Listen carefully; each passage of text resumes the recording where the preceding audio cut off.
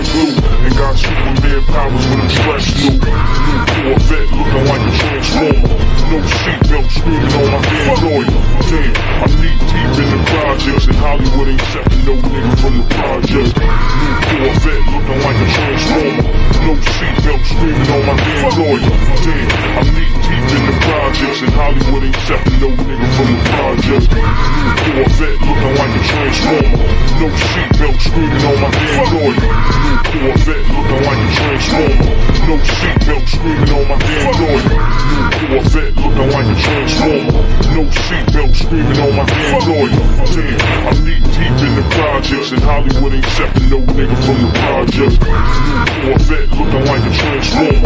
No seatbelt screaming on my damn lawyer. Damn, I'm knee deep in the projects, and Hollywood ain't accepting no nigga from the project. New Corvette looking like a transformer.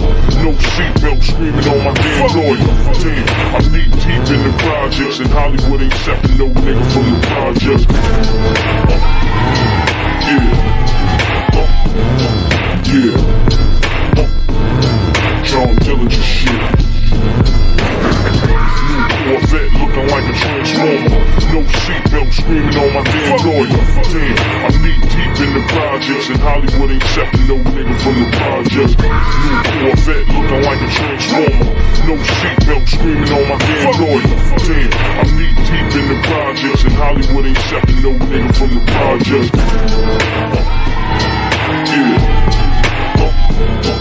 Yeah. John Dillinger shit. Niggas in the hood wanna see my cars on flatbed. Hey, this a recession, selling that crack dead. Niggas selling super sour and bionic glue, and got Superman powers when I'm stressed new. New Corvette looking like a transformer. No seatbelt screaming on my damn lawyer. Damn, I'm knee deep in the projects, and Hollywood ain't accepting no nigga.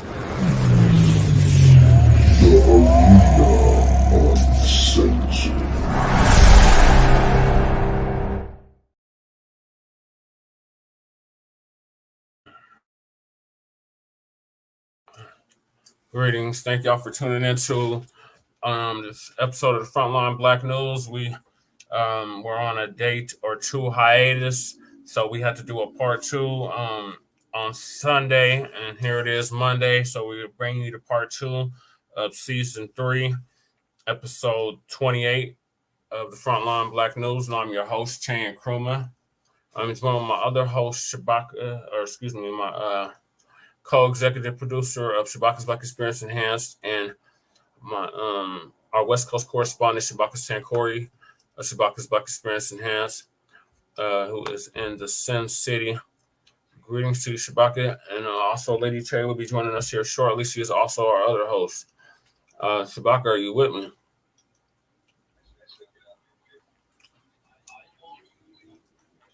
Shabaka. I think Shabaka done went to sleep, y'all. But show will continue. When you wake up, Shabaka, just unmute yourself.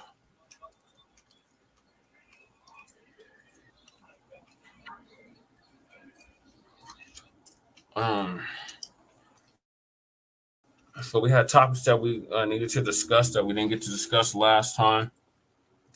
And those are Governor Garvin Newsom signs bill creating Ebony alerts for missing Black youth. Louisiana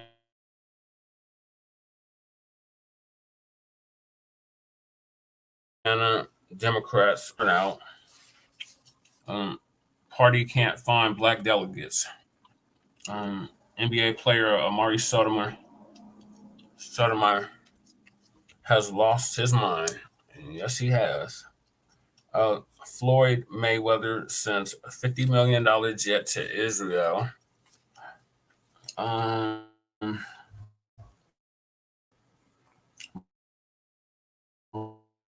Roman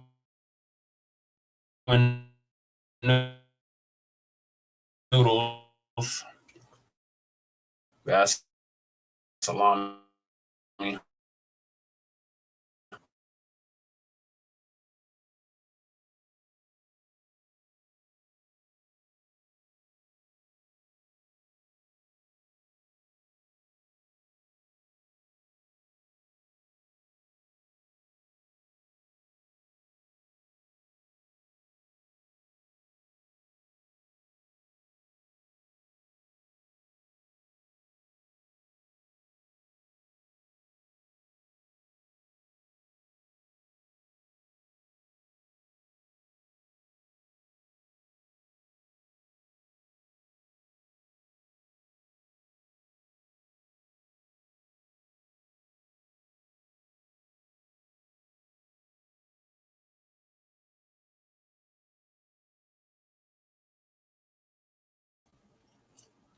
Okay, I got kicked out the studio. Oh God.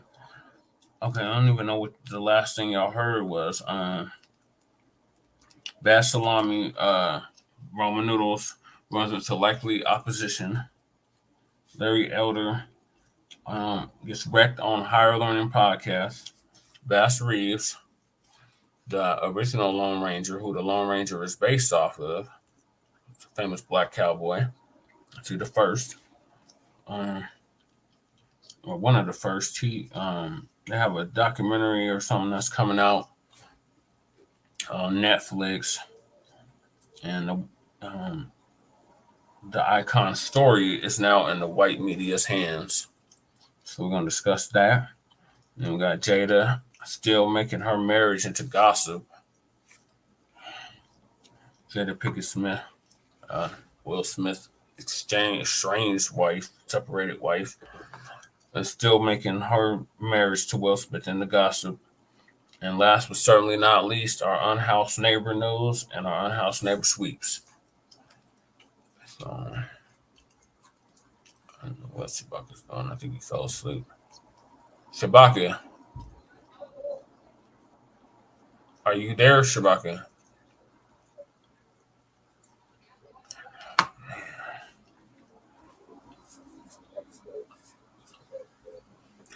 All right, I'm just gonna put him back on mute. All right,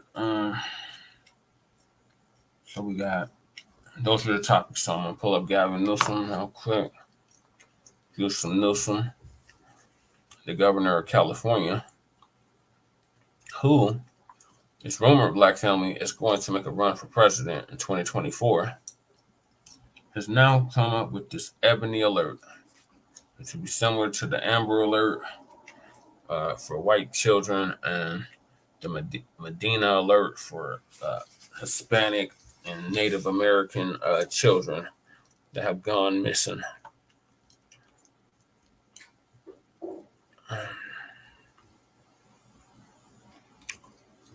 Where's my share screen at?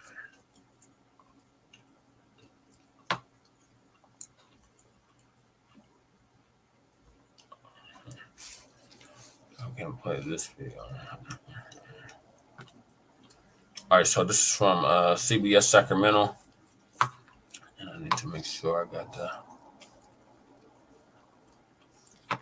copyright sign. Shout out to the viewer, whoever's tapping in. Make sure y'all like and subscribe to Frontline Black News. Okay, there we go. All right, okay.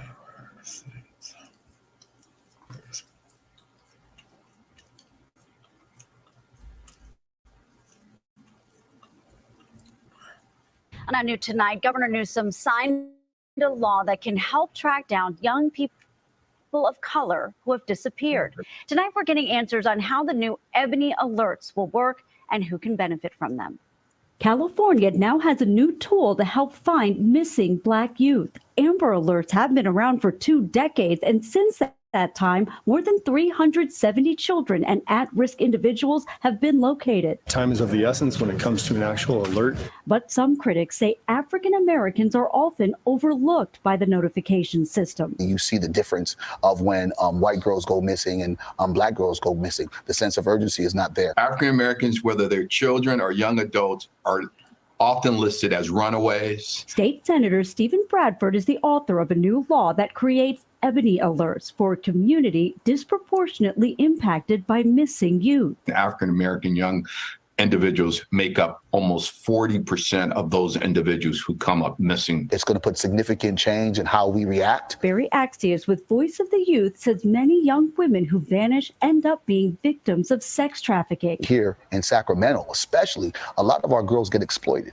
In addition to Amber Alerts, California also has Blue Alerts for suspects who attack a law enforcement officer, Silver Alerts for missing seniors and people with disabilities, and Feather Alerts for missing Indigenous people. So how is an Ebony Alert different? Expanding the age from 12 to 25, because right now, a Amber Alert is for 17 years or younger. Black youth considered at risk or with mental or physical challenges will qualify.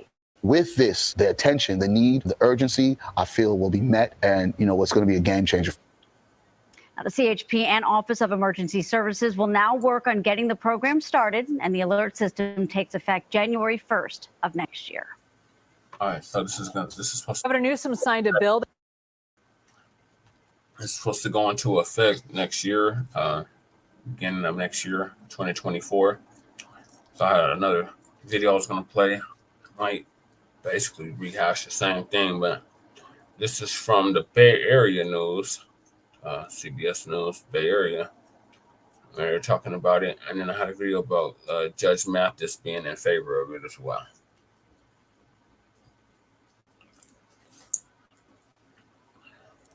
Governor Newsom signed a bill that creates Ebony Alerts to quickly notify the public when a young African-American person disappears. Marley Gittner explains how it works and why advocates say it was desperately necessary. California now has a new tool to help find missing Black youth. Amber Alerts have been around for 2 decades, and since that time, Looks like it's going to be a repeat of the last one. Play the Judge Mathis one. A lot of people are talking about this. Gavin Newsom just signed a new bill called the Ebony Alert, much like the Amber Alert, but it's for missing Black women and children. I want to get your take on it. I think it's a very necessary legislation because they're the most underserved community when it comes to Black girls missing. So that legislation will go a long way in addressing that challenge. Of course. I mean, the Black community is kind of talking about, it kind of creates a divide, because shouldn't it just be about the Amber Alert, for all kids and not just the Ebony? It should be, but unfortunately it's not. Unfortunately, that's now how society works. And were society to operate on an even keel, then all of us could. But until that happens, we need a little extra boost for those who are being marginalized and left behind. And that's Black girls who are missing. Of course. So Gavin Newsom did a good job with this one then. I think he did a good job. Of course. There. All right. Well, thank you so much.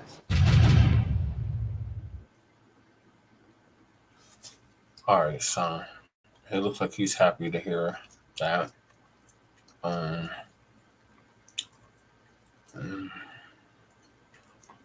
So this Ebony Alert, it sounds good. I would like to see it in practice, though. I would really like to see it in practice, and I honestly think that this is a symbolic gesture from Gavin Newsom, Nancy Pelosi's nephew, in a way to pander for Black votes when he runs for president, because the new Black media has been keeping the heat on these politicians on doing something specifically for Black people. So if he does decide to run for president, that would be the first thing that he brings up. Well, I created the Ebony Alert. And you see from the first clip, they're talking about people of color, which is that broad, ambiguous language that we're always talking about here on Frontline Black News. But we get lumped into all these other groups of people, and it's become detrimental to our people in the political scene because of the malign neglect from the Monahan report, which says don't promise them nothing and don't specifically mention them at all. So they use these broad, ambiguous language such as people of color, BIPOC, whatever other nonsense they want to use to supposedly describe us, but yet they're not describing us, they're describing so-called minorities and non-white people, and they keep lumping us all into the same category and the same group, and that has not helped Black people, specifically Black Americans, one bit. In fact, it just hindered our progress, as we have stated time and time again with the Tangibles 2020. So you're not fooling us here at Frontline Black News, Garvin Newsom, which is Ebony Alert, which doesn't specifically mention Black people in it. It says people of color. So that could include Asians who already have a hate crime bill. It could include immigrants or Latinos, illegal immigrants, whatever, who keep getting nothing but unearned goodies and giveaways and flooding Black cities, Black towns, Black communities, and Black neighborhoods. So this is not going to benefit us. It's not specifically for us. Just because you call it the Ebony Alert doesn't mean nothing, because as you can clearly see from the news story, it's not specific. So Newsom, we see you. So if you try to run for president in 2024, don't get up there talking about, I did the Ebony Alert in California, and that's specifically for Black people, because that's a damn lie. I would love to hear Shabaka's thoughts on this, but Shabaka is asleep. So, let's see if I can get Shabaka on to unmute.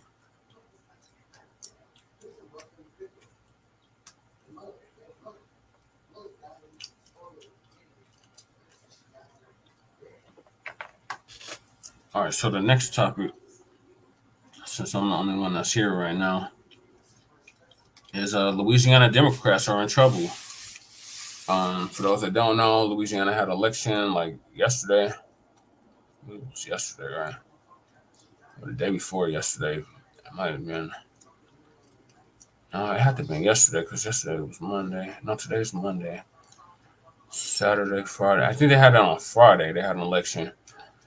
And they were running scared. The Democrats in Louisiana were running scared because the Black people out there was refusing to become delegates for them and refusing to get behind the Democratic Party. And rightfully so. Why should we continue to support a party that doesn't support us? Doesn't do nothing specifically for us, and practices malign neglect, more like belligerent neglect. So our good brother Uncle Phil is gonna break it all down for us. The title of the video is Louisiana Democrats are in trouble, citing low voter turnout. Party something. Party can't get people, Black people to be delegates.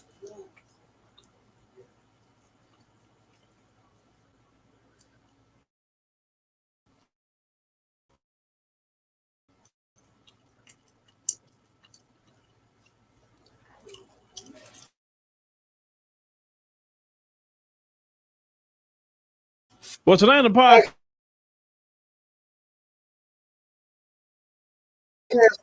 podcast, ladies and they elected a Republican governor, a real like right wing, damn near MAGA type, not Rhino type, but MAGA type candidate for governor of Louisiana. And Louisiana is always for as long as I trouble all the way around, and also they got some delegate problems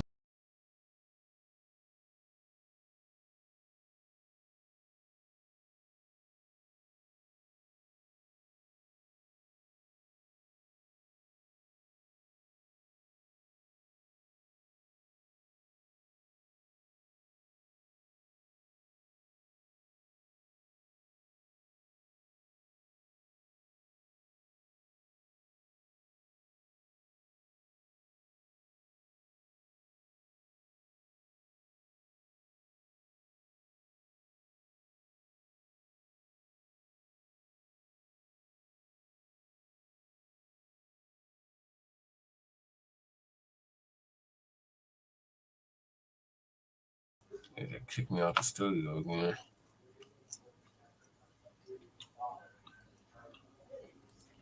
It looks like Shabaka's still in the studio. Can y'all hear me in the comments? Whoever's doing. Internet's acting stupid.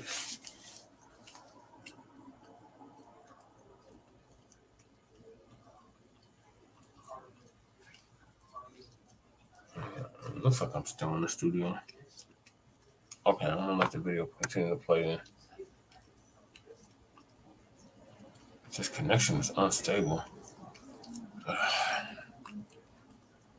Want to do with black voters, not do nothing for you, but still come to the well and draw off of the water that you would give them to nourish them. And black people are starting to let them know that, no, you can't come over here too much anymore. Now, they said more than a dozen candidates are running to replace, it's a term limited Governor John Bel Edwards. He's a Democrat. He said with 6 main contenders emerging from the pack. They say Louisiana uses an open primary system where all contenders are listed under one ballot. And say if no candidate receives more than half of the vote, the top 2 vote getters head to a runoff. Now, Sean Wilson, I went to his website because, you know, we believe in going to websites and look at the issues that the candidate's talking about. You know, this is a screenshot of his website. So I went through the section where it talks about, you know, what he's kind of running on.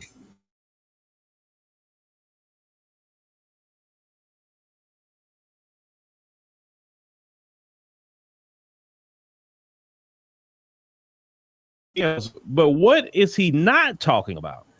He's not talking about black people. He's no different than John Bel Edwards. John Bel Edwards didn't talk about black people either, not whatsoever. You know, understand Louisiana had a Democrat governor, and that did not matter at all in a lot of issues, right? Oh. We told you that whether they Democrat or Republican, they both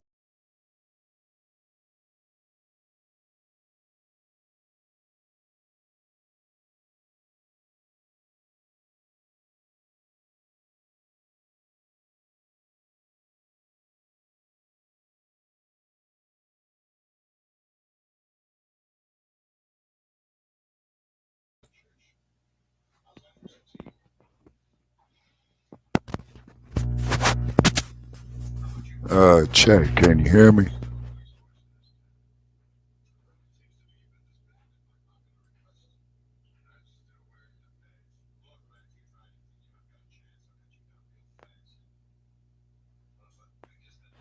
Hello?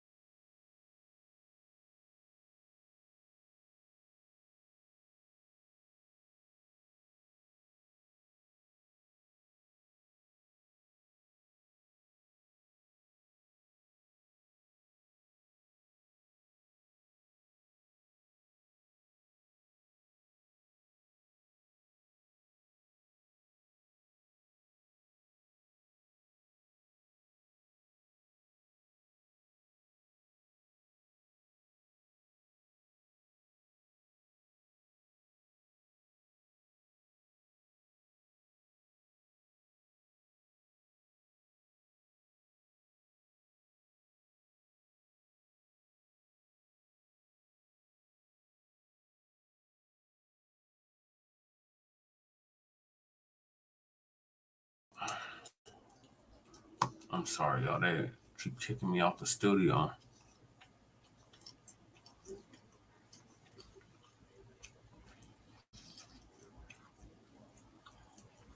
Yeah, Yeah, I just ran a whole story on it. Just meet me in the studio.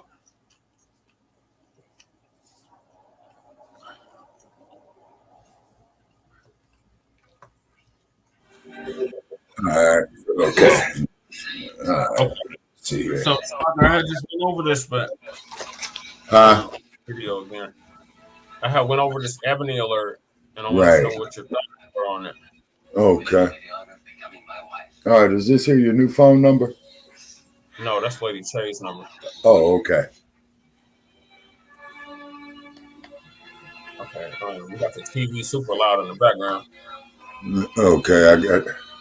Wait a minute. Okay, let me see something here.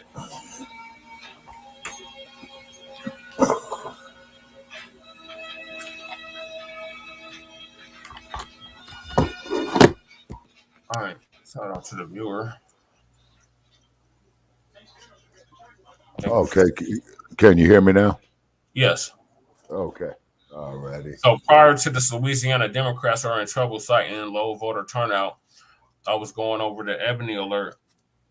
I wanted to get your thoughts on that. Okay. All right. And I'm pulling it up right now. Okay. News about the Ebony alert in California. Okay. All right. It's saying here, and this is according to Google, California's Ebony alert. What to know about the alert system for missing Black youth is something that's truly needed. California State Senator Stephen Bradford said, who authored the new law. And he's telling people, okay, hold on, up to get squared away here. Yeah, that sounds like a video clip I played earlier. Okay. 3 video clips. It was one from CBS Sacramento. Okay. And there was another one from CBS Bay Area. Okay, so that there's San Francisco, Oakland. Okay. All right, according to this right here, it's a People article here, up on Yahoo News. A new alert notification system in California, the first of its kind in the country, will go into effect in January to aid law enforcement efforts to find missing Black youth. Okay, now I got a problem with that first sentence right there. First place, the law enforcement agencies of California have very, very low regard for missing Black youth. So right. I just had to get that there. And the news report that I played, the first one, they was talking about people of color. Now, so we went. You see how they're playing games with us on that I don't right even there. know, see if you can pull up the bill language or the law language, because I don't even think it has anything specifically targeting for Black people. It kept saying African Americans. They kept saying people of color. Yeah. And they said they already had like an alert system for different groups of people. Okay. And they're saying right here on October 8th, Newsom signed a bill establishing the Ebony Alert, which seeks to address racial disparities over missing person cases in the U.S. and especially regarding young persons of color. Okay, now you see how they're mixing the words right here. That sounds like that sounds just like the news report I played the first time. Yeah. You see, missing young. Young persons of color, as opposed to just saying Black people. Yeah. We were ecstatic and very appreciative of it. State Senator Stephen Bradford, the legislative author, tells people it's truly something. It's something that's truly needed. We wouldn't have done it if we didn't think it was so important. So I commend the governor for having the vision to sign this piece of legislation and help return these individuals back to their loved ones like we do for anyone else that comes up missing or abducted. Okay, but however, we've been having missing Black children, man, going over a couple of decades now, you see, and it's kind of like those cases. Yeah, it's kind of like those cases, We the only people that have we literally have the same number of people that go missing every single year. Yeah, you see, so therefore, some theories is on that is being abducted for scientific or mad science research, you know what I mean? Just like the young man they found down there in Florida in the basketball gym wrapped up in the carpet and all his. That was You talking about Kendrick Johnson? Exactly. That was You in see Texas, but yeah, anywhere in the United States that goes on, yeah. Yeah, you see what I'm saying? And then, and according to the text of this Ebony alert, the legislation would authorize a law enforcement agency to request that the California Highway Patrol to activate the Ebony alert, particularly cases involving Black youth, including girls and young women. Including girls and young women. Now, this is be very interesting because we do got a lot of missing Black girls and young women. Well, in the news report, they were talking about extending the age from 17 to 25.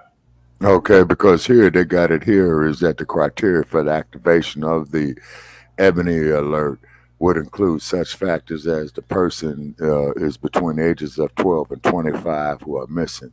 The person has a mental or physical disability. The person went missing under unexplained or suspicious circumstances as determined by law enforcement. The missing person's physical safety could be in danger. The victim may be subjugated to trafficking. The police feel the missing person is in danger due to age, health, mental or physical disability, or environment or weather conditions, or is in the company of a potentially dangerous person. There is sufficient information for the public that it could help in the recovery of the victim.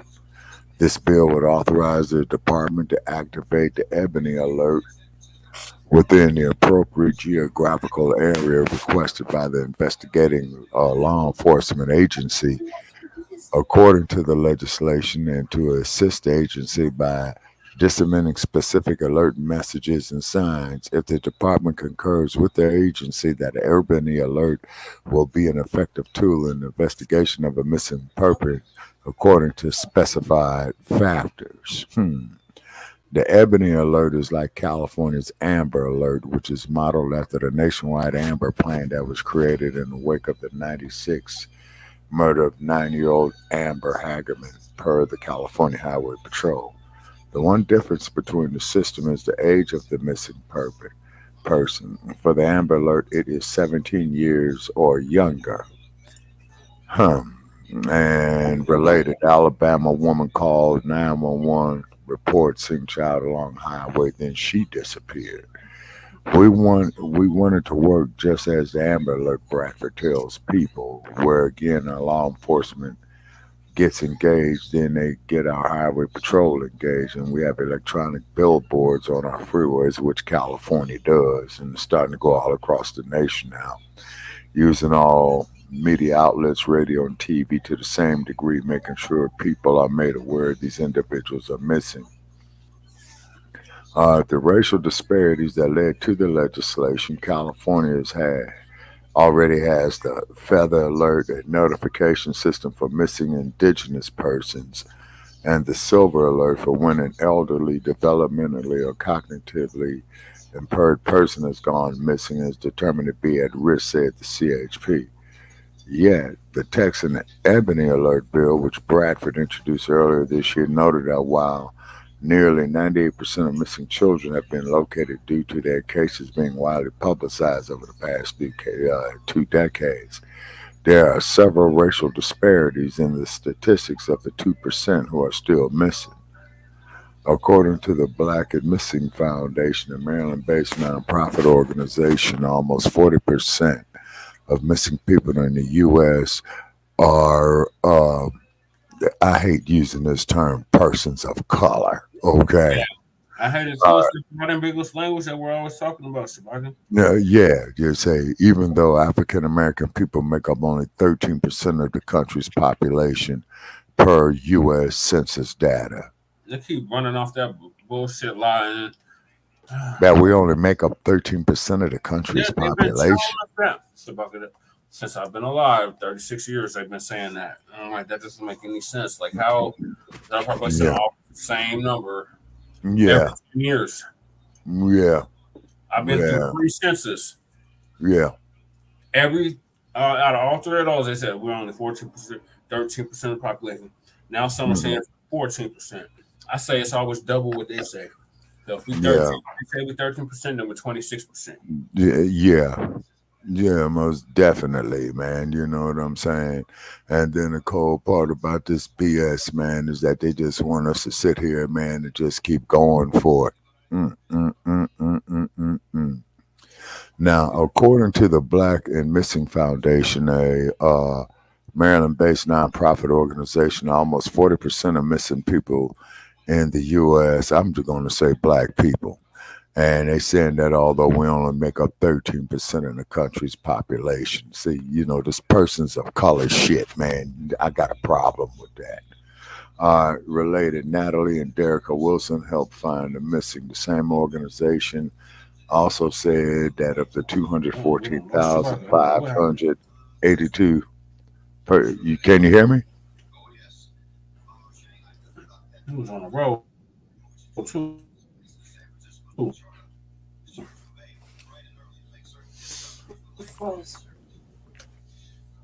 It froze.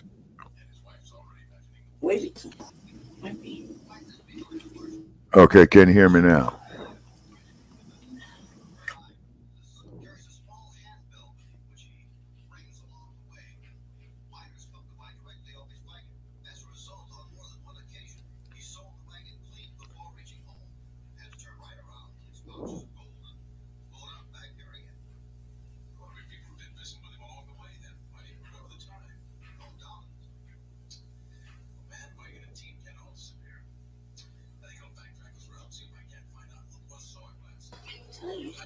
All right, Shabaka, we're back. Okay, all righty. Okay, so getting back to where I was at. Oh man, Lord. Okay, yeah, this damn Google or whatever, and it's bullshit on this fucking advertisement. Damn. Okay, all right. Now, as I was saying, is that the same organization said that of 214,582 persons who were reported missing, 153,000 of them were under the age of 18. It also added that many missing minority children are initially classified as runaways and thus do not receive an Amber Alert or media attention. Many times, young Black people who disappear are quickly identified or labeled as runaways by law enforcement, whereas our counterparts are quickly identified as missing or abducted, says Bradford. Even when young Black people are being sex trafficked, they're listed as juvenile prostitutes. Many times they arrest these young African American females as prostitutes versus being a victim of sex trafficking. Okay, you see right there, people. You see what I'm saying? You see, this is what I'm talking about of how we got to do for ourselves, and they always are, as Brother Chase says, putting us in these marginalized terms. Yeah, it's part of that malign neglect policy. Exactly. Floyd Anderson is always talking about that came about during the Nixon administration. Yes, sir. In the Monahan report. Yeah, exactly. You know? And don't promise them nothing. Don't exactly. do specifically for them. Don't even mention them. You mention them, make it very broad and ambiguous, and that's what they've been doing for 60 years. Yeah, you're right. Actually, longer than that. Okay. All right. Now, search suspended for man who disappeared. Okay, that's something else. Okay. Bradford also cites the heavy media coverage generated by the missing persons case of Gabby Petito, who was found strangled to death in Wyoming after going on a cross-country road trip with her boyfriend Brian Laundrie during the summer of 2021, and that's the dude they found dead in the Florida Everglades, right? Yep. Okay. She was a prime example of what this country could do when they really wanted to find you, he says, but the media attention. Oh, that was the white girl. Remember the white girl? Yeah. And because they said that they were up there in Utah. Mm-hmm. Okay, but the media attention that her disappearance garnered across the country, you very rarely, if ever, see that for an African American who disappears at a higher rate than our white counterparts. The significance of the Ebony Alert. In a statement shared with People, the Black and Missing Foundation held legislation establishing the Ebony Alert, calling it the right step. California ranks in the top states where people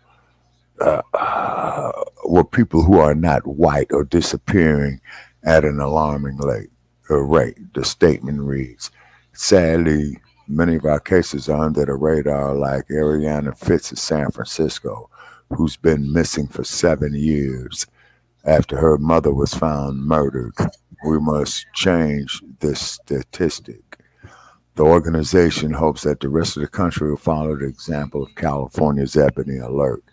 It is important to continue to raise awareness about this issue and advocate for policies, the statement continues, that prioritize finding missing people who are Black.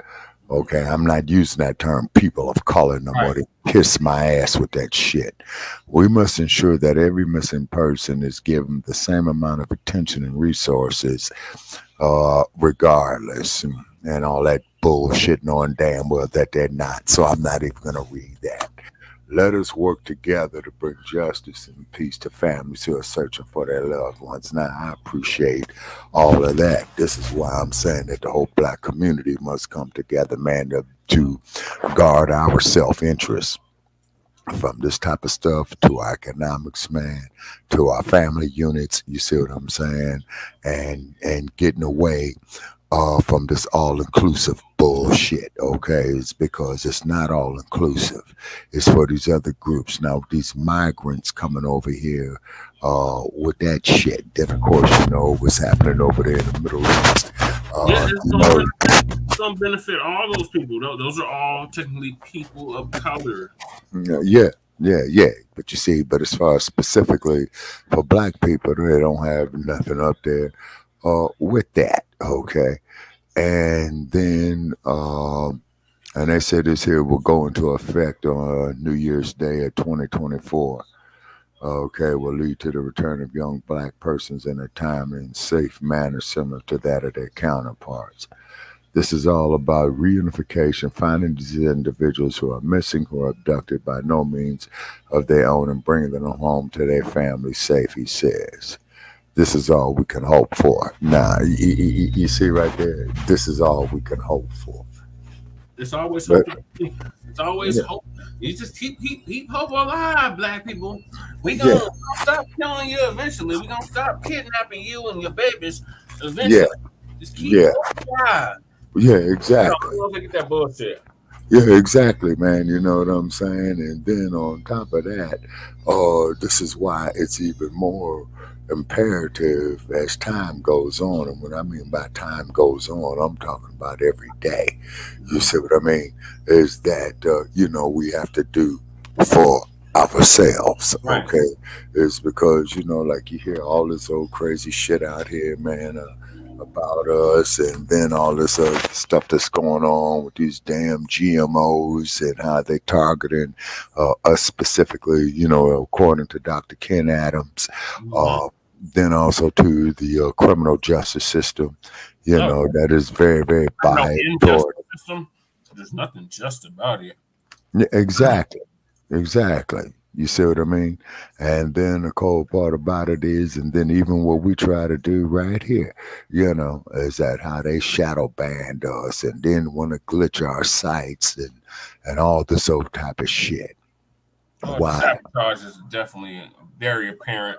Oh yeah, that's without a doubt. You know what I'm saying? Just like how they sabotaged us last on Blog Talk. And then I did produce an episode for Tuesday night. Yeah, I seen that. Oh, okay. All righty. Okay. And but, yeah. We gotta move along because we got a lot of topics to get to. Okay. Che, what are your thoughts on this Ebony Alert? Okay, on the Ebony Alert, man, I think it's a bunch of bullshit, man, and I think that what they're going to do is going to be more of a detriment to us than a benefit. You see, it's because you already see that they got us, you know, well, they already classify us, man, you know, as being hustlers and stuff like that, and then saying our women are so quick to go on a prostitution and this type of stuff, right, that. So, you know, they're going to do a lot, you know, to disclaim it. You see what I mean? But they're acting like they're doing something, but in actuality, they're not. You see what I mean? Yeah, it's just another symbolic gesture. What are your Yeah, thoughts? yeah. For to get laws. I mean, to get votes. Period. Hold on, Shabaka. Let's hear from Lady Chain. Uh-huh. Lady Chain, welcome to this. Well, part of our Black first gripes are like the lineage gripes are basically, we don't even have an Amber Alert. We didn't have it. We didn't have an alert. We never had one. So making one or creating one, when we were doing our campaigning and shit was very important. For example, I'll give you an example of me. When I was attempting to run for city council, right? On my website, Hello? On my website, Yes, the internet's going in and out. Starting what it looks like to start drafting up policy for that, and to make certain areas of this place, like black zones. The reason I say that is because I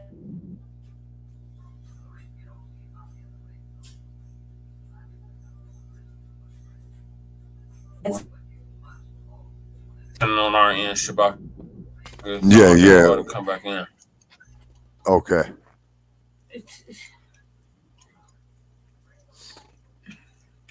Okay, and I only got like about 30 more minutes because I had to lay down because I have to drive back.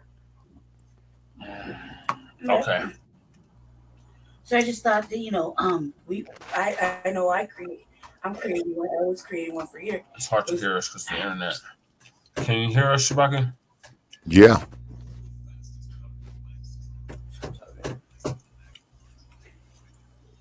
Okay, go ahead. I was creating one, like even right now, and my website never launched because I didn't, I just couldn't do it. However, I created one. I'll pull it up and show you that I created one. I started it with the process because it's very important.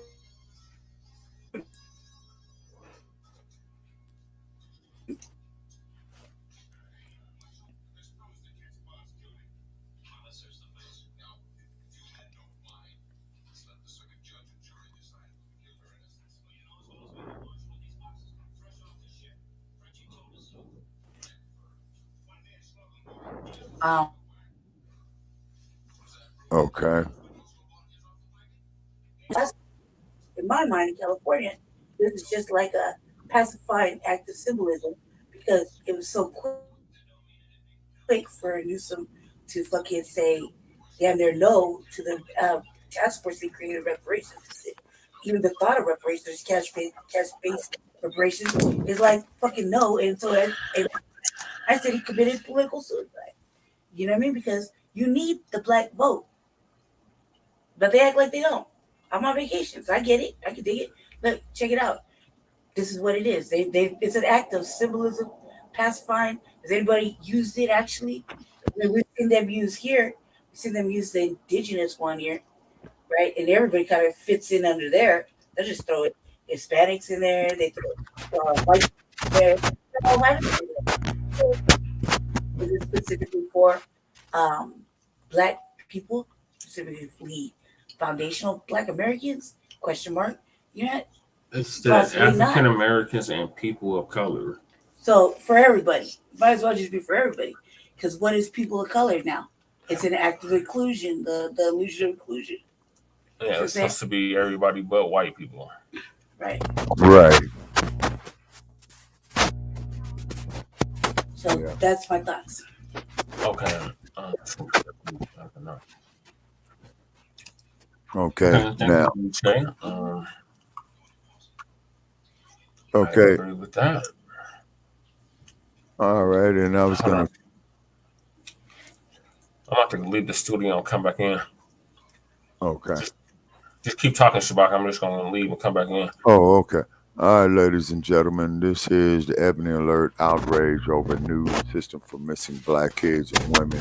And this is off of TMZ newsletter or whatever what this spam shit is they put in my inbox all the time. 12:10 p.m. The man behind the new Ebony Alert in California is defending the new law in the face of tons of online backlash, telling us disparities and the lack of resources for missing black kids force lawmakers' hands.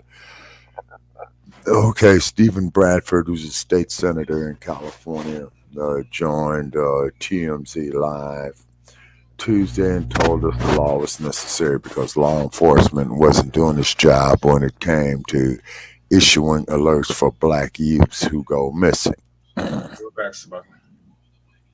Okay, you back? Yeah. Okay, and this dude Bradford says black youth make up 38% of the state's missing persons, despite the fact that we only make up 13% of the state population. Okay, first it was 18. You see how we're dwindling in California? Yeah. Pointing to the data as another example why he feels an Ebony Alert is needed. There's a media component to this too. Bradford says missing black kids don't get nearly the amount of coverage, pointing to 2021's Gabby Petito case, okay, out there in the situation with Utah. Yeah, who came up missing in Utah. Yeah. As for questions about oversight, Bradford tells us how the new system will be monitored. Okay, the Golden State is rolling out a new system to report and find missing black children and women is completely separate from an Amber Alert and has already caused a black backlash.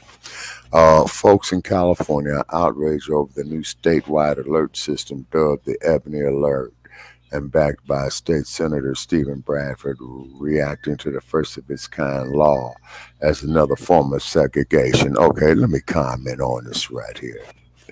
For all you motherfuckers out there, okay, you white folks, okay, and you coons, all right, when are you going to get your head out of your asses and realize that we are hated and despised of who or what we are, okay? And they have dummied down our youth in the last 25 years, okay, putting us in marginalized groups, people of color, stuff of this right here, as opposed to saying, that we are black folks in America or we are Africans in America, but you don't want to recognize the fact of our heritage of where we come from because you all is with this all-inclusive prepackaged bullshit, and it's an illusion, the illusion of inclusion. Yeah. Okay, so therefore, and I just want to read here on this article right here. Folks in California outrage over the new statewide alert system dubbed the Ebony Law, reacting to the first of its kind as another form of segregation. Okay, now here's some asshole. Okay, hold it. Okay. And this is some dude. Well, I'm not even going to mention this idiot's name. Okay, but this clown says this is definitely segregation, discrimination. We all know how this will go. Shaking my head. And then how will it go? Because wasn't the Amber Alert segregation and discrimination? Because it only applied to white children. Exactly. That we're missing. Precisely. You know what I'm saying? That you pissing on us and you're telling us it's rain type of shit. Yeah.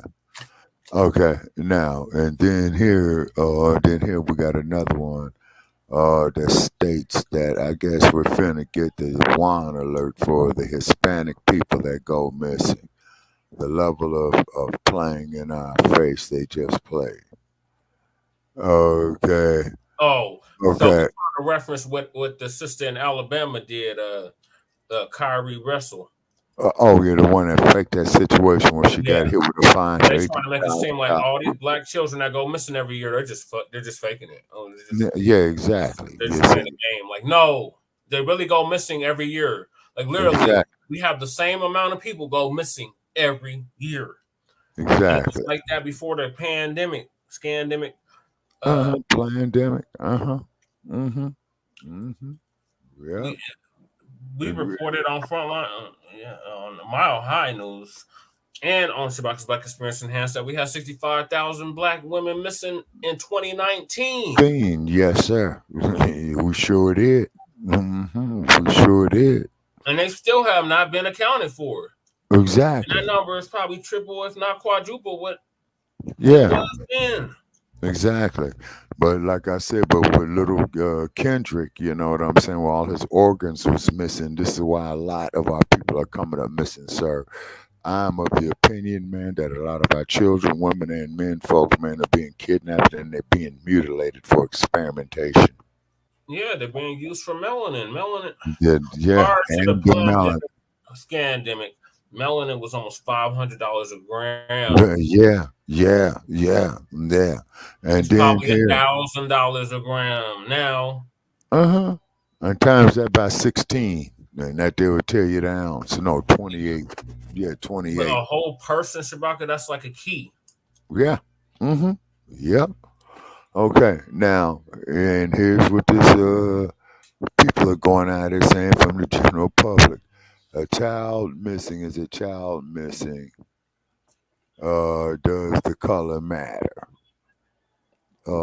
Yeah, Black family, we have to take care of ourselves because you can see these other groups are doing that for themselves, and I'm not mad at them for it. An alert based off of race, question mark. So when the people who don't like people of color get the alert, there will be less help with finding the missing person. I don't think y'all thought this through.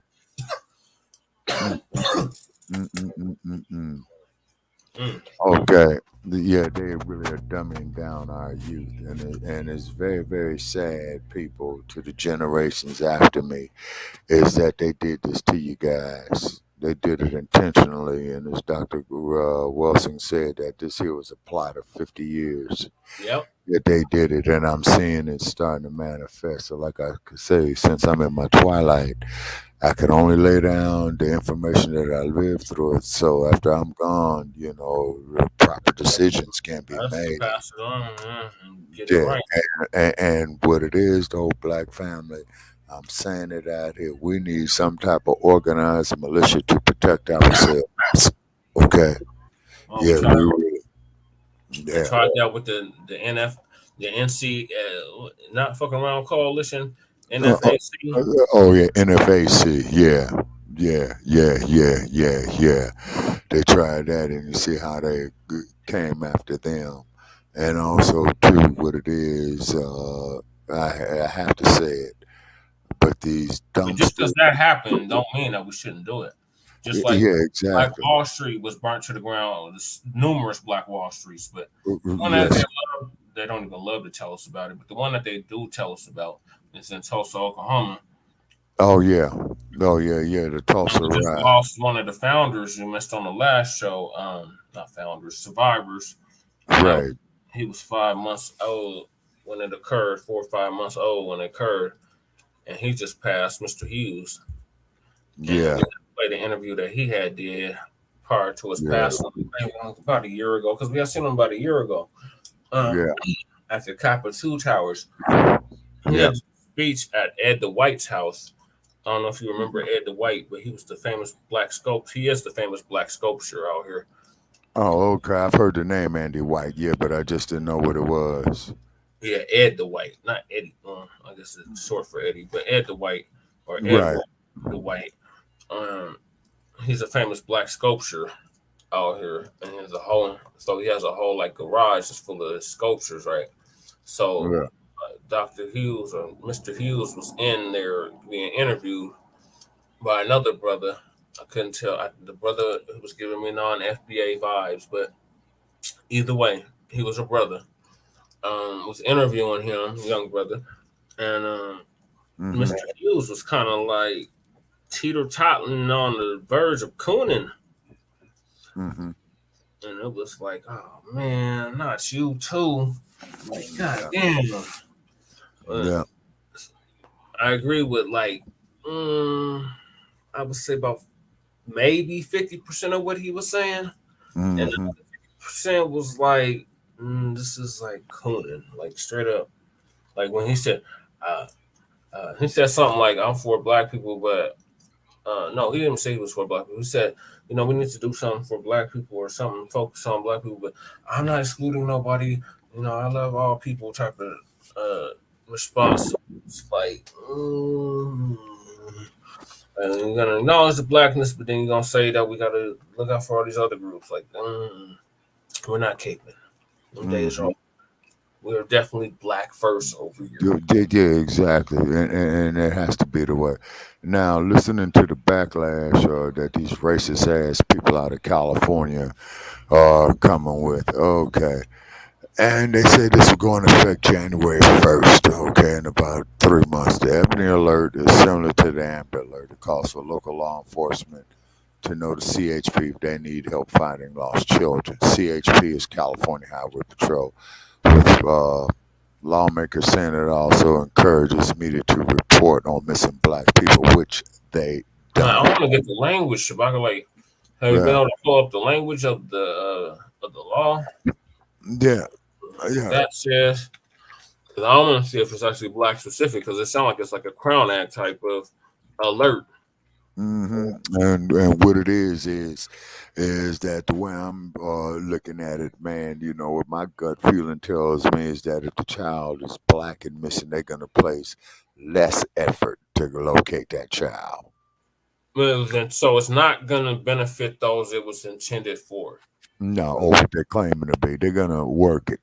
Now, the problem is the reaction on the internet is there should not be separate alerts for missing children. So this article from 3 days ago is saying California's new racial, right? Everything is racist in America. Of course it is. Right. Gaslighting, thinking otherwise. Yeah, exactly. New racial Amber Alert searches only for black youth. And it should. It's supposed to be for black people. Ebony, come on now. Like, it literally needs like, okay, so the language says black. And this article is saying that they're having an uproar because it's only searches for black youth.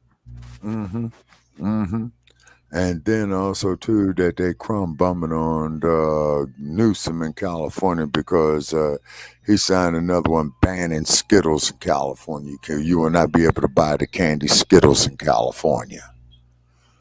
Okay. And then, Mike and I, just like all that we ate when we were kids. Yeah. You see? Bandy. Yep. None of that if you live in California. Yeah. And California, as I'm saying, this is definitely a crazy state, you know what I mean? Because believe it or not, there's an old TV series that used to come on TV, man, before I was born, called The Californians, and it's set in San Francisco, man, in the 1849s and 1850s. And there were some barbarians. Now, why am I saying all that there to say? First of all, with the city of barbarians, Garvin Newsom used to be the mayor there. Garvin Newsom was also the campaign manager of a friend of his who was running for political office, and Garvin Newsom was fucking his wife. Garvin Newsom is also the nephew of Nancy Pelosi. Garvin Newsom is the same asshole that went up there and had his wife's birthday party at one of the wineries up there in the wine country, and nobody was wearing a damn mask. You know what I'm saying?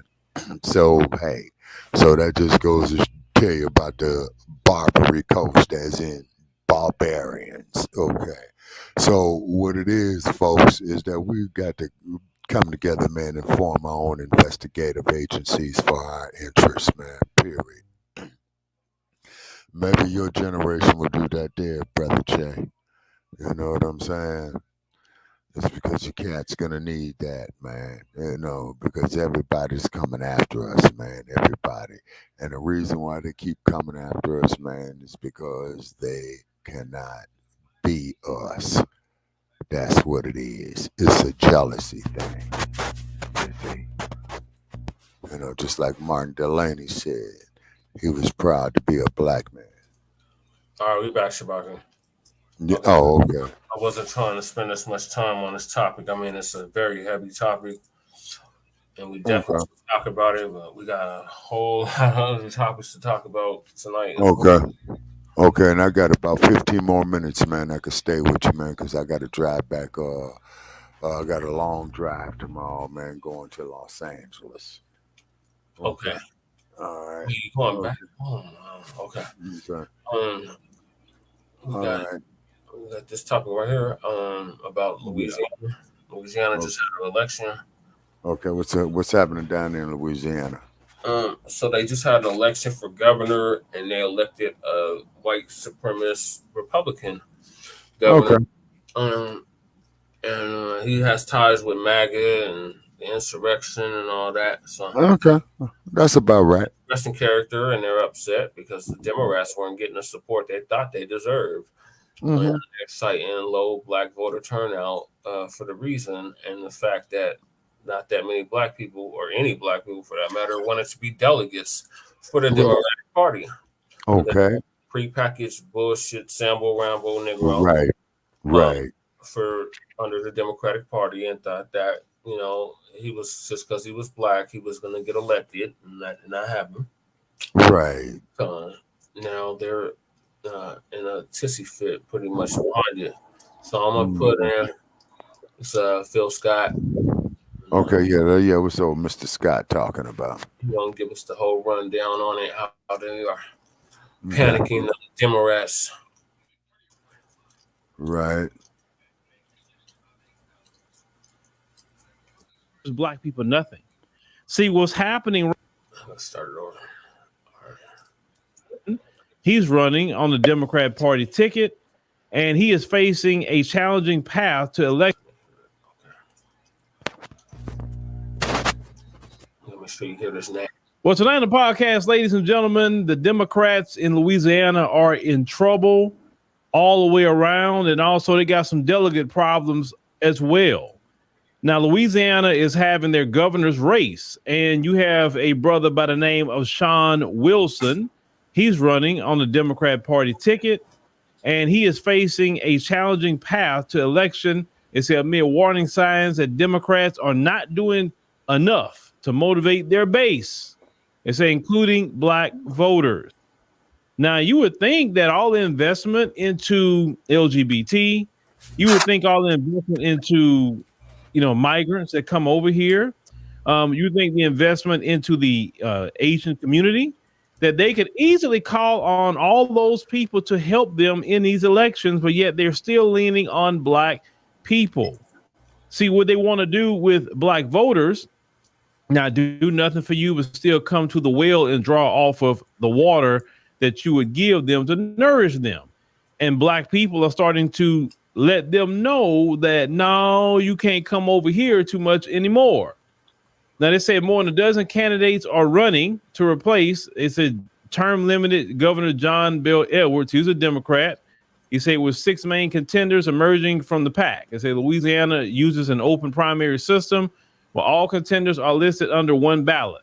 They say if no candidate receives more than half of the vote, the top 2 vote getters head to a runoff. Now, Sean Wilson, I went to his website because, we believe in going to websites and look at the issues that the candidate's talking about. This is a screenshot of his website. So I went through the section where it talks about, what he's kind of running on. Went through there. He's talking about the economy, and he's talking about education, and he's talking about public safety and everything else. But what is he not talking about? Black people. He's not talking about black people. He's no different than John Bel Edwards. John Bel Edwards didn't talk about black people either.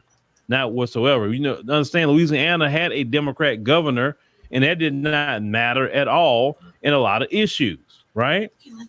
We told you that whether a Democrat or Republican, they both want to maintain white supremacy. One want to do it just a little bit more upfront. The other want to do it with a little bit of finesse, where they can finesse black people and other non-white people. That's just the difference. But both parties are invested in continuing the system of white supremacy. Right. So when you have a candidate like Sean Wilson here, right? He wants the black vote, but he offers black people nothing. See, what's happening right now, Democrats, and I know you're listening. How you doing? What's happening to the Democrat Party is that they think that they're going to just run the same game that they ran on the elders. You see, the elders went through what they went through during the civil rights movement. So the reason why they stay loyal to y'all is because, okay, what Democrat president signed the Civil Rights Act. Well, you have to understand, we grew up during that time. That's normal to have that for us, right? So we're dealing with new issues and problems. And you got to give this new generation something. Reparations, definitely for sure. An anti-Black hate crime bill. That's another thing that has to be done for Black people. And it has to be enforced on a federal level. Prosecutors who are not prosecuting these crimes need to be prosecuted themselves. You understand? Judges who are throwing cases out that should not be throwing them out, they need to be prosecuted underneath that anti-Black hate crime bill. All of that. You know, Black people, they need help in business. Black people, need help with getting home ownership, because a lot of Black people aren't having homes. They're subject to being homeless. It's a lot of issues that Black people are dealing with, and the Democrats are not focusing on that at all. Okay, freeze that so for you a can second. throw up your Black candidates all you want. See, at one point in time that worked. Oh, he looks like me. Oh, I feel so great because I can. Go ahead. Yes, sir. Okay. See, all of what Mr. Scott is talking about right here supports the platforms that we had 6-7 years ago when Mad Dr. D was alive. Where we must become self-sufficient. Okay, we got to, and I will continue to say it. Self-sufficient economically, self-sufficient business-wise, self-sufficient market-wise, putting up our own resources where we could draw from our own wells, if you know what I mean. Acquiring land, you see, acquiring political power, but I think we would have to use an alternative of our political power and use it like not so much at the ballot box, but using it at the places where we don't spend our money with these certain groups, and also too, we don't spend our money in these certain enterprises after we discover that they're supporters of the dump, as in human shit. And I want to make that point too. Yeah, exactly. Not just going to point out the dump. Yeah, right. Oh well, of course, all of them, man. All of them. No, we got Sleepy Joe. Sleepy Joe is actually worse. You thought Sleepy Joe was the lesser of two evils. That's why we just don't keep throwing it in your faces, because y'all threw it in our faces in 2012 or in 2020. Yeah, you don't know what you're talking about. Exactly. Biden is better than Trump. Trump is so bad. But what policy did Trump enact that hurt Black people specifically? None. You want to know something? No, hold on, brother Chair. As we go over it, man, if we go over it, you're right. Now, the only thing I do have against Trump is that when he was talking about the Central Park 5 should be executed. Not in office then, Shabaka. Okay. In office. Right. Biden was in office. Right, yeah, because Biden was the vice president.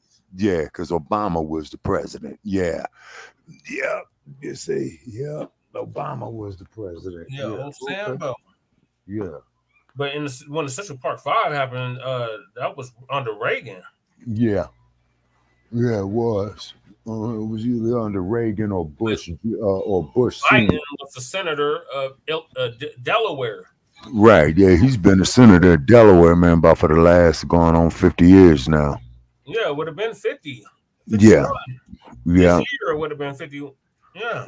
Right. And then keep in mind is that he didn't want his children going to a racial jungle.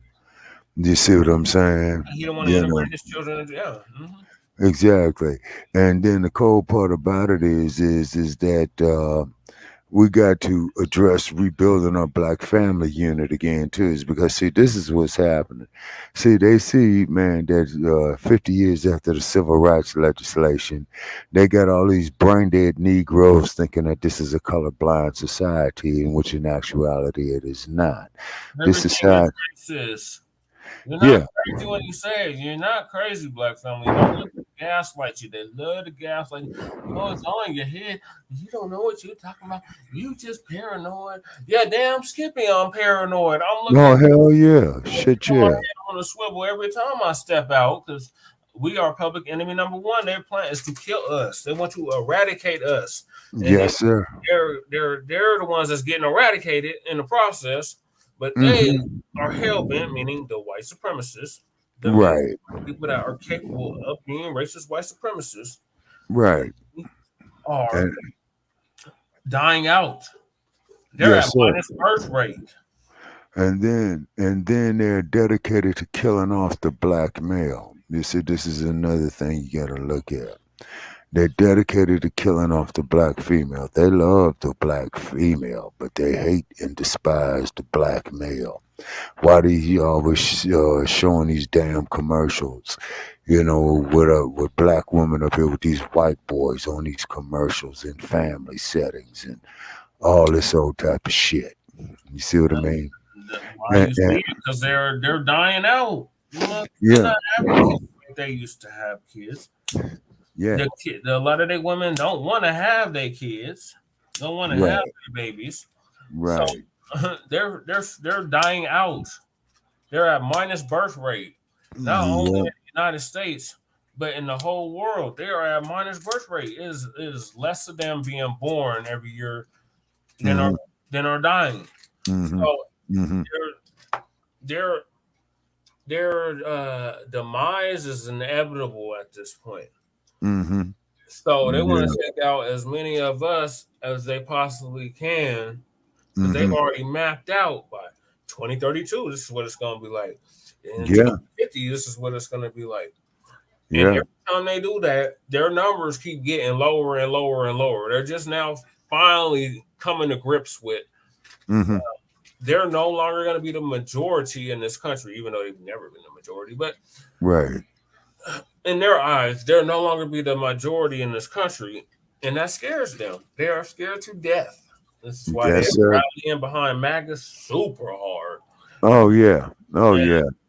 And that in itself is his own party, because them mugs, they're more radical than the Republicans. The radical Republicans from Reconstruction ain't nothing on these mugs. These mugs hell bent on destruction of the government and maintaining white supremacy as much as possible. Yeah, that's it. And then keep in mind, and then the Democrats, they doing the same shit, but they saying, "Oh, well, we put a black face here." And then on top of it as well, too. So we're looking at produce studies for reparations, and it's like, no. But we got to finish this up to call tonight. I think this computer keeps freezing up. Okay, all right. Yeah, I'm gonna call tonight after we finish dealing with the slot. Yes, sir. You gonna call us? Yeah, because I got to travel back into Los Angeles tomorrow, and I got to get an early start. And I'm only gonna get him in there. It's somebody that agree. But see, I go back to Barack Obama. Barack Obama ruined all of that, because when he became the president, he could have did a whole lot for black folk. Definitely in the first 2 years when he was in office. When they had he literally had a house and a filibuster. He could have did a whole lot for black people. The Democrats could have did a whole lot for black people the first 2 years of Obama. And he did not, or the Democrats didn't get nothing done.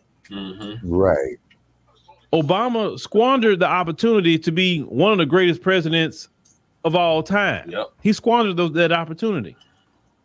So let's continue. So they say Wilson is a former transportation secretary and is expected to qualify during the Saturday primary for the November injury. They say, but experts are pointing to weaker polling among black voters and limited coordination between the campaign and state party as among some of the causes for the concern for Democrats in the gubernatorial race. They say Democrats' turnout has been weak, as it said a Louisiana-based poll to John O'Covillion. It said normally early voting tends to favor Democrats, and Republicans as of Saturday night have won a 5+ lead. They say who now this particular guy, he say who normally works with Republicans, say though fewer ballots, and say for every early voting, as they have been cast overall this election cycle compared to 2019. And they say more Republicans than Democrats have voted so far, according to data from the Louisiana Secretary of State's office. They say black voters make up a critical base of the Democrats' voting bloc in the state. They say, but early voting numbers show black turnout has dropped 8% compared to the 2019 primary. White voter turnout also declined by 12%. They say Tyrone Walker, Vice President for Policy and Strategic Partnerships and Development with the Louisiana Urban League, said there is no denying black voter turnout is not where they like it to be, but he added that the historic barriers cannot be overlooked in discussions around voter turnout. Okay. Y'all stop that. That's an excuse. You're blaming.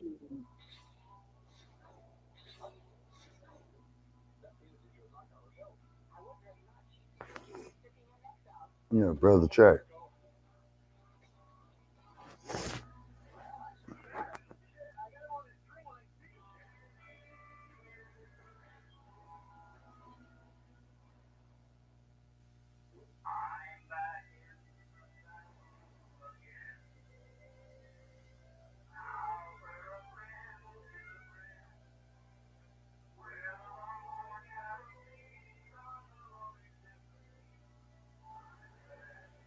All right, sorry about that, Shabaka. Got kicked out again.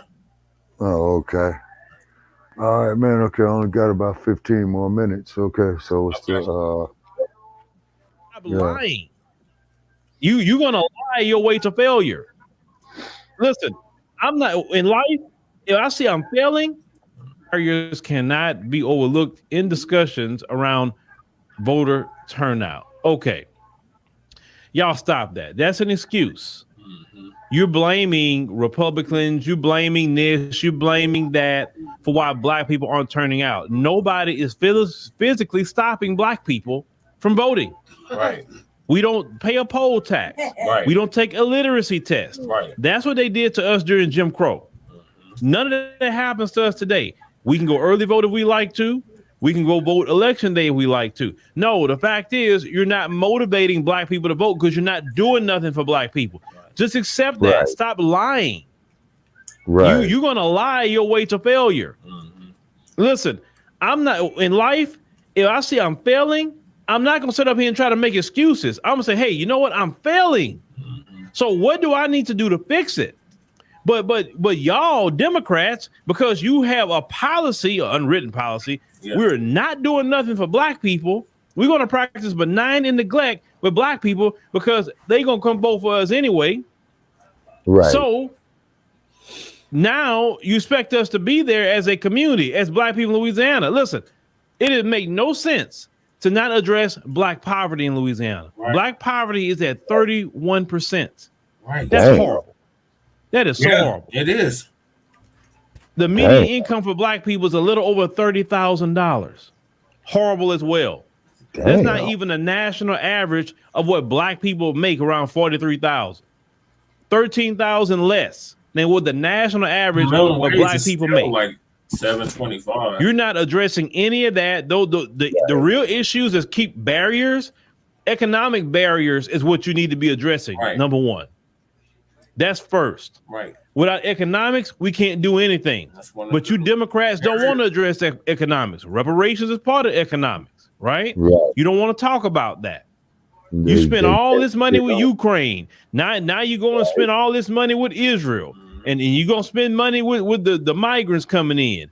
And you spending money with everybody else instead of investing into your so-called biggest voter bloc. Right. Right. Like I said, I don't understand y'all. A lot of y'all got Ivy League education, but act like you don't even have the education from special education. That's what y'all act like in your minds. You went to special ed and you just sat in class and just drew all day and just somebody had to babysit you. What's the point of that Ivy League degrees that a lot of you have in the Democrat Party and you don't use it? Right. That's stupid. I don't have an Ivy League degree. And I can see and tell you why black people not coming out to vote for you. Right. You can't finesse black people. You got to show and prove, Democrats. It's just that simple. Running ads on TV, don't get it no more. You running radio ads, don't get it anymore. You can give all the millions of dollars you want to LaTosha Brown with Black Voters Matter, and you still gonna lose. Why are you gonna lose? One, you don't go talk to Black people. Right. Two, you don't speak to influential Black people who have the ear of the community. Right. You don't speak to them. You actually afraid of us. Mm-hmm. You do not want to talk to us at all because see, LaTosha Brown is not going to tell you anything. Nope. She's not going to tell you anything.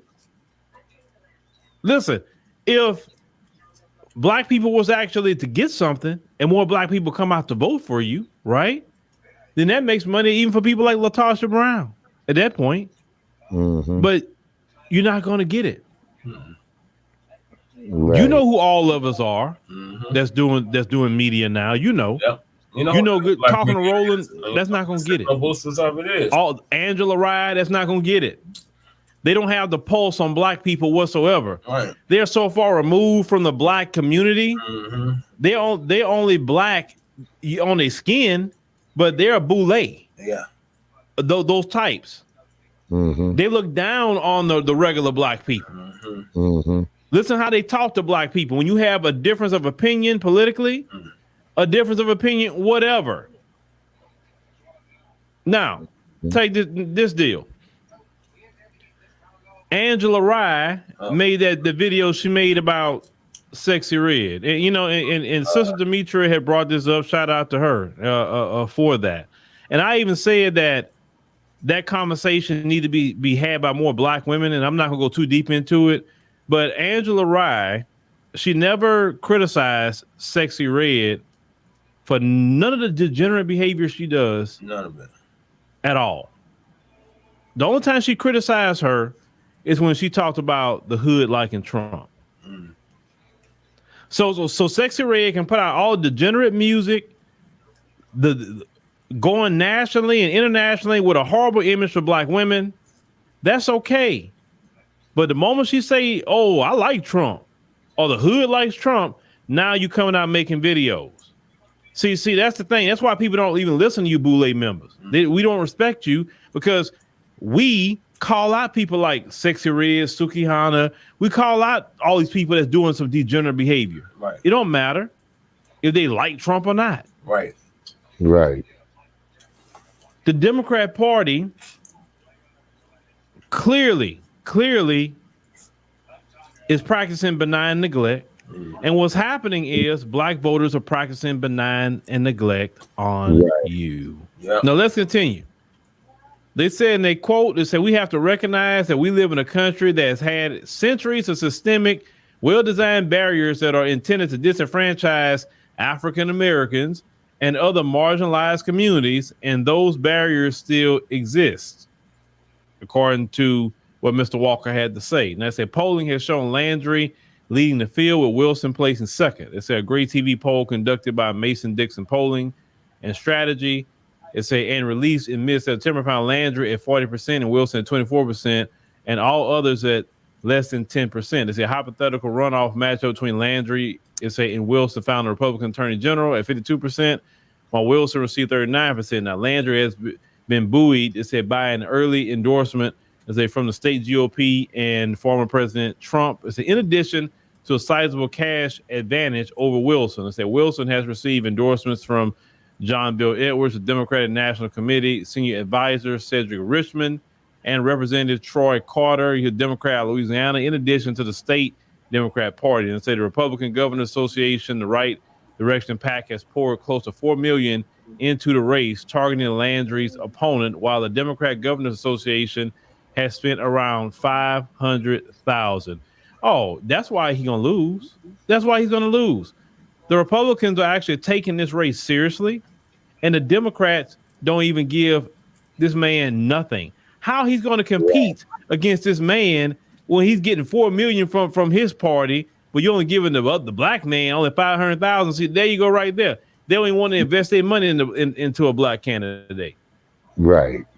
Oh, so if they're not investing their money into their candidates, they for sure just run off of the mouth and playing the game. You want to get everything for free. That's just not going to happen, Democrats. They say Wilson, they say, has made the issue about partisanship and infrastructure a centerpiece of his campaign. And that's why he's losing, as we said earlier. They say because he's not making black people part of his campaign, right? Exactly. If you're a black candidate, you need to be speaking about black issues. I'm not saying the black issue is the only issue you talk about. No, not at all. But in all the issues you have, you better be speaking on black issues. And if you don't speak on black issues, we're not talking about people of color, that's not black. Right. We're not talking about minorities, that's not black. Right. We're not talking about distressed communities, that's not black. Right. We're not talking about urban communities, that's not black. Right. Right. Even when you talk about black people, you say in the black people, in the black community, the black, you better say black all the way down. Right. You better not start off with black and then go to say people of color, then minorities, then no. If you're gonna put black in there, it gotta be black all the way down to the bottom. Because one thing we gonna do is read your so-called black policies. We're gonna read them, and we're gonna let the people know you don't have a policy for black people. So watch they show up for you. Right. Exactly. So they say, continue to say, while Landry has leaned into issues such as crime and jobs. I say those strategists see a steep climb for Wilson in November. They say a win for the former transportation secretary would make him the first black elected official in the state since Reconstruction. They say something, they say his campaign has nodded to in at least one of its ads. Let me tell you something.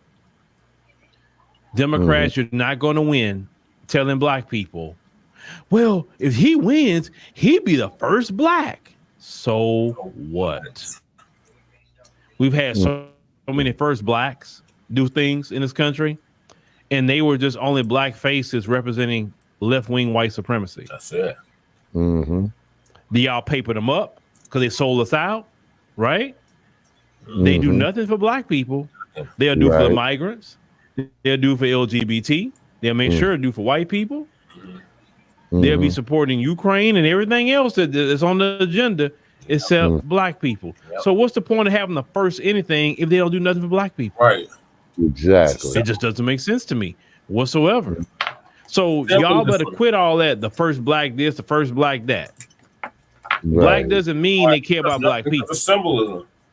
Now, let's shift gears a little bit and talk about the delegates for the Democrat convention that's supposed to be coming up in Chicago of all places. We've been talking about Chicago for the last few weeks about all the migrants that's been sent over there to Chicago and how Mayor Brandon Johnson is handling it.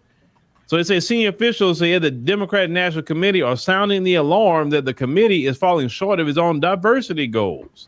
They're saying they're warning that if current trends aren't changed, the delegates heading to the next summer's convention will be too white when they gather next summer to officially renominate President Joe Biden. They said in the quote. So they're saying he might not have enough delegates, black Who, delegates, for president again. Yep. Damn. Selected in the primary. He won't have enough black delegates to get him on the ticket. Okay. All right. Quote, they say, I keep looking at these diversity goals in big states like New York, like California, and for some reason, whether it's the African American community, black community, the LGBTQ plus community, or the Hispanic community, the numbers continue to decrease. Donna Brazile told her colleagues at a recent committee gathering in Washington, D.C. Now, Donna has realized delineation has happened because, yes, I mean, what people are saying now, you say African American, well, shoot. I mean, that's any person that comes from the continent of Africa at this point, because we don't, it's just not us here anymore. We have a big influx of immigrants from the continent or immigrants from wherever they come from, right? So she actually acknowledges delineation. Now, if she would home in more on that, she maybe can do a little bit better, right? And when I say delineation, it doesn't make our brothers and sisters that's from the continent or the Caribbean or, Latin America less than, right? No, we're just saying that, hey, we have a particular, vested interest. We built the country. We fought in every conflict and war for this country. Nobody has been more patriotic for this country like Black America. Nobody. All these other groups they brought in here, if they left their own homeland and didn't fight for it, that means they'll leave this country too if they get in trouble. Yep. You know who can't leave like that? Black America. It's just that simple. Yep. Now let's continue. It said, race is a red flag, she said, in my judgment. She had said in a follow-up interview when she interviewed with Politico, and said about the delegate plans. He said, then I try to find out what the hell is it, Donna. See, you know, in life, you see things are messed up. You see a problem, and you know what the issue is, or even people told you what the issue is, but you just don't want to acknowledge it. For one, two, you don't want to fix it. Yeah. So Donna, Brazil, you're not a silly woman. Right. You're an educated woman. Yeah. I know that. Donna, if you need to know why black people not voting, Donna, just go ahead and email me. Just go ahead. We could have a conversation, Donna, and I will tell you from one end to another why the black community is not voting for you, why you would continue to hemorrhage your black support, while a lot of your black support is passing away. We talking about the 65 and olders. I mean, we just keeping it 100. That's your strongest voting block, the 65 and older. Every year, every 2 years, you're losing voters. And that's what's happening. You did all your investment into that one group, and now you have this other group who's younger, who need things from y'all, and y'all have done nothing. And you expect to come in a place where you didn't water the plant and expect food to have. No, you're not gonna get food in places you didn't water. Right. It's just that simple. So stop saying that you don't know what it is. All you Democrat strategists know exactly what it is. You know, but you say it in the DNC. We're not doing nothing for black people. We're not. So we're gonna just do everything we can to invest in everybody else, and hopefully they'll vote for us in the end. Now let's continue. It said that in interviews with half a dozen current and former DNC members, it said there are heightened concerns that the delegates the party may end up sending to the convention next year won't be as diverse as they think it should be. It said they fear it reflects the difficulties of Biden's re-election campaign to retain support among black and Latino voters. It's a key voting blocks. It say he needs, and say if he wants another 4 years in the White House, Latinos are not a voting block for you. No, it's not gonna if you work. study the Latino vote is split. More so voting Republican, but there's Latinos that vote Democrat. Latinos do not vote in a block for Democrats. Only black people do that. Yep. So actually more Latinos is aggravated with y'all way more than black people are. If you look at the numbers, Latinos are very upset with y'all, and y'all literally letting everybody in from Latin America, and Latinos are still upset with y'all. Yep. Democrats more than we are. Yep. Right. Yep. So you can't depend on Latinos like that. No. You can't. Now they say in their quote, they said we were kind of looking at each other like, hey, this number seems to be going in the wrong direction here. It said that Maria Cardona, she's a Democratic strategist who worked on Hillary Clinton's presidential campaign. Oh, Maria, you worked on the losing campaign. Why are you even talking, Maria? Why are you talking? Because the Democrats lost the 2016 election because y'all rigged it against Bernie Sanders. Now, I'm not saying I was a Bernie Sanders fan, no. But the fact is, Bernie Sanders had the young people. He had the energy.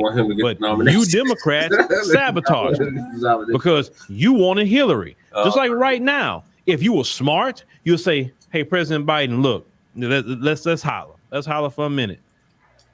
You had a good run. You had a good run. Right. I mean, it's time for you to go. The country looks at you as, hey, you are seasoned. You're kind of forgetting things here and there. You're falling up the stairs. You're saying you need to go to bed, and which I understand. Trust me, I understand. I'm not President Biden's age, and I prioritize my sleep too. So I can imagine at his age. And what you need to tell him is this: listen, just do your turn. We're gonna do your turn. We're gonna find somebody else. We're gonna go with somebody younger. Now Kamala, I think, because nobody likes her, right? And if the Democrats are smart, they would have found some younger person to do it. Right. You know, preferably what I would say, somebody in their mid 30s up to mid 40s. Mm-hmm. That's what the range I probably would look for. Or if they close to 50, it's fine too. But definitely, I want to stay within that 35 to someone who's married, someone who has a great track record about themselves. You know, that sort of thing, right? That's what the Democrats should have done. Or if anything, put out the call and say, hey, anybody want to run? Come on, we need some, but we want some younger people. Now, it will be controversial to say that in America, but the fact is, the country wants some young blood. Now, say what you want to say about Obama, he was a younger man at the time. Of course, he was so-called, I would say black and whatever. But and the reason why I say whatever, because he didn't come from the hood. Mm-mm. He didn't grow up with a black mama, a black father. Nope. He didn't. So he didn't have our experiences. So that's also why he will talk to us certain ways too. Mm-hmm. Because me coming from, let's say, our community, I know how we grew up. I know what we went through. So certain ways I wouldn't even talk to y'all like that, because why? You know what I'm saying? And if you pay attention to your people enough, you know, church is not the place to go for the young people. Nope. It's not. It's easy ways to get to the young people. But of course, Democrats, you know that. Yeah, y'all know that better than me, but y'all refuse to do so because you don't want to have to give up anything to the younger generation. Mm-hmm. Now, continue to say she is also a member, let's say, of the committee, it's saying was present at the September meeting. It said the Democrats convention delegates officially select the party's nominee at the convention. Y'all didn't even have a primary. Y'all didn't even run candidates. Y'all said, no, we're only going to put Biden up there. We're not even having it. So what people don't appreciate when they don't have a voice. Right. Democrats, you gave no people who even support you. I'm talking about Democrats. There are Democrats that say, I want a Democrat president, but not that one. Mm-hmm. So let people run and let me choose to vote for a new Democrat. Right. All this rigging like you did with Bernie Sanders, all this not allowing even Democrat supporters to actually have a voice in the candidate. If they want Biden again, okay, that's their choice. And if they want somebody else, that's their choice too. But y'all have this weird allegiances to these people instead of worrying about your base. So a lot of your base is turned off on Biden. Even Democrats are turned off. Yep. The man has not done nothing I can say, okay, yeah, Biden did a good thing. Every time I look up, he's doing things to hurt the small business person. Black people in the pandemic start creating businesses. What did Biden and them do? Oh, if you make more than $600 on Cash App or Venmo or PayPal, you got to report it. When the rule was if you made $20,000, right, then you had to report it.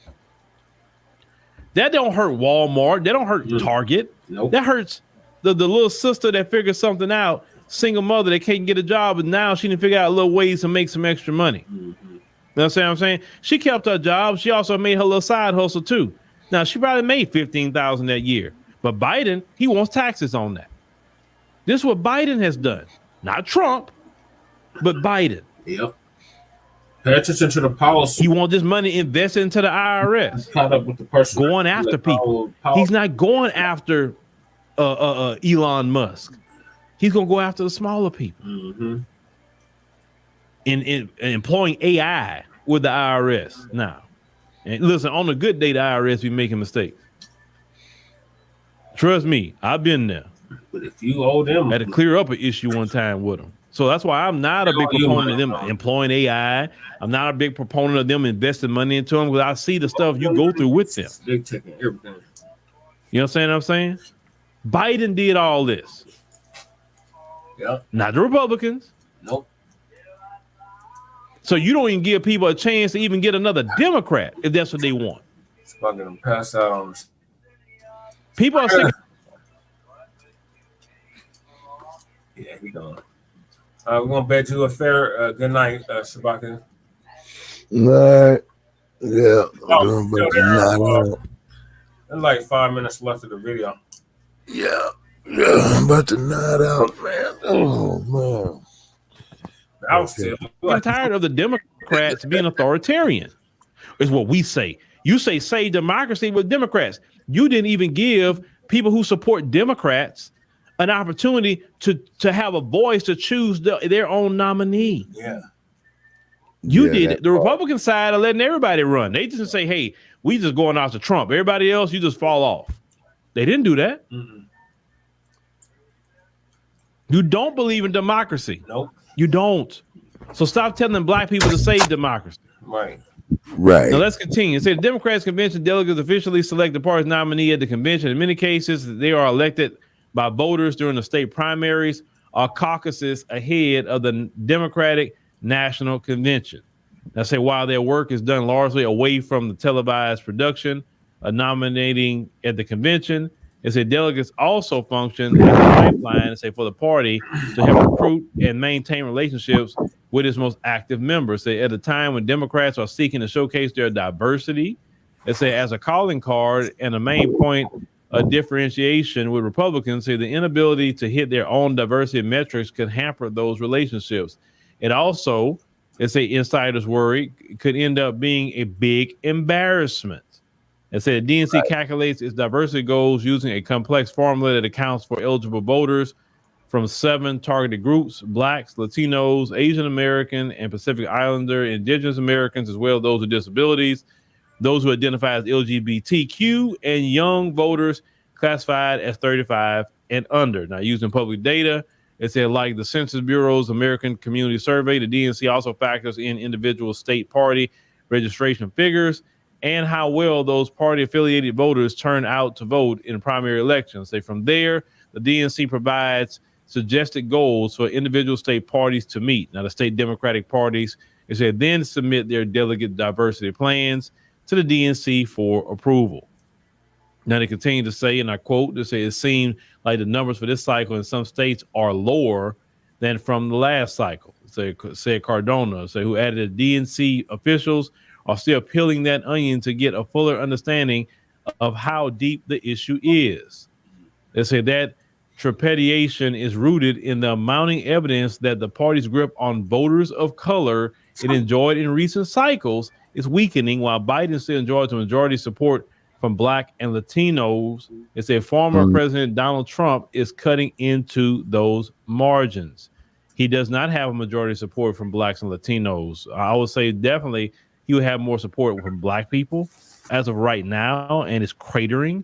But once again, Latinos do not support Biden in that way at all. So y'all need to stop lying on Latinos, right? Especially them Cubans. They don't. Man, they vote hardcore Republican, right? When you say Latinos, they delineate. Yep. Mexican, don't call a Puerto Rican a Mexican. No. They'll get mad. Don't call a Venezuelan a Puerto Rican. They don't like that. No, don't call it El Salvadorian or Guatemalan. They don't like that. They delineate in their own groups. And I don't have no problem with them delineating. They have their own nations, their own culture, and everything else. I'm good with it. But in order for the white supremacists to categorize you, they just say, oh, they all Latinos. And that's a problem. Mm-hmm. It is a problem because they're not all the same, just like we aren't all the same. Right. Even within the African diaspora, right? Mm-hmm. So Democrats got a problem. Yep. And we here for it. We love it. We love it. We love it. Now, Black people, I'm also meeting a lot of you in the street, here lately. And a lot of you have really been enjoying these podcasts. And I greatly appreciate you, listening. But I want you to think and pay attention to this next election. Now, of course, the shaming campaigns is going to start up on you if you even question the Democrats. Family members can even get mad at you if you don't want to vote for the party of the Black community. Yes, I have to say that. Democrats are the party of the Black community. We all have been socially raised to be Democrats, all of us, including me, right? To talk against the Democrats is a radical position to take in the Black community. People will stop talking to you if you say you don't want to vote Democrat. They'll stop talking to you. Yep. Sometimes they could or get very upset with you. Block you, they'll unfriend. But you can be a piece of crap. You can be some criminal in the community and your family still talk to you. Yep. I have no problem with You can be a degenerate and your family still talk to you. But let you say, nah, I'm not voting Democrat. Oh, no, they don't want to talk to you at that point. This is why the black community is in the position that it's in. You believe more in a party created by the white supremacists. Yes, it was created by the white supremacists. Yep. Than believing in yourself and definitely believing in the Lord. That's your problem. And I noticed something too. The black people who don't just hardcore Democrat all day long and not looking to Democrats to do something for them, actually doing things for ourselves, figuring things out on our own, and actually know how to play the political game like it should be played. I notice a lot of those black people do very well for themselves. Very, very well. And they don't have to sell out to do it. Right. You don't have to sell out. You don't have to do that whatsoever. Nope.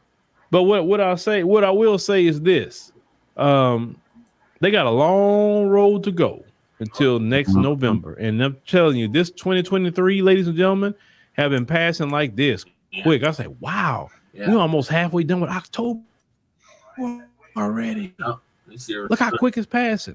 Well, just as much as 2023 is almost done, 2024 is going to be here. Oh, yeah. And they're going to really be getting nervous. So expect the attacks to come out. Expect the bootleg to be cussing us out even more. Expect all that.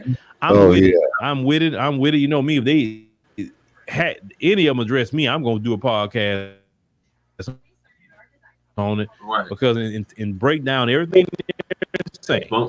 Everything they're saying, yep. But the Democrats, in my opinion, don't want to win. Because you want to win, you talk to everybody. Right. And that's a lot quicker than a freaking Democrat will. Facts. But they're supposed to have our vote. But you let me know in the comments. The votes are bleeding from the Democrats. Slow bleed, though. It's not a hemorrhage. It's a slow.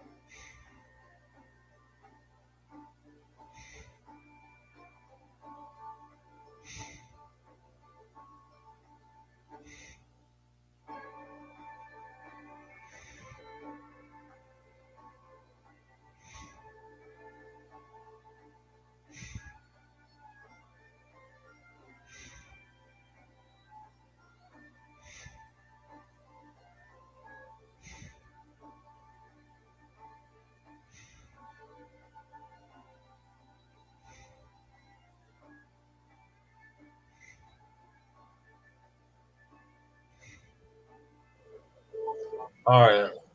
Good night, Shabaka. All right. Okay, man. Oh, did you talk? I'm sorry. Yeah, okay. No, man, I was about to fall asleep, man. Okay.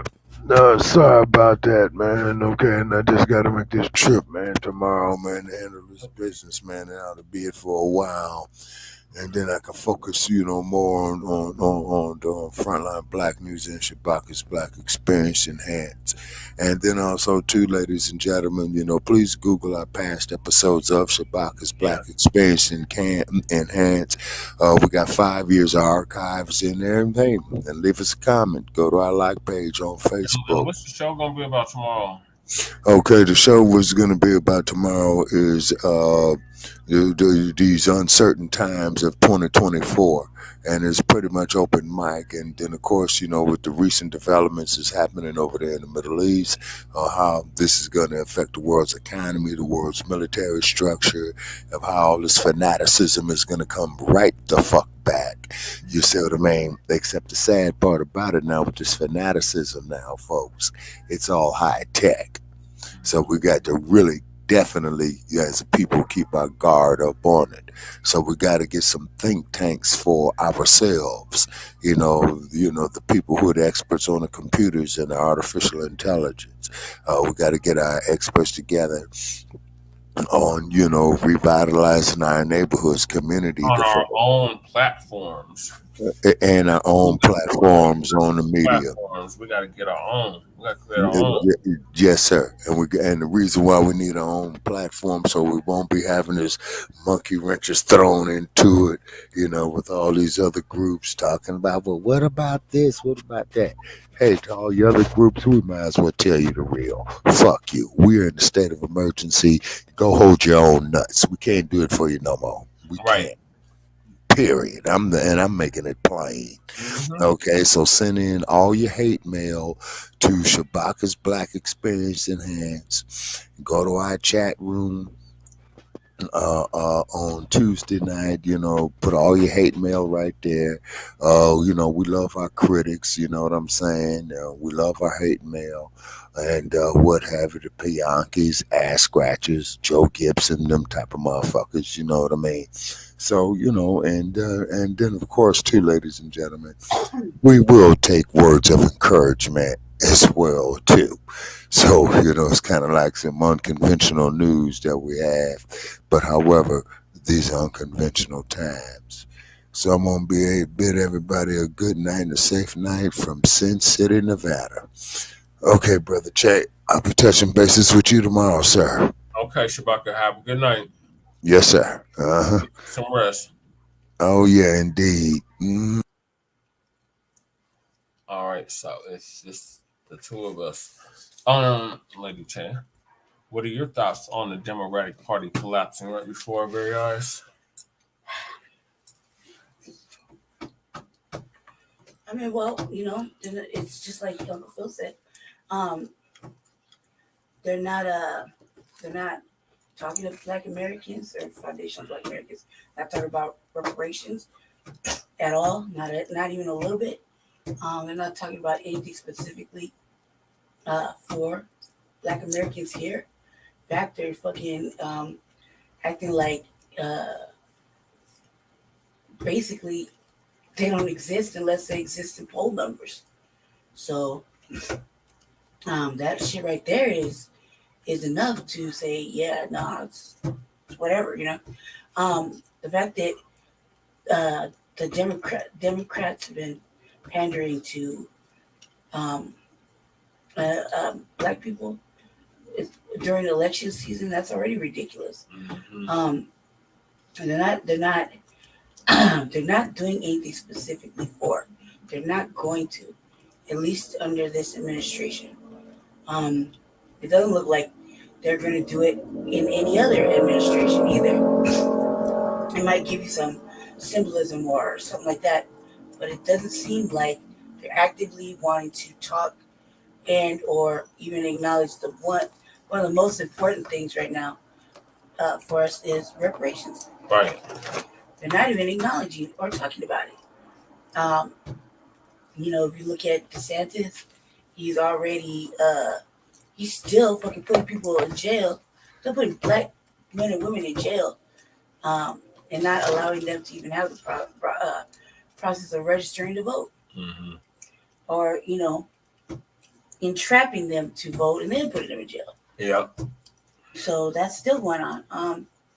As far as Biden, Kamala situation, right? You already know. They told you.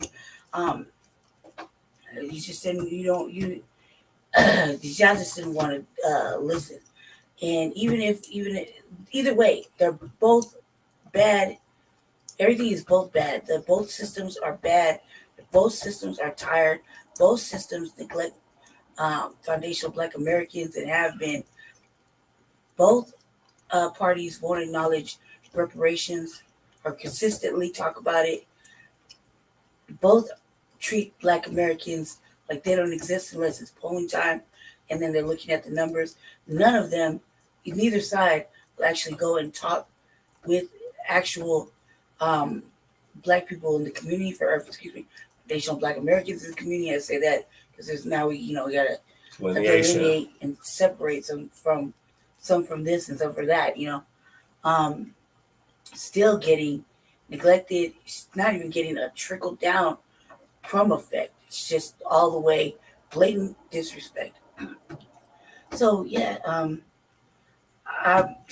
I'm very happy, especially now with the way the shit is going with the government, just the whole McCartney thing or whatever, McCarthy thing. That shit is amusing as hell. Because all this stuff is happening right now is a big sign that there is no control or no order going on over there with either party. They don't trust each other. They sure as hell don't do the right thing for the people. And they're making crazy ass decisions. And what it looks like is not even inclusive anymore. It doesn't even look inclusive. The inclusion or the illusion of inclusion happens once every little while just because it might be a holiday or something like that. Some major event happened, that they want to highlight and program us to look into and then program us to include. So I don't think we should allow that. We should be more conscientious about the media programming that's happening. However, I can't keep reiterating the fact that we keep trying to get our people over here to understand being Black first and having a very good understanding of what tangibles are for us specifically. They're not doing any of that. So I would have thought that whoever talks about the one and most important thing currently right now, which is reparations for foundational Black Americans, you would think that right there would be the catalyst for the Black vote to go up for that person. But as far as we're looking at it as all the polls, nobody has it. Which I thought, hey, that's right. Go on vacation, hold your vote. Don't give up your fucking vote for anything symbolic or non-fucking tangible. Right. Especially that isn't going to put you as a FBA person or a Black person. Or this is the way FBA. It's like Uncle Black, Phil was saying, we've been programmed to support the Democrats. You don't have to support them. They're doing for you. And what have you, regardless, what in this last little time with Biden, you've seen it get worse. Not better. Worse. And now the way it's looking, just with the last 2-3 weeks, it's getting worse. So I'm watching the two-party system collapse. It was based on garbage. It's going to continue to be garbage, and it's going to have to break down in order to be purged. Right. And it's not going to be just this next round of president. It's got to go through at least another 4 years of purging and revetting. They're already scared to death now. And the presidential election is still over a year away. All this is doing is just fucking their own system, little by little. You know what I mean? They're destroying their own system. Yeah, and we welcome it. We welcome the destruction of the global system of racism and white supremacy. It's not just America; it's the whole world. That's all I have to say. Since we're in America, that's what we're gonna focus on. And I don't like built the debate. America. I want to know. I don't want to see any more of the RNC. I want to see what's up with the DNC. Either way, I'm not really going that way. I just want to see the fucking debate. And I think that, this might be the season to really start looking into. They already said they're not having no debates. I want to see. It's still early. They could change their mind. They should change their mind. Just for the sake of entertainment purposes. Sake of fucking just getting to know your candidates. No candidates. All they have is Kamala Harris.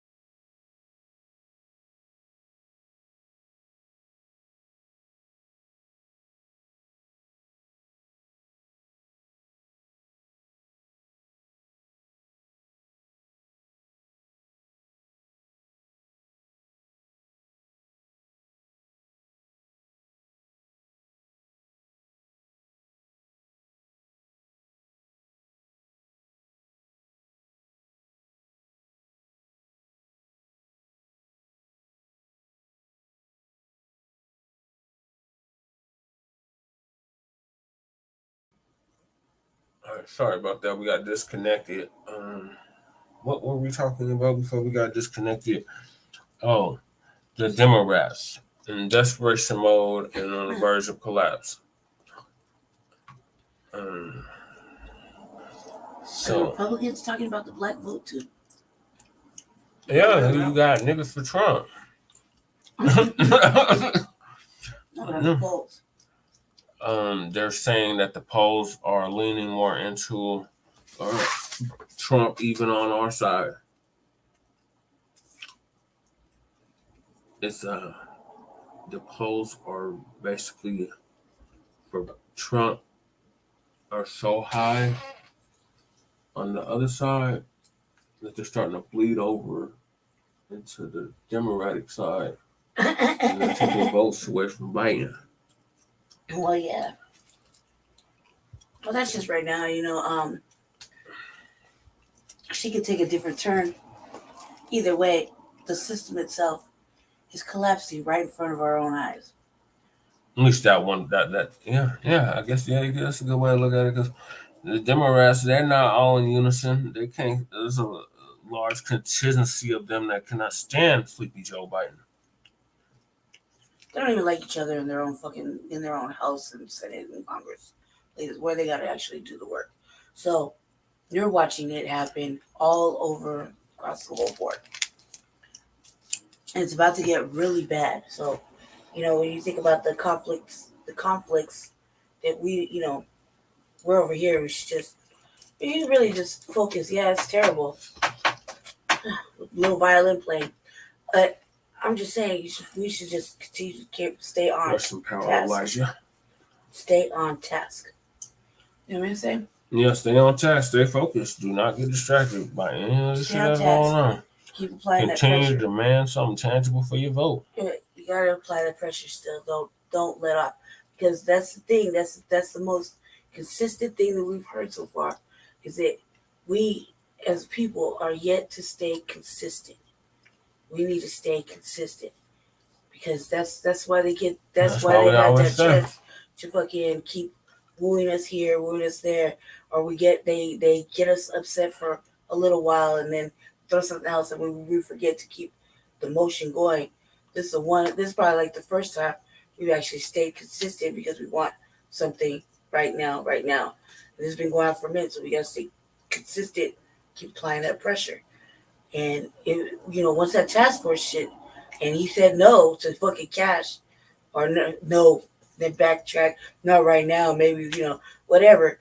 That first no was the initial answer, and my like I said, my opinion, he committed like motherfucking political fucking political suicide, because he totally fucking did something to play with the emotions. Mm-hmm. And he's doing that with that Ebony alert. People should not forget that he did that. You know what I mean? Regardless, he must have just decided this is the highest level I want to go. And now, you know what I mean? That's why he try to woo us with the Ebony alert. Yeah, but that's why he shouldn't even have an opportunity to even pretend to even talk about seriously running for anything other than not even re-election. That just with Gavin Newsom. That's just there. I mean, so you're looking Gavin Newsom is going to run for president. He shouldn't, though. You shouldn't even give him any fucking knowledge. Really, Black family, especially if you're with us on what we're talking about, as far as the Black agenda and fucking specifically for, where they talk to specific things for foundational Black Americans, etc. Right? No, it's not a black and, or active inclusion. If it's and, it's Black. So, that's the only and is Black. So Black and. Right. So I'm saying. That's all I gotta say. Black and Black. Okay, so shout out to the viewer. We're gonna move along to this Sambo Rambo Negro who used to play for the NBA. And now he is a coach. Amar'e Stoudemire. Now y'all might have heard already. But this Negro said that he was going to pledge all this money to Israel. Oh, yeah. And shame on Black Lives Matter for y'all not getting involved in the conflict over there. Now we got a conflict going on right here, but they want to get involved in that conflict over there. Where are you from? He's not FBA, right? They're saying that he is American and Israeli. So not FBA. So one of his parents is Israel, or from Israel, or born in Israel, and the other one is born in America. So he's half FBA, I guess, in that sense. But he's a coon, and we're gonna break down how he's a coon, and you know who's gonna do it? Torian Range Reloaded. So shout out to Torian Range Reloaded. If you're not subscribed to his channel, y'all definitely should. And all the channels that we showcase on this platform. So where is it? No, that's not it.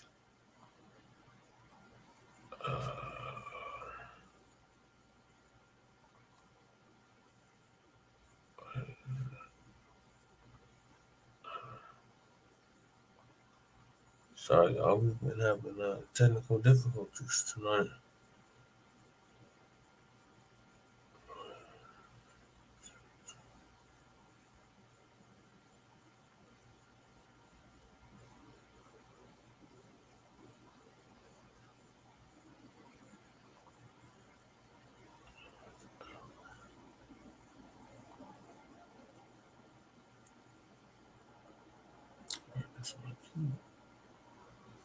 Oh, damn, I lost the damn key.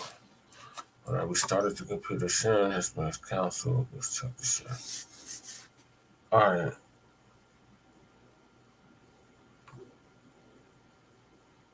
I gotta get my cue going up. Say something, Lady Che, about what you heard so far on this topic. Well, I only heard about it. Oh, here it is. Okay, let's stop talking about it. I don't think it's something we should talk about. I found it. Hold on. Decide you want to hold on. I found it. Go help them out. It's whatever. That's your choice. Them coming over here. I mean, they the fucking migration situation damn near fucked it up for them, and the way that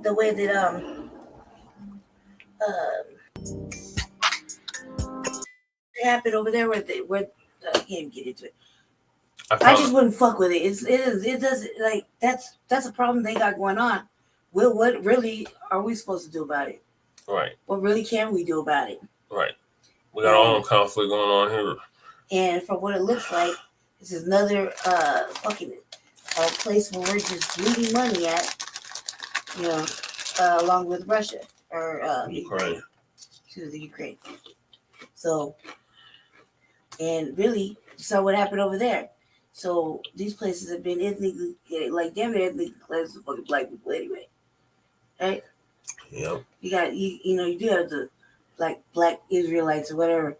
However, it's not that, and not as many as what were, like the whole country.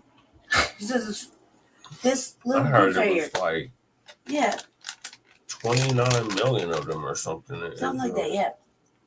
What can we do? Like, or why? What can we do? What should we do? And what have they done for us? What have they done for us?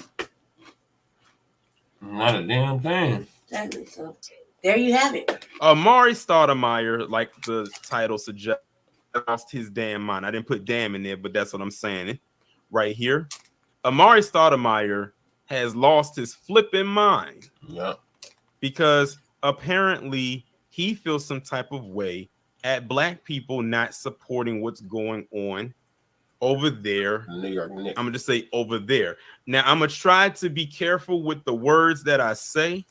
I'm gonna be completely honest with y'all. I'm not following this whole thing to its entirety like that. Yeah, me too. However, when you have someone like Amar'e Stoudemire throwing us, his own people, under the bus because we won't, quote unquote, get in line, then that's when I gotta say something. Mm-hmm. So I'm gonna do my best to keep it focused solely onto this. Shout out to Rob, who's actually in the chat. Yeah.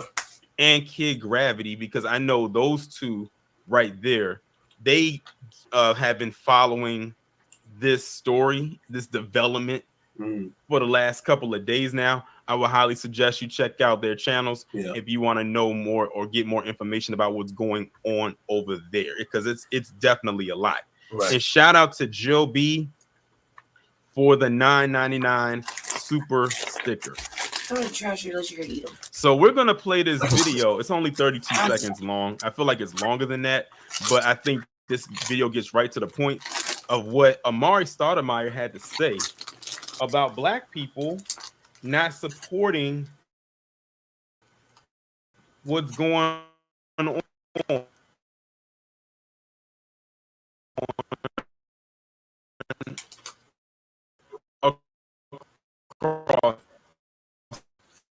the pond.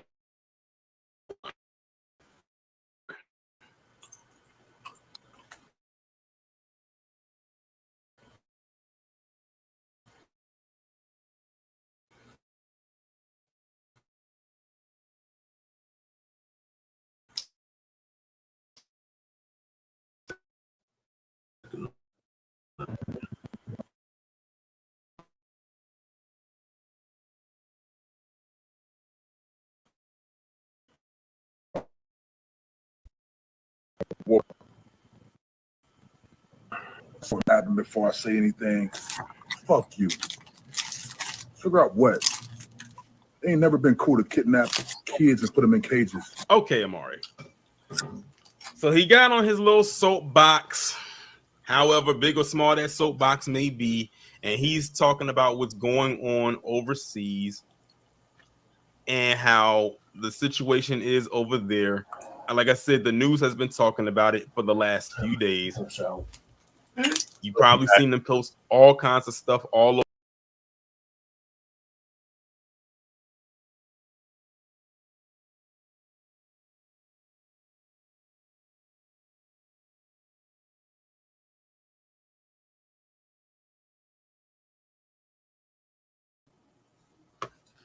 Sorry, y'all. We're back. Keeps kicking us out, kicking me out the studio. Here we go. Doesn't matter. F you. Now, let me just give a disclaimer right quick. Do you have the comment? And I can't speak for anybody else, but I think a lot of y'all who are watching this right now are not on board with Black Lives Matter as an organization. I think we have pretty much looking out, Lady Chain, separated ourselves from them a very long time ago for our own reasonings, one way or another. For whatever stuff they have going on, we can't rock with them. So my thing is this: why did Amar'e Stoudemire, this lopsided, lame ass loser, feel the need to say, and to you, Black Lives Matter, F you? And if people want to question what's going on, they have every right to question what's going on, especially since considering we know the type of society people live in. If they want to question something, let them question it. After all, every time there's an anti-Black hate crime that is clearly a hate crime that happens, they always want to say, well, it looks like a hate crime, but let's investigate internally to see if it is. Isn't that what they usually do? Yep. Now, when it comes to every other group, it could be something so minute and so minuscule, and they'll immediately say it is a hate crime. No investigations need to be done. None of that. None of that. Now, let's also be very clear. While many of us do not support Black Lives Matter because we see what it pretty much snowballed into, we know that when they say BLM, they are talking about Black people, even though BLM is a very, very diverse group.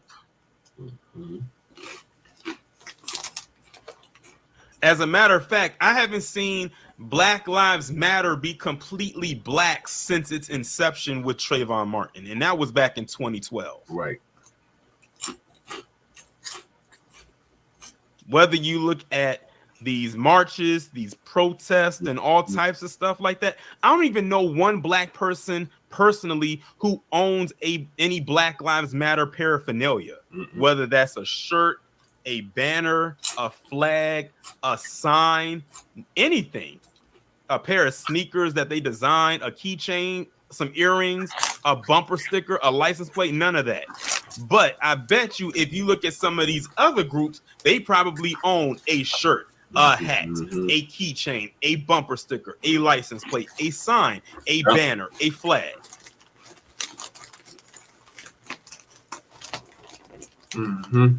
Now I find it interesting that he felt the need to say Black Lives Matter, F you.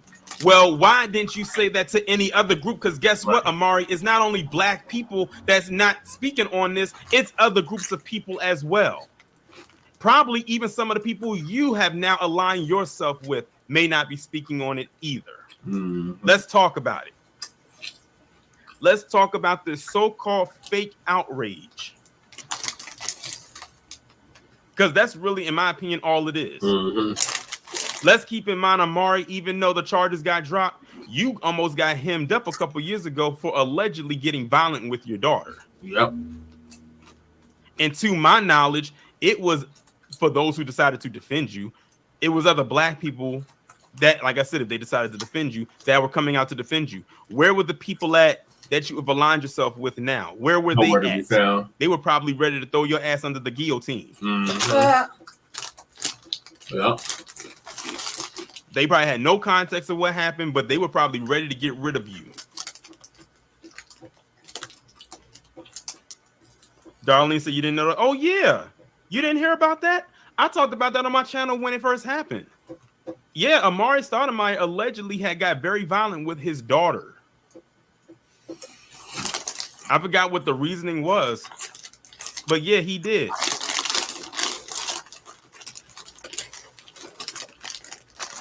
Hold on, let me see if I can pull that up right quick.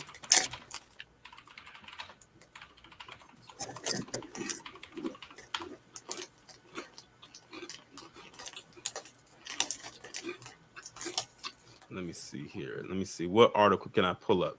All right, I'm going to pull this up right quick. Here it is right here. Now, it was last year, as a matter of fact. It was last year. It was last year. I thought it was 2021. It was last year. Here it is right here from Sports Illustrated.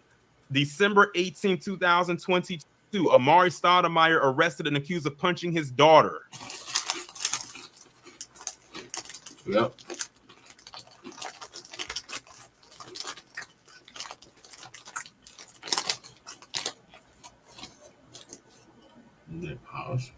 And it says, according to the report, the victim says that 6'10", 255-pound Stoudemire punched her in the jaw and slapped her, drawing blood.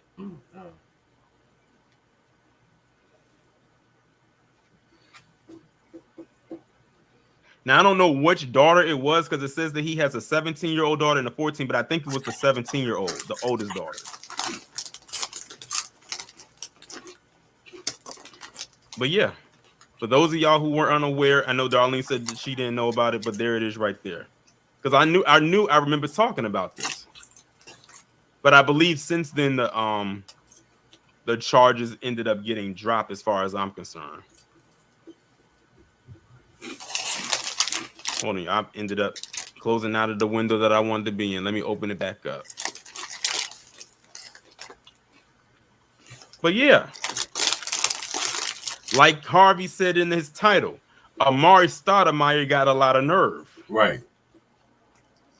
Yeah, he's a big dude, 6'10". That is extremely tall, and he's 255 pounds. That is a tall dude who weighs a lot. So whatever hits he throws, you're gonna feel that. He could pluck you and damn near knock your head off. Thanks.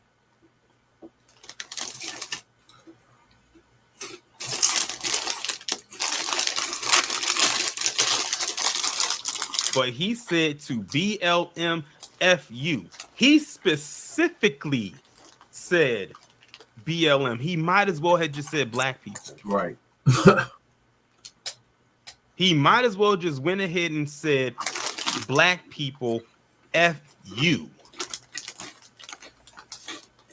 And that's the problem, and that is the issue that people have with Amar'e, because he specifically targeted black people in his rant. Yep. Again, as if black people are the only ones who are not saying anything about this. But he had to make it sound like that. You want to know why? Put a 1 in the chat if y'all want to know why he said that, or why I believe he said that.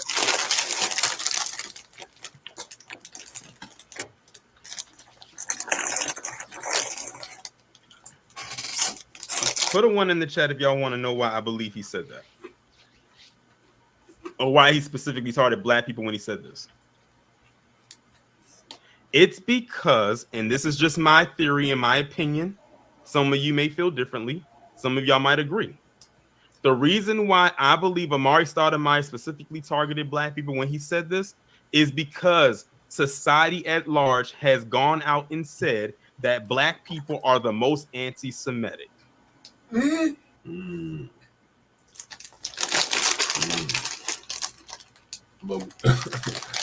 Notice when black people don't agree with a lot of things, they're quick to say that we're anti this and we're anti that with the quickness. They're quick to label us anti anything if we don't agree with it. Yep. Him saying that adds and aids into the whole black people are the most anti-Semitic trope.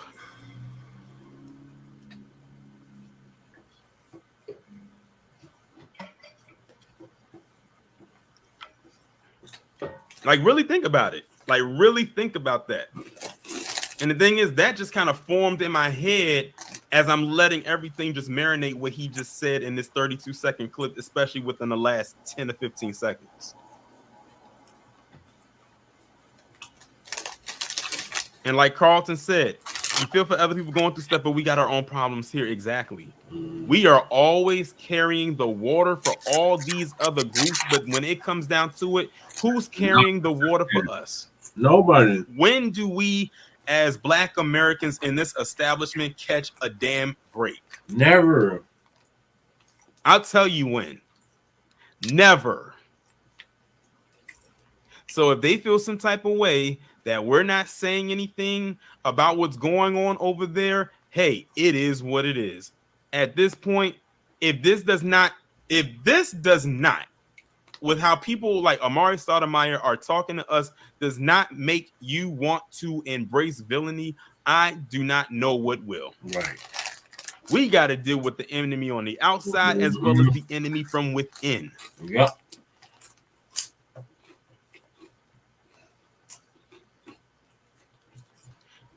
Now I found that, well, I stumbled across another post, and shout out to Great Black Shark because he actually provided this under that same video that y'all just saw. Check this out. This is coming from the Times of Israel website from 2021. Amar'e Stoudemire says he is looking for a Jewish wife. Oh, okay. Former NBA player who converted to Judaism tells fans he is ready for a, I'm not even going to try to pronounce that. It says a blind date set up by a matchmaker. Posted December 30th, 2021. I looked up to see if Amar'e is married by now in 2023, and guess what? He's not. I have a feeling his search is going a little bit more trickier than he anticipated. It's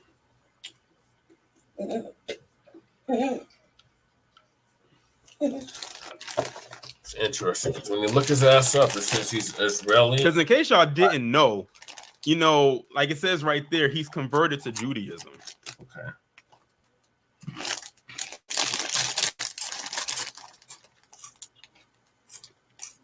And over there, he's only like a speck of pepper in a sea of salt, if you get my drift. Yeah.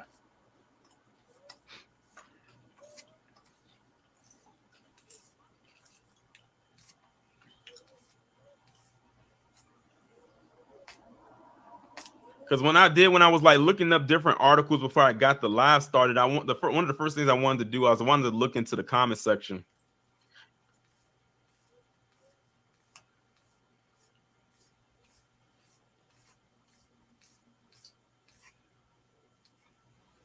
and see what they were talking about. And some of the people, them folks, were clowning him in the comment section based on what the article was stating from quotes that he made and all types of stuff like that. All I can tell Amar'e is good luck in his little search. You know what this kind of also reminds me of too? Remember when I was talking about the male and female divestors last week, and I was talking about Terrell Owens, about how Terrell Owens has 4 kids or 4 baby mamas, and all of them are black women. But he says that it's black women that led him and pushed him into the arms of wanting to get with a white woman because they teased him and all this type of stuff, this, that, and the third. Amar'e has multiple children. I don't know if they're by one woman or multiple women, but they're all black. But now he is in search.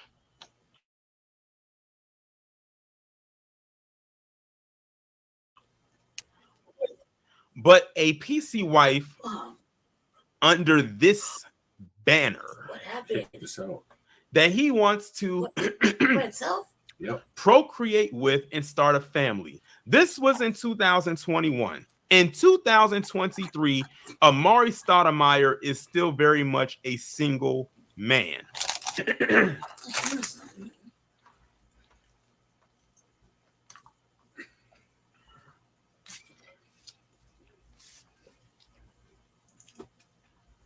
Exactly, Ismail, and I think Miss Renee said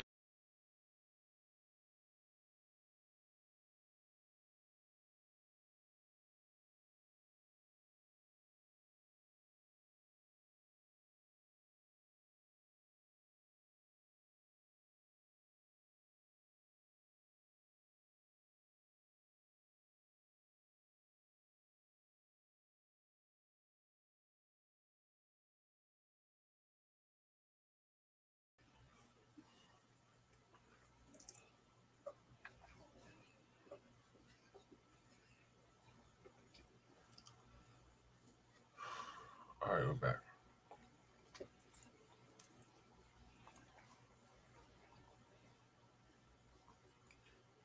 man.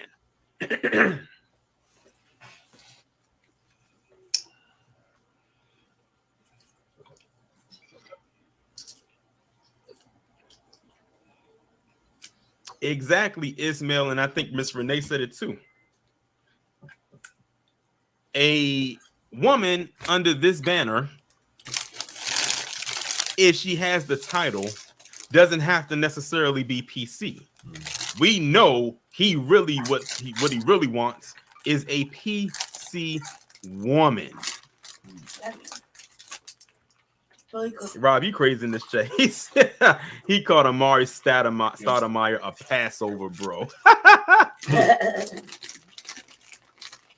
But yeah, that's really all it boils down to. Because remember, this is not a race. It is a religion. That's the religion. Right.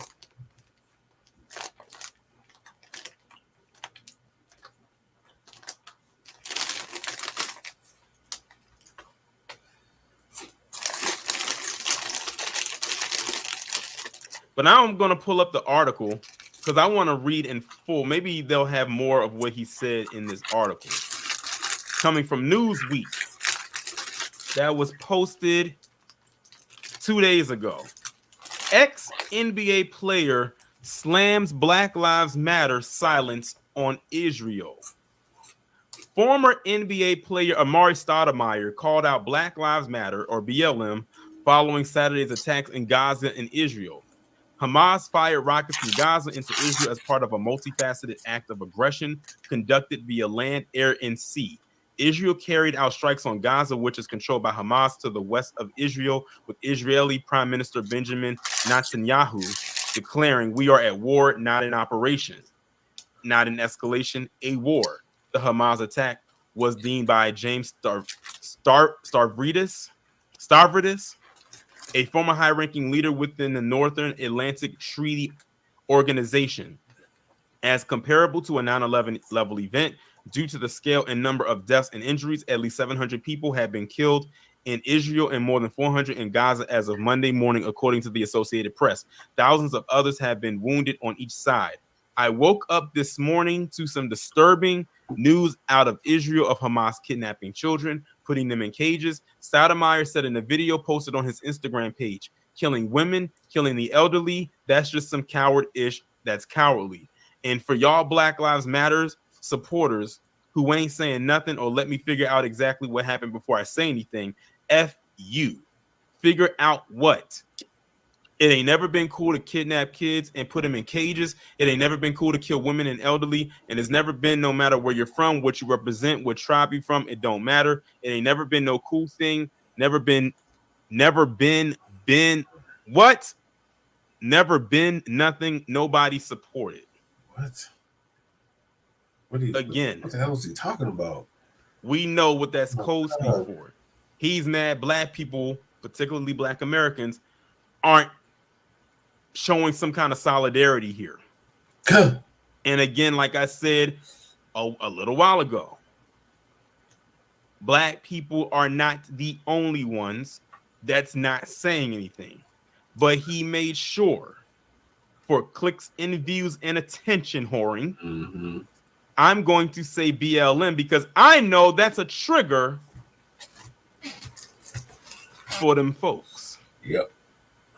I know how to get them riled up.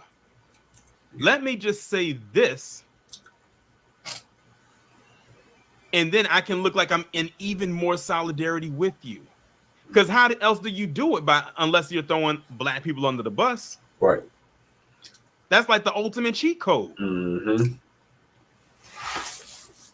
Let me show you how much of a good little pet standing at 6'10" and 255 pounds, that even at my height and my weight and me formerly being in an NBA and with the wealth that I've amassed, that I can still be subservient to you.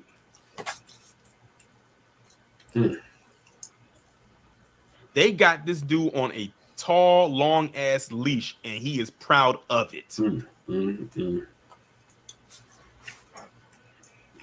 Stoudemire, a 6-time NBA All-Star who played 14 seasons, is currently an American-Israeli professional basketball coach who previously served as a development assistant for the NBA Brooklyn Nets. Now, peep this, y'all. He's currently an American-Israeli professional basketball coach. American-Israeli. I don't know about y'all, but it sounds like to me that he has chosen his new tribe. Right. I bet you Amar'e Stoudemire is probably one of the ones that says, "Don't call me Black." Yep.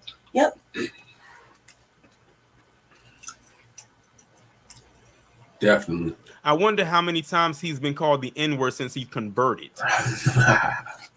He'll probably never say it if he was. In August 2020, Stoudemire posted on Instagram that he completed his 2-year conversion into Judaism.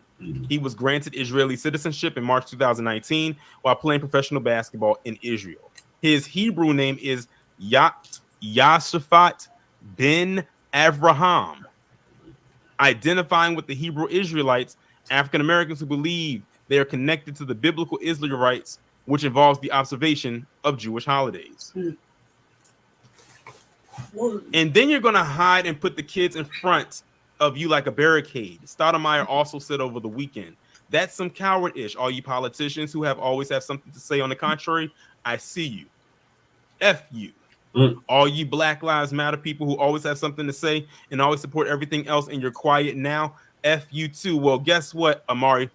I'm going to uncensor myself. Fuck you. How about that? Right. Because I'm going to be quite honest with you. Amar'e Stoudemire could have said what he needed to say about what's going on over there and cut off right before he got to the BLM part and just left it at that. He willingly decided to take a dig at black people subliminally.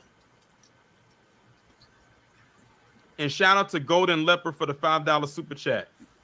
He said this guy needs to read the Babylonian Talmud, and he will see how they really feel about him. Right. Most of them folks felt the same way about Sammy Davis Jr. Yeah. I appreciate the $5 super chat. Like I said, I truly believe he said this so he could take a dig at black people. Yep. Which makes me see him come off as very disingenuous. Yeah. Yeah.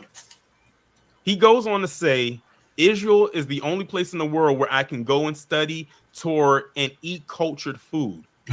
So I'm guessing whatever food you had back here, whatever food you had growing up was not cultured, I guess. You are hearing me read this. He has now completely detached himself He basically from divested us. Yep. And he from us should be treated as such. Correct.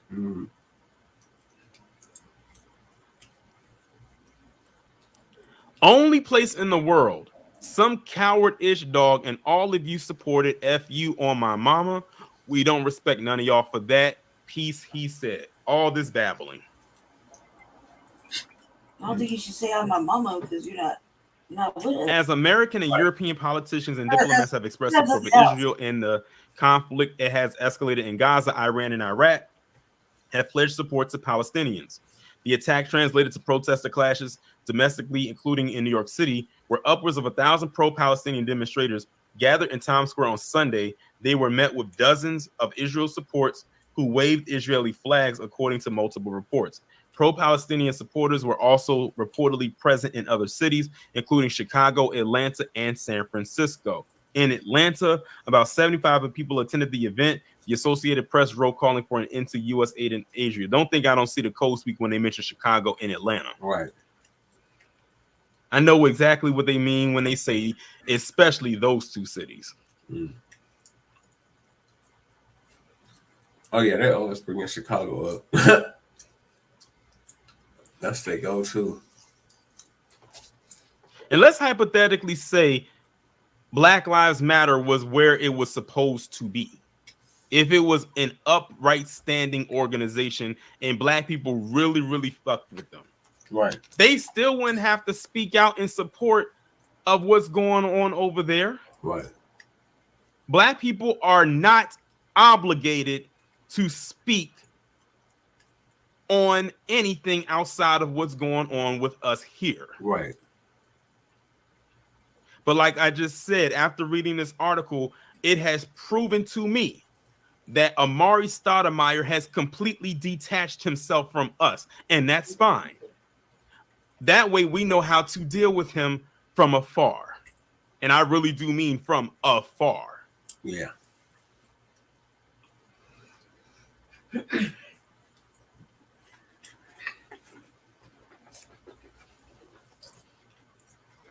So we gonna leave Amar'e Stoudemire right where he is, right on that limb that he's decided to lay his head on. Yep. Mm-hmm. And shout out to the fundraiser again for the $5 super chat. It says it's crazy he didn't have any of this energy or said anything about all the black people and kids who were killed by police over the last 12 years. Right. Like I said, reading this article, we can see why he has detached himself. Mm-hmm. He doesn't have to care about what's going on with us anymore. He has chosen his side. Yep. Let me scroll back down again and see so y'all can see what he identifies as. I'm gonna zoom in so y'all can see it very clear. Yep. So He currently is an American Israeli professional basketball coach. that's what's up.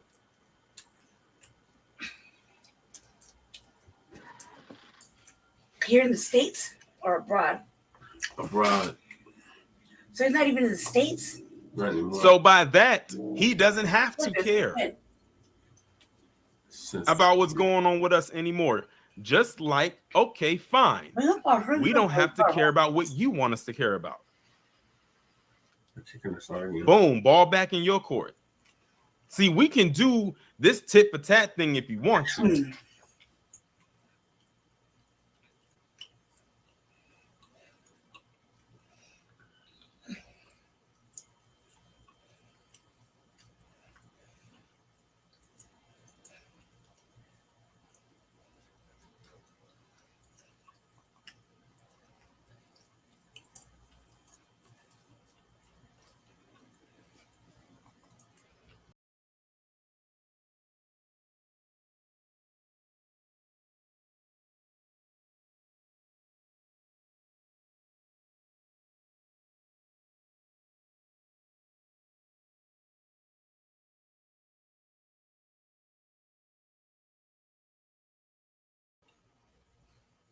All right, we're back. What are your thoughts on this big ass coon? Oh, I have to finish the video. I'm sorry.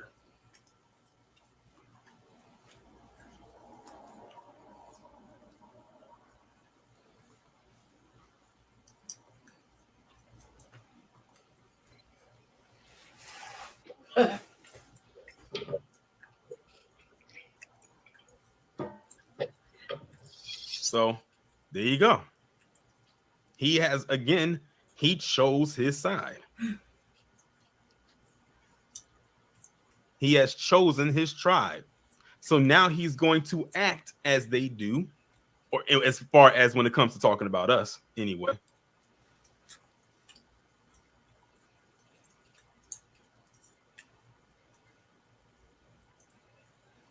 Amar'e Stoudemire to me sounds like he has some identity issues, but that's okay because, like we say, every tool gets broken eventually.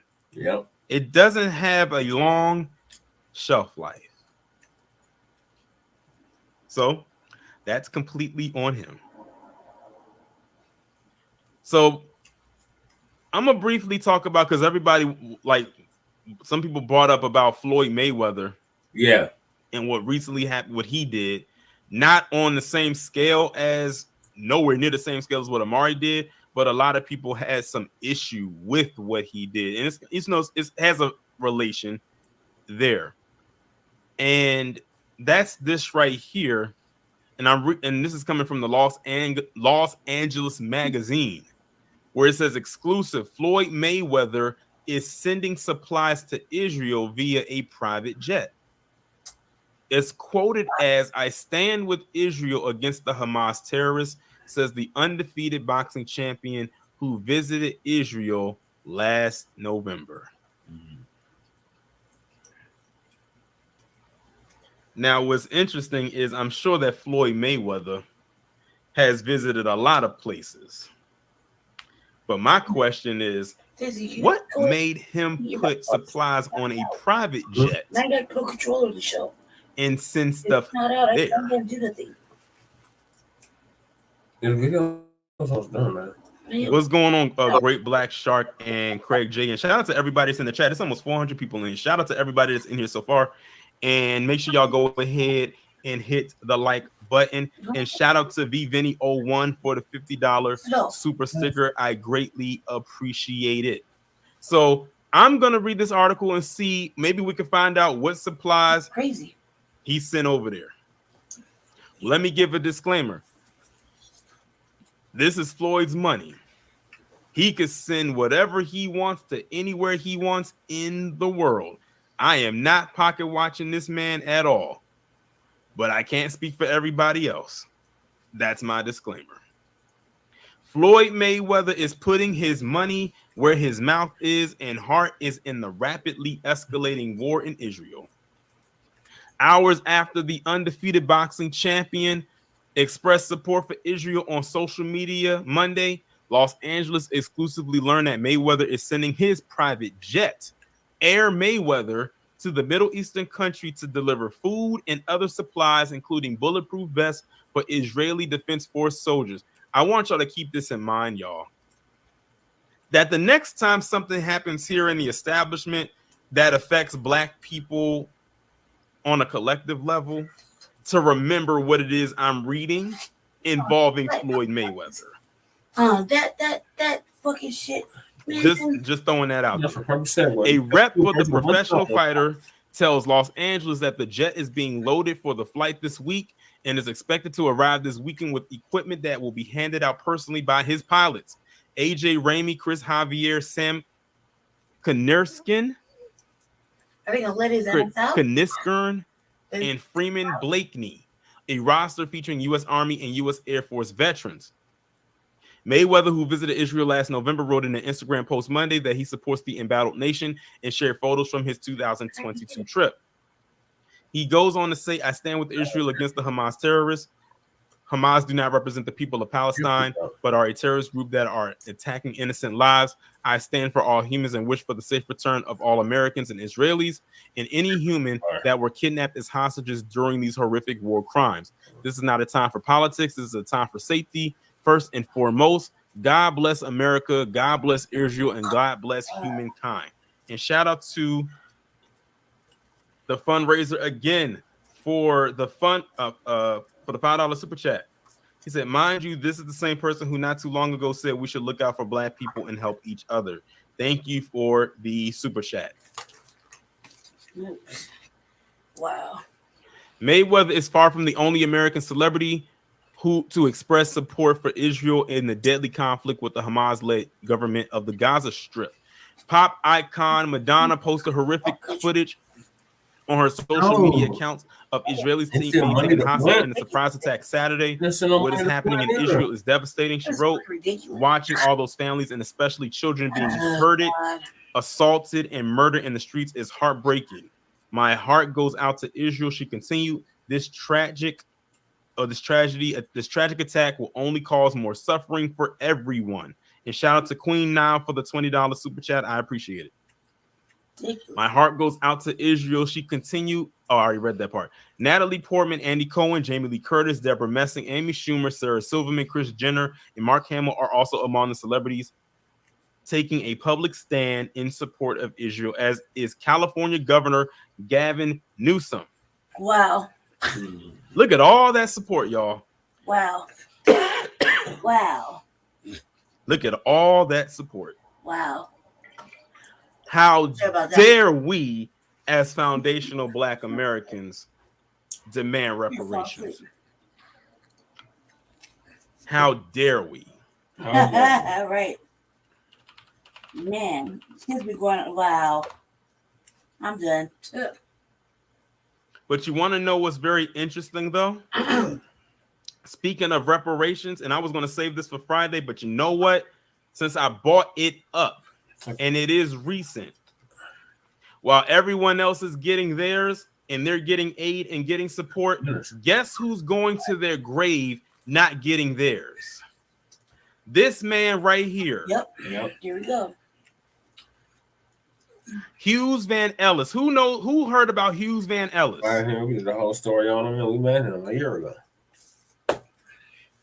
If you didn't know, he was one of the last survivors of what happened in Tulsa back in 1921.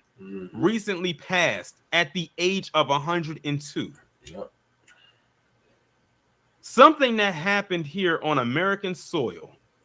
Yep, right here in Denver, Colorado, he died. Yep. To our lineage, to our ancestors.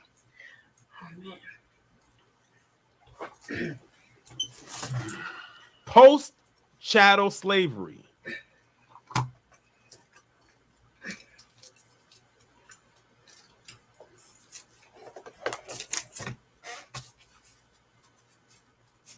Oops.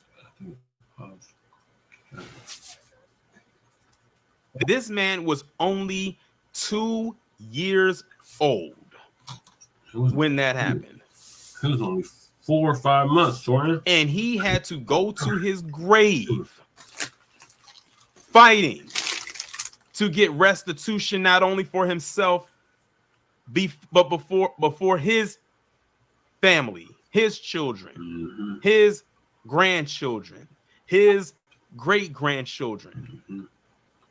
They were supposed to get repair. Yep.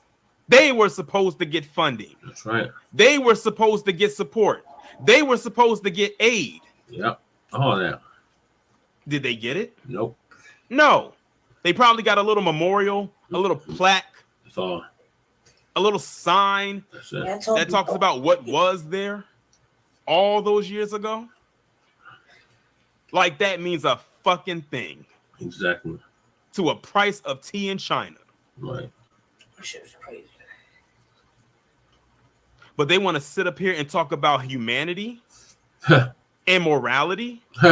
What was moral about what happened to this man and his friends and his family all those years ago? Where was the humanity then? Non-existent. Where is it now? Non-existent. And the sad part about it is there's like 2 left. Yeah. His sister. And they will have the same thing happen with them. They are going to go to their graves and not receive anything. Mm-hmm. So if y'all want to ask me how I feel about what's going on over there,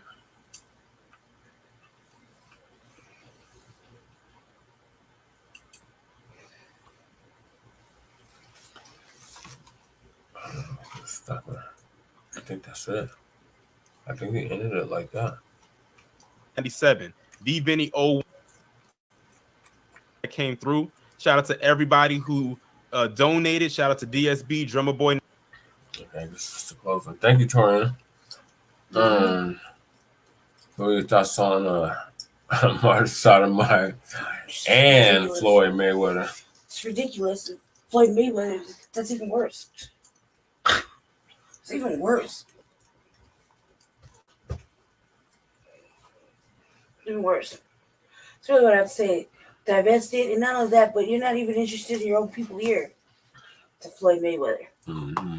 You know, there's black contention everywhere that need help in your own, in the United States that you live in. Mm-hmm.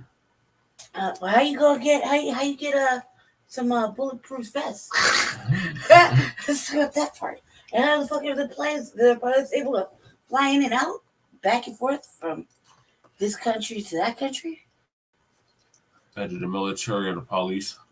Maybe, but they're all gonna take his jet. Mm-hmm. Like, come on now, that sounds fucking like whoa. But why don't you use that to fly some fucking supplies down to Flint, I mean other places? Why don't you use your platform for, standing up, doing the right thing for, American brothers and sisters here? But we're just so easily able to get involved, be so generous and giving. Man, all because you went over there on like a boxing match or some shit. Yeah. That's it. Now you're just gonna go ahead and do that. This is like publicity. Fucking That might be a publicity stunt. Yeah, like publicity. What are you doing for? Like photo ops. Like what? Like the look of you're a person that cares about conflict, et cetera, et cetera, et cetera. What about the conflicts? What about the conflicts in the black countries? Right. Yeah. What about the countries? What about the black countries that have major conflict in them? We'll start with the main one. Let's start with Africa. Anywhere in Africa. You got Tigray going through it. Africa's a continent, not a country. Continent. You know what I mean? Continent. I apologize. Semantics. Continent. Let's start with Africa. Let's start with any of the fucking countries in Africa.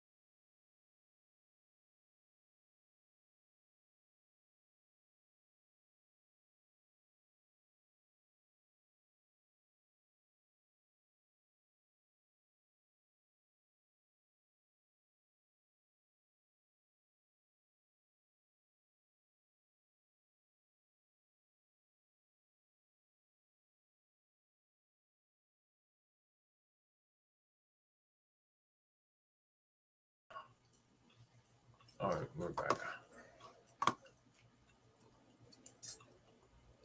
Okay, Lady Chase, so was that the end of your thoughts for What? Floyd? Said my thoughts. So that was it for your thoughts. Okay. Yeah, they're divested. I don't understand why nobody does anything. There's plenty of issues to get involved in. Use your platform, and you choose to do that. It's pretty much, it's pretty clear where your alignment stands. Right. You know, that's pretty much all I have to say. And I don't really have any respect for that.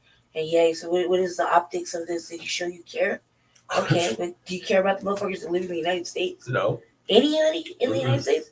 Because there's plenty of fucking black issues going on here that you could definitely, put your generosity towards. I mean, let's talk about all the black homeless people in the United States. Right. Dude, you want to drop supplies off via fucking the air.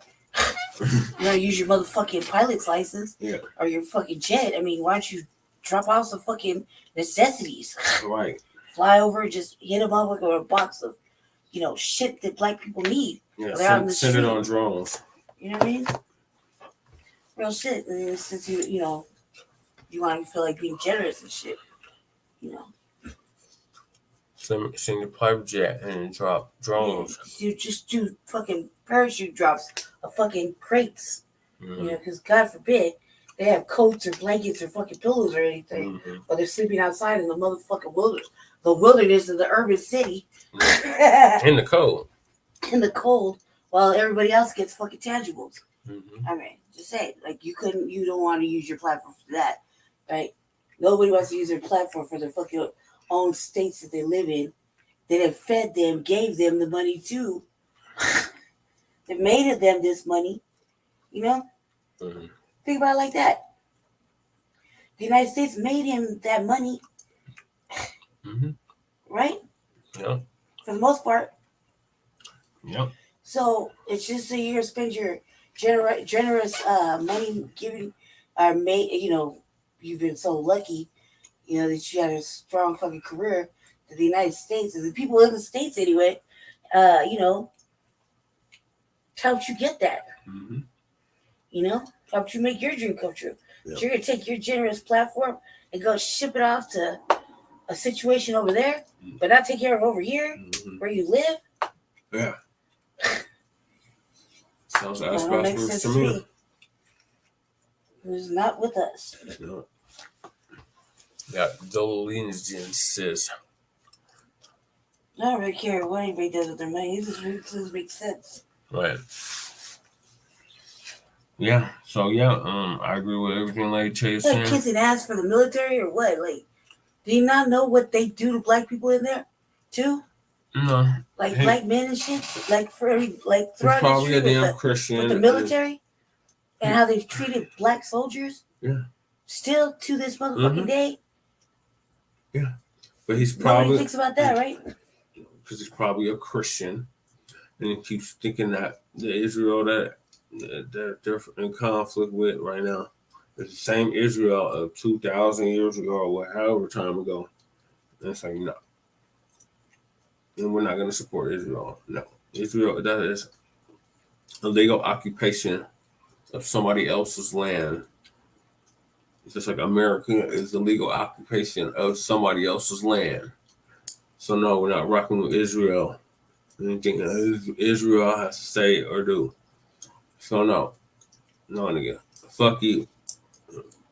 You can hold your own nuts as well, and so can they. I don't care how big you are, and you're not going to shame us into supporting fucking imperialism, basically. No, not having that. They're supposed to feel guilty and fucking et cetera, et cetera, et cetera.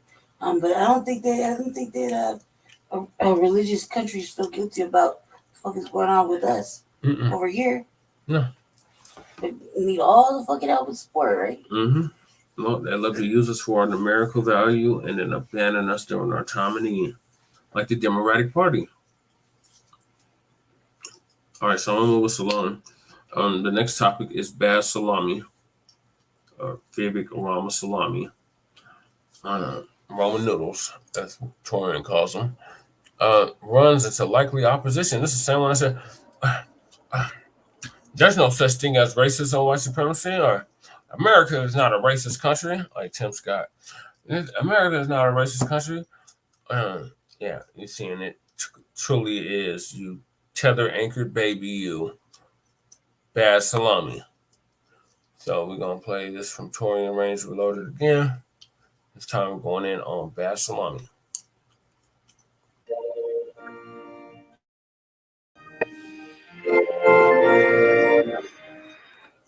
Shortly after 1 p.m.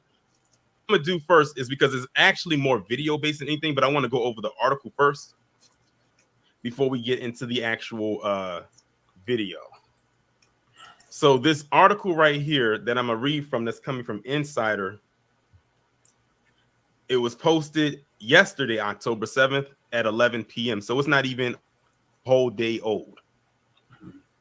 It says Vivek Ramaswamy said an angry protester crashed into his car at a campaign event, but the police say that's not what happened.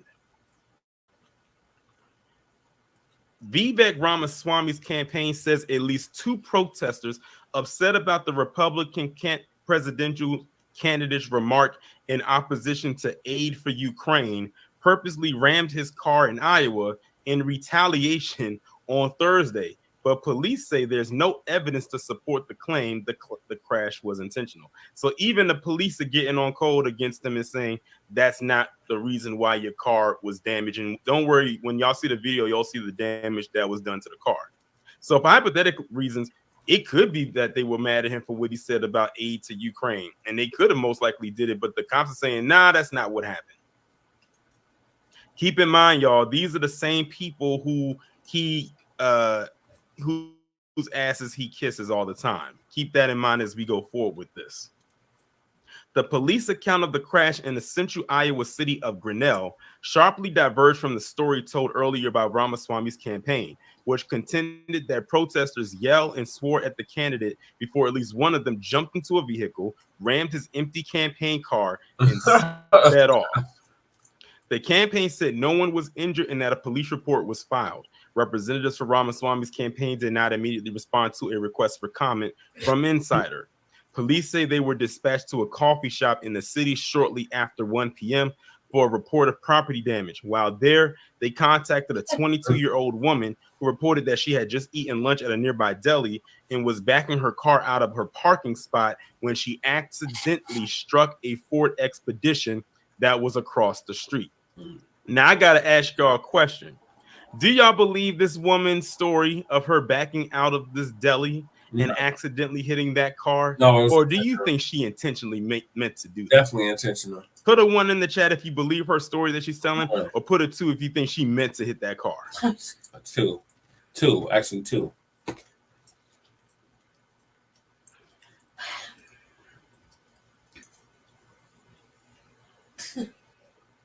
Okay, I'm seeing a lot of people in the chat and saying they believe she intentionally meant to do it. I'm gonna give my nice little 2 as well because I believe she intentionally did it as well. But hey, remember what they say: the cops are always right. And if the cops say that she did it accidentally, hey, it was an accident. I mean, isn't that what they say? That's what they say, or something along those lines, right? Keep in mind, he's in Iowa, not only just a state, but as a collective, it's majority PC. What they yelling at? I can't pinpoint one black person that lives in Iowa unless there's a base there and someone is stationed there, and that's about it. It goes on to say, police say the woman told them she was not there protesting anything, had no idea whose vehicle she had hit, did not intentionally cause the crash, and did not flee the scene. They said there is no evidence to substantiate the claim that protesters intentionally hit Ramaswamy's campaign vehicle and sped off. Both vehicles had minor damage, police said, and the woman received a traffic summons for unsafe backing. Ramaswamy spokesperson Tricia McLaughlin told the Associated Press the campaign stands by its assessment that the driver was a protester. She also stood by her assessment that there were two people in the car that hit the campaign car. I'm confident of what happened. I was there, McLaughlin said. McLaughlin told the AP earlier in the day in a text message, it seemed like the protester couldn't stay at the event or didn't want to and wanted to make a statement, though I can't assign motivations. The driver began to drive off, but stopped suddenly after staffers chased after to get insurance information. McLaughlin also took to social media to share her outrage, saying in a post on X that police never contacted the campaign about the statement they released about the incident, reiterating her statement from the driver had yelled "F you" among other profanities before reverse ramming their car into ours. And according to Lisa, apparently this woman also threw up the middle finger as well. The post that McLaughlin shared included a video clip and a still from the clip, which highlights the driver of a blue Honda flipping Ramaswamy off, which we just mentioned, off behind his back. The 15-second clip is silent except for a brief honking sound at the 9-second mark, which shows Ramaswamy speaking into a cell phone, flanked by staff members on the sidewalk in front of several parked cars. The driver of the blue Honda briefly raises their middle finger toward Ramaswamy before beginning to back up. Neither the collision nor any swearing or other threatening behavior is shown in the clip shared by the campaign. Ramaswamy described the crash in a post on X, had a civil exchange with protesters today, right before two of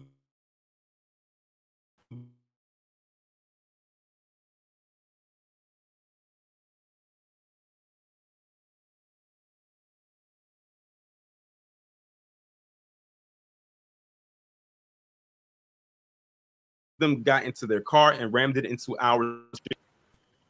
It's funny that Ramen Noodles is talking about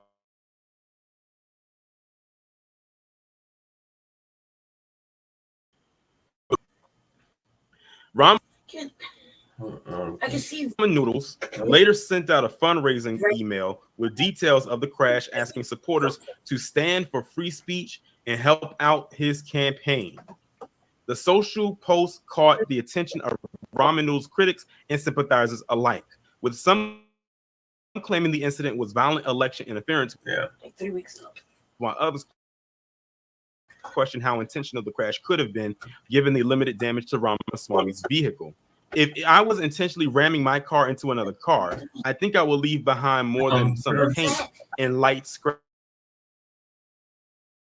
one user post. Plus replied to a writer on B, who said the Grinnell Police Department was being shady by declaring the crash unintentional. Well, isn't that the pot calling the kettle black? Right. Does this mean they're police now?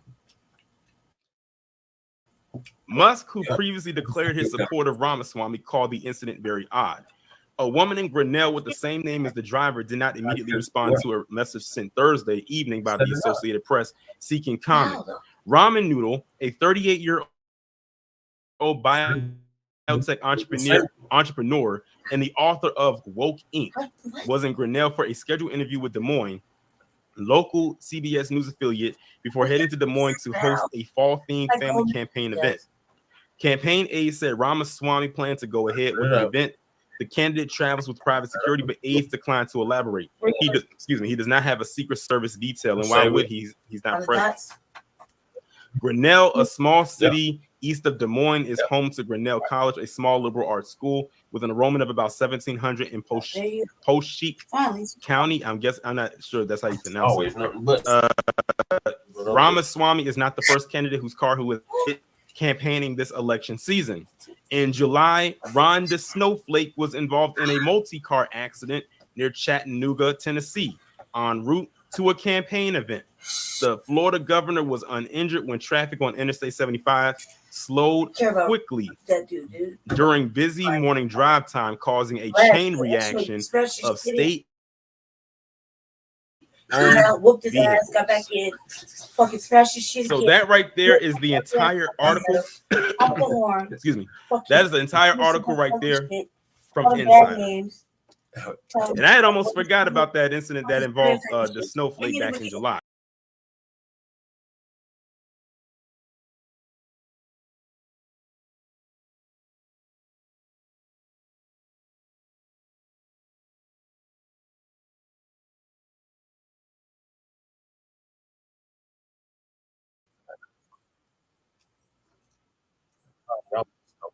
It wasn't funny when I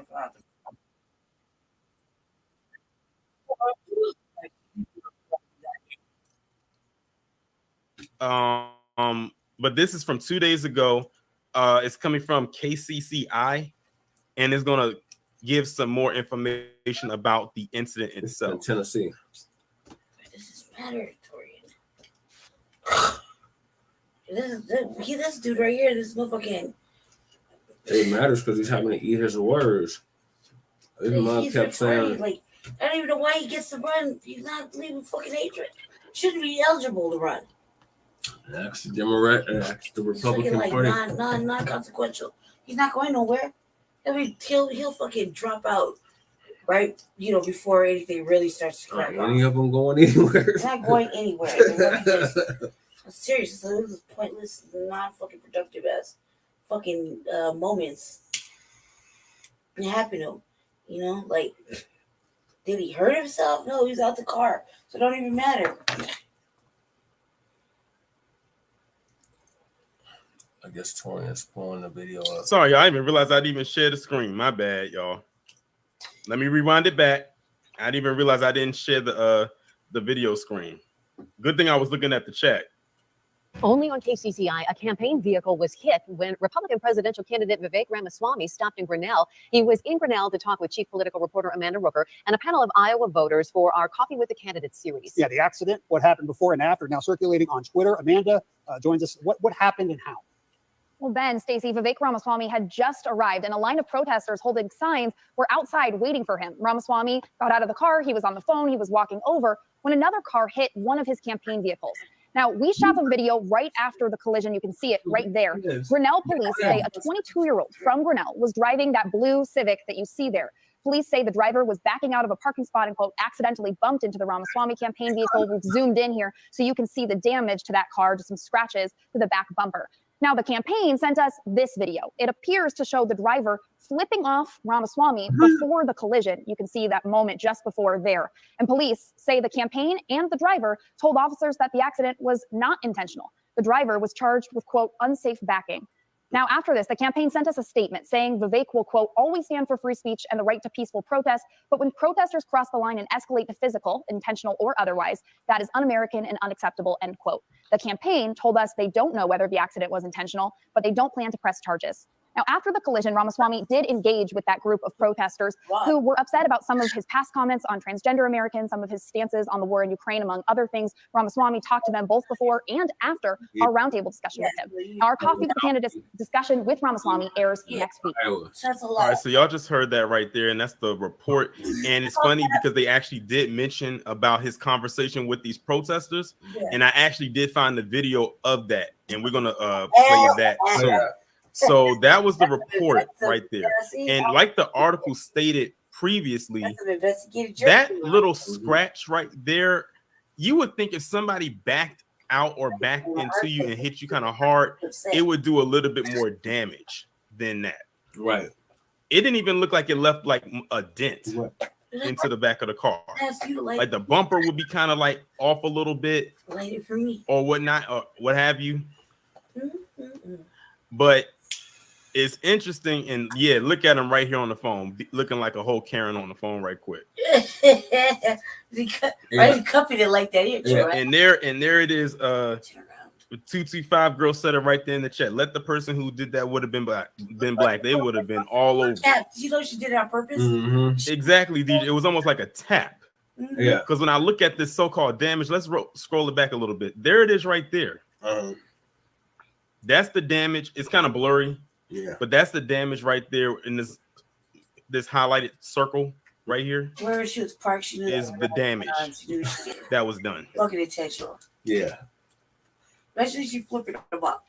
I've had someone actually back into who was parked in front of me, who backed into me while I was facing front, so they hit the headlights. And when I tell you this person backed into me and hit the headlights so hard that it shattered. Yeah, I wasn't in the car, by the way. So I've seen damage from what someone can do when they back into you. So like I said, it shattered the headlight. The bulb was literally sitting inside of the cup. So I had to actually go get take my car in to get a whole new bulb in my headlight and a new cover. That took all about a week to do. So I've seen what damage can do when someone backs into your car.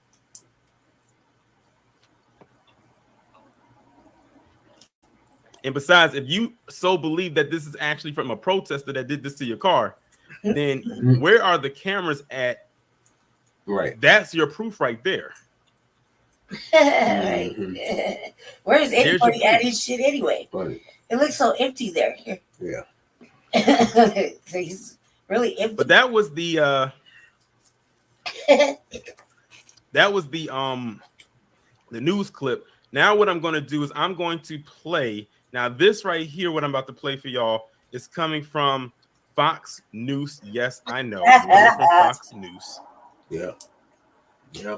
Where they're going to talk to Ramen Noodle about what happened. Now, I want y'all to look at this. Now, this is a more clear image of the damage that was done.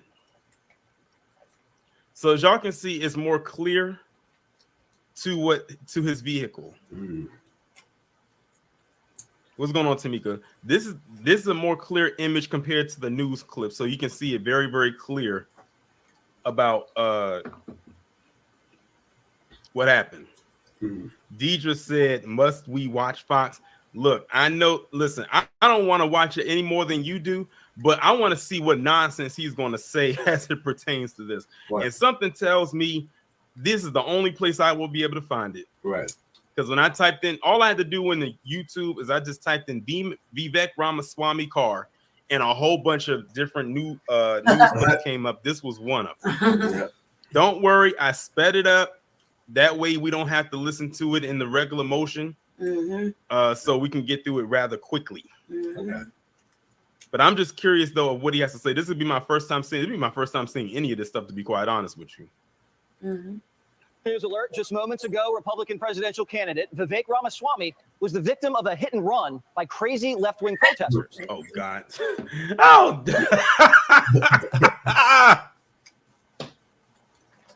They done started off bad already. Vivek Ramaswamy was the victim of a hit and run by crazy left protest. Oh man, we starting off bad already. We ain't 10 seconds.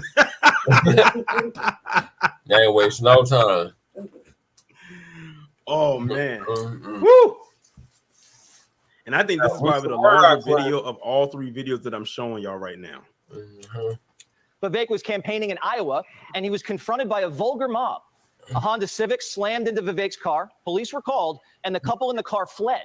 Vivek stayed on the scene and mixed it up. My mom's a public school worker, and she deserves to be paid and respected. I think every person deserves to be respected, but we are failing to do right by our kids in this country. Our achievement gap with other countries is bad, and we're all in that together. But here's what I will say. The beauty of this country is that you all have the right to express your opinions, and you're doing it peacefully. And even though I disagree with you, I'm proud of you for expressing your views, even if I disagree with you. We have to find a better way to do it. And one of the ways we're going to do it is through open debate. You guys are doing your part. I'm going to do mine. Republican presidential candidate Vivek Ramaswamy joins me now. So, Vivek, do you think they were trying to hurt you when they rammed their car into yours? What is he talking about? Vivek, Ramen Noodle wasn't even in the car. Right. He wasn't even in the car. Right. What is he talking about? Stupid. Is this Fox News or TMZ? A combination. See what I mean when I tell you they're making a mountain out of a molehill? So I can't speculate, Jesse. I will say that the person was flicking me off and screaming as they rammed into the back of a car where nobody was in that car, thankfully, and everyone's okay.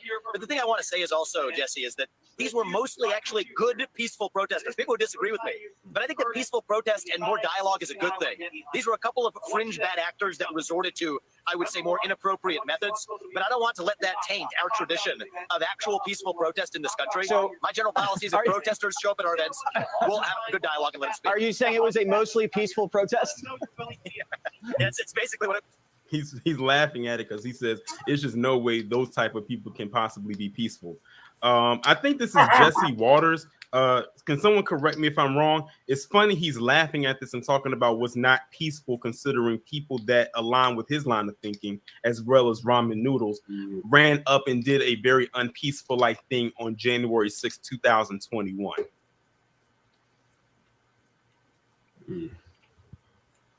I'm just saying.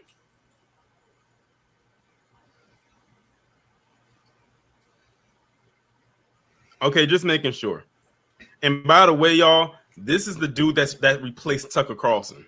In case y'all were wondering, this is the guy that took Tucker Carlson's time slot. Oh, God. It was, in a literal sense, it was mostly peaceful. I do think the people who hit the car should be held accountable. But more importantly, as I said in that little exchange, I respect free speech, especially for those who disagree with me.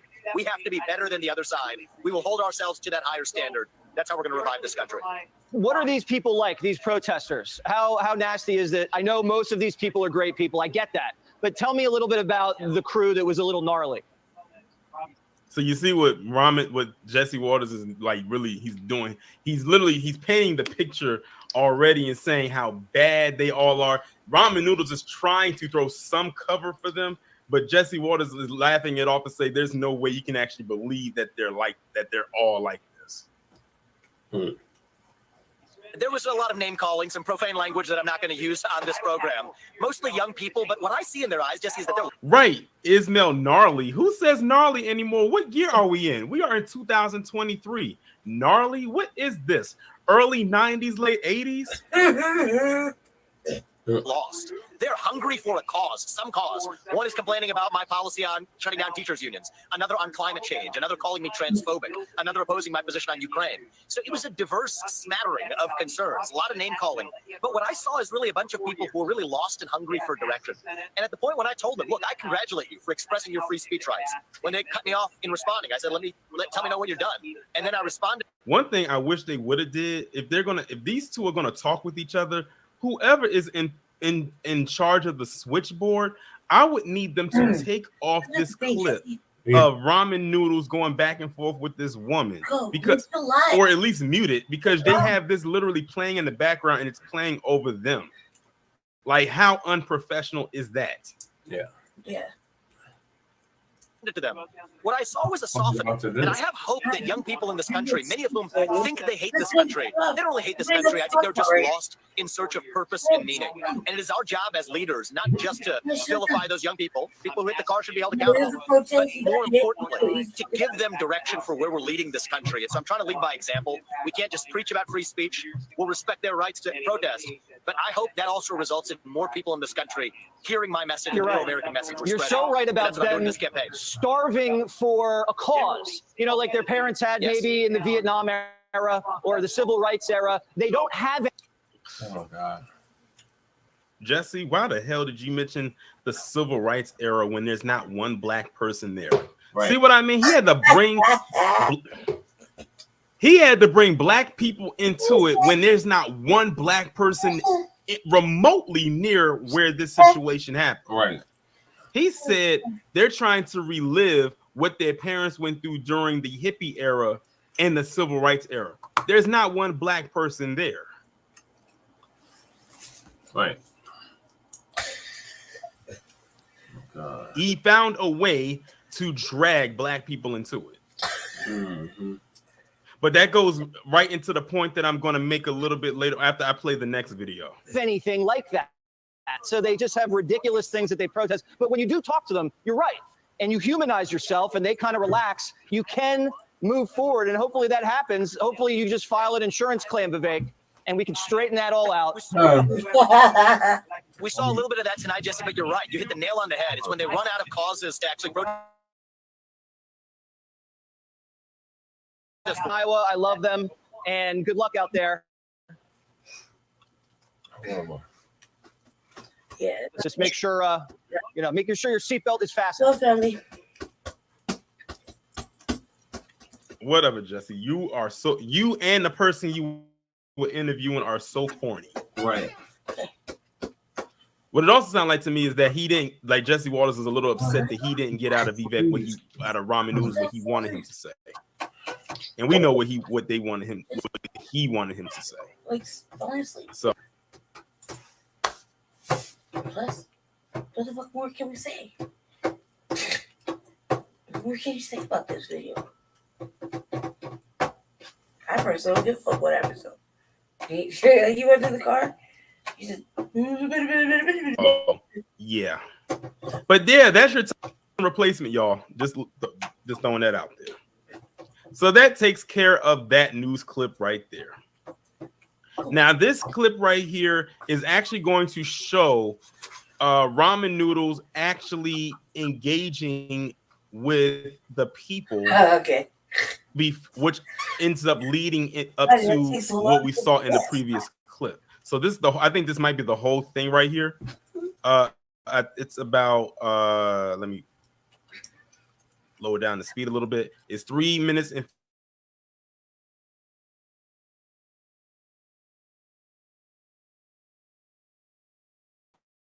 52 seconds long, almost 4 minutes. It says Americans. My focus is U.S. Okay, let me just go ahead and play it.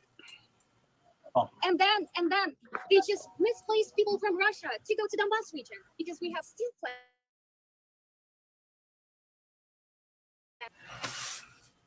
And the history is long, no doubt about it. But the region, the fact of the matter is, the regions of the Donbass that are not even represented in Ukraine's government. Do you think Ukraine should be free? Ukraine should be a sovereign nation. Absolutely. So how is the U.S.? But I also think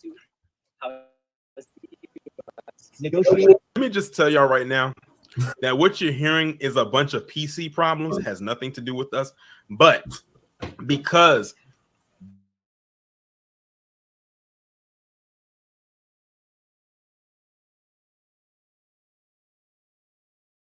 be campaigning a certain way, now he is forced to actually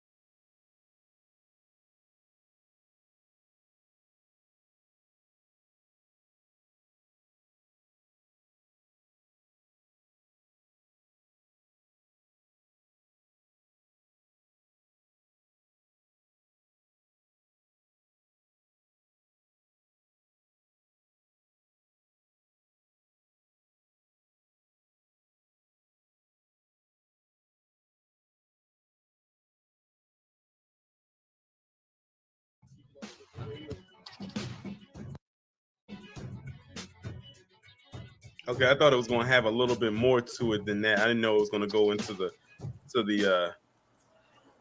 music playing and whatnot. But that was just a portion of him meeting with these protesters. I thought it was going to be in that. Do you think Ukraine should be free?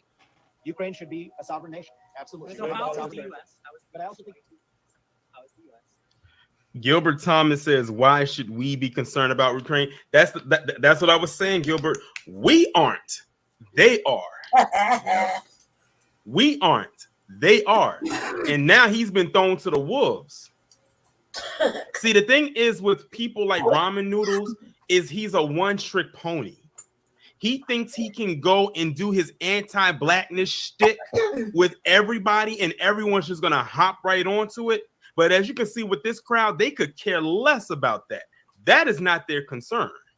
And when he gets thrown out there to a crowd like that, this is where he finds out if he's made to run a country, or should I say an establishment, or not. And he's not.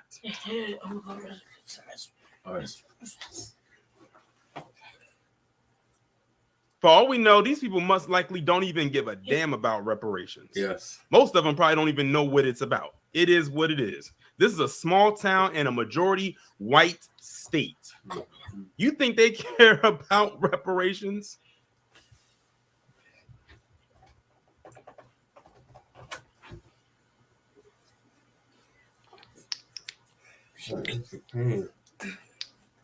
Yeah.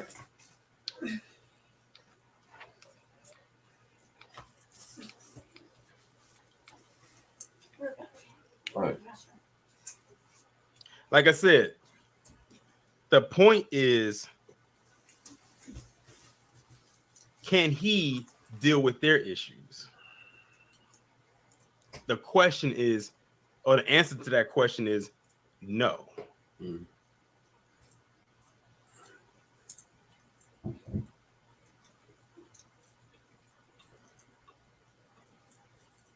But that was just a little portion right there of the protesters, and they are in his face.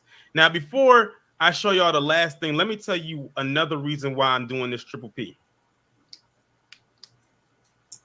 Ramen Noodles will get on his soapbox, on his pedestal every week and go on social media or onto different places and throw black people under the bus whenever he gets the chance.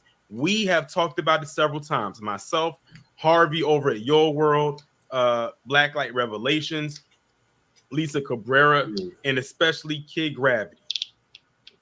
He will get up and he will talk about us to every other group in the world. And it won't be not one black person in the room. But he won't come to us and say what he says to other people to our face. But notice what happened here in this clip. He went to Iowa and spoke to them, and they pushed back against him. He wouldn't even come talk to us so we could have a chance to push back against him with the stuff that he said. What a coward. And like I said, he feels that he can use that anti-black shtick rhetoric with every group, and they're just going to just go for it. I wonder how many times he mentioned black people the entire time he was in Iowa.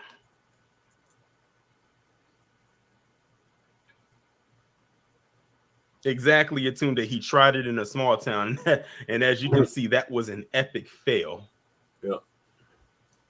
But have you noticed lately, Ramen Noodles has been getting hammered by the media a lot lately. Like they've been pushing back against his nonsense. And shout out to Cyberdean for the Cash App. I appreciate it. They've been pushing back against him lately. I don't know if anybody's been paying attention to it or not. This guy's fighting an uphill battle that he cannot win. And to prove to you that he is fighting an uphill battle he cannot win, I'm gonna show you this one last thing. Do y'all see what I see right here on this screen?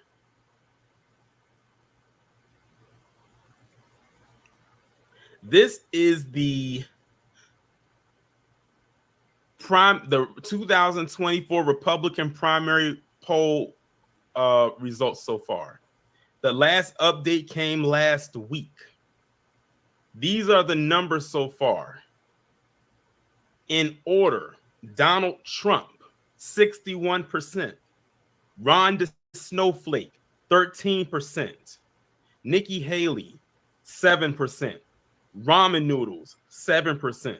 This man is in fourth place and losing badly to a man that hasn't done one campaign debate yet.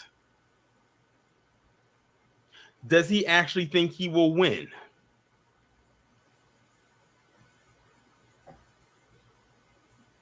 I think I was listening to I think it was Rob's live stream that he did today, and I think Kid Gravity was on there because I was in the chat.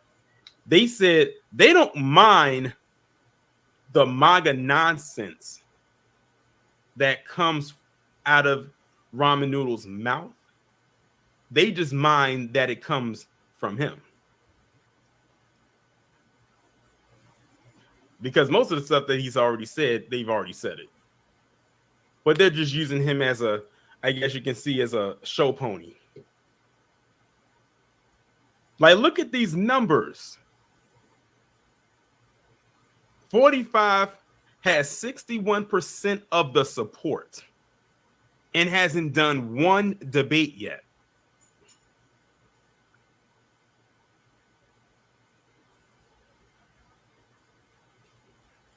I was listening to I think it was either Professor Black Truth or Jason Black, but I think it was Professor Black Truth. He had did a video. I think it was either about the snowflake or ramen noodles. It was one of the two. He said in so many words that people like them come up and they do all of these campaign talking points that are steeped in anti-blackness, but it's not black people that's on the ticket that they're running against. So you're literally, again, fighting an uphill battle that you cannot win. As you can see by the video that I showed when he was met with those protesters, he wasn't dealing with his usual crowd. He wasn't in a safe space. He was very uncomfortable. He wasn't in his echo chamber. I think that's the best way to put it.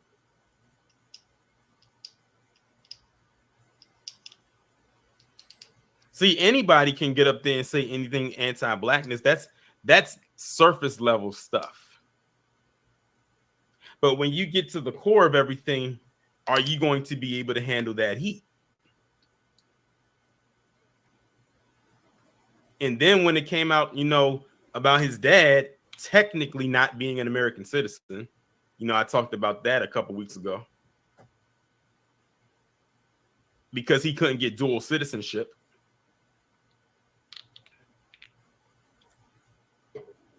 And then you say all of these different things like you are basically putting on a front. And everybody can see it. Kid Gravity said he wants the Secretary of the Interior position. So basically he just wants a job. Sounds like a handout to me.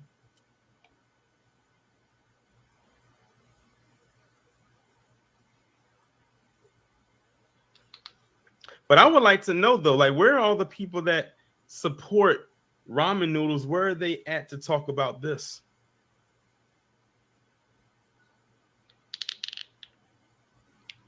Because I haven't seen them, maybe because I haven't been looking for them.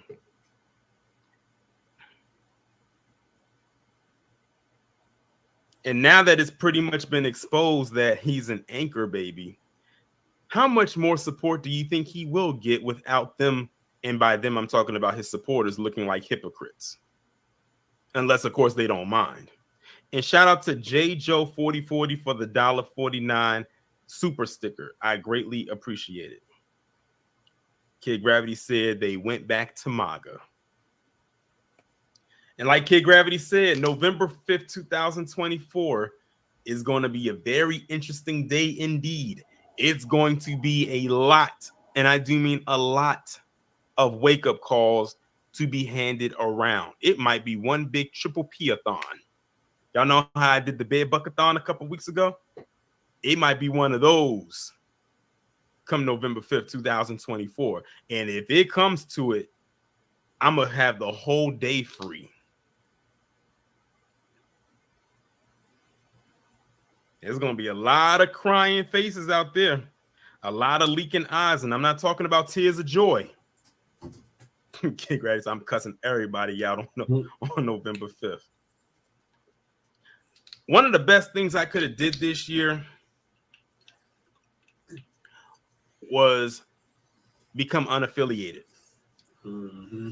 I got my independent card in the mail about 2 weeks ago, and a smile went across my face because I felt emancipated. Like, thank you. I don't have to be attached to that two political party system anymore. Because when you sit back and just like look at everything from a certain lens, it's like, why bother? And I have people who I consider reliable in the political spectrum to thank for that. Shout out to Kid Gravity, who was in the chat, and shout out to the many voices of the new black media. But more importantly, and before I go any further, shout out to Minute, and I hope I pronounced your name correctly. R for the $25 super chat. I greatly appreciate it. But moreover, those who I have to thank for it are these politicians, the ones who give out empty promises, specifically to Black Americans, the ones who says they're going to do this and don't do this, the ones that say they're going to do that and don't do that, but then do this and do that for other groups of people.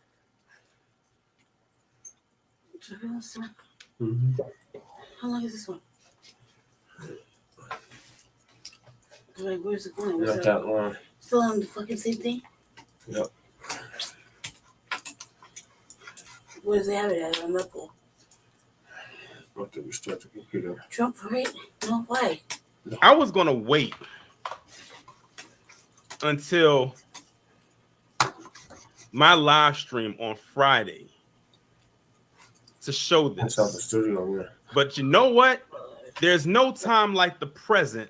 So I'm gonna show y'all something that have your blood boiling to the point where it might leak out of your pores. And this is coming out of Chicago. I want y'all to look.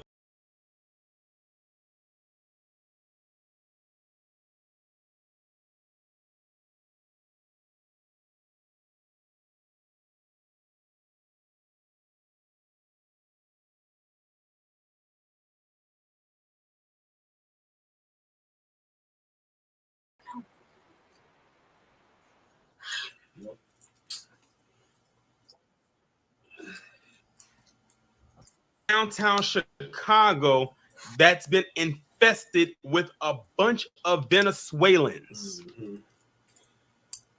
It's like here in Denver. This is what Brandon Johnson has allowed to infest and pour into Chicago. I don't know. That was it for that topic. This is that doing this and doing that for other groups of people. This is touring going in on here doing more. I told people when they leave their nation, they bring their bad habits with them. We already did all of it. We already covered this. Okay, so what are we still doing in here? I didn't watch the video before the show, so I didn't know he was gonna do all this stuff. Okay, like, can't you tell that from how this is going? Let me play it again just in case you didn't catch it the first time. Downtown Chicago is starting to look like New York. Jeez. Not having it, like, look at how they're huddled up in that corner. It's a big cluster. Look at that. Shout out to Denise Scales for the $10 super sticker. I appreciate it. Look at this.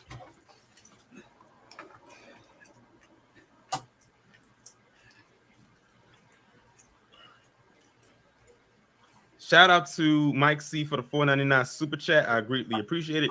He said flooding the zone with illegals is going to backfire. Oh, greatly. Why do you think I've started doing a series of videos called The New Criminal Class? And I have more to come. As a matter of fact, put a 1 in the chat if you are a patron on Patreon. I want to find out who my Patreon members are right quick. Because I posted a video there yesterday. I posted a video related to. Her own relative helped to kidnap her, put her in a van, take her to an undisclosed location, and had their way with her. Damn. For hours, for days.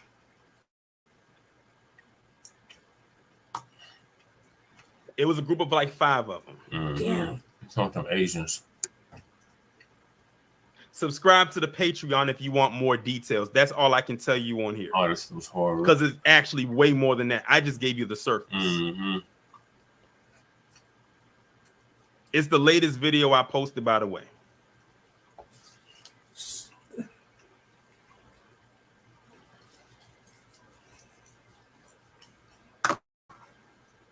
You can only see it on Patreon?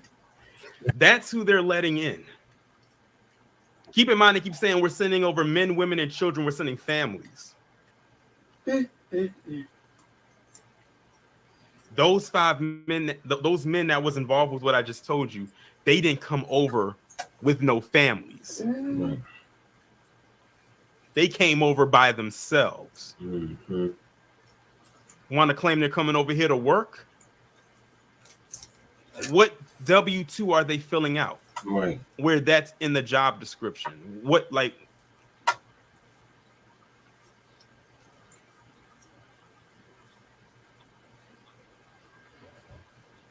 yep. Like I said, subscribe to the Patreon.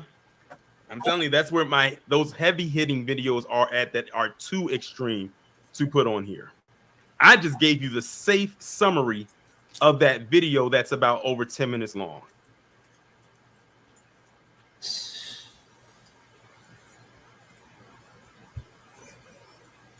This is crazy.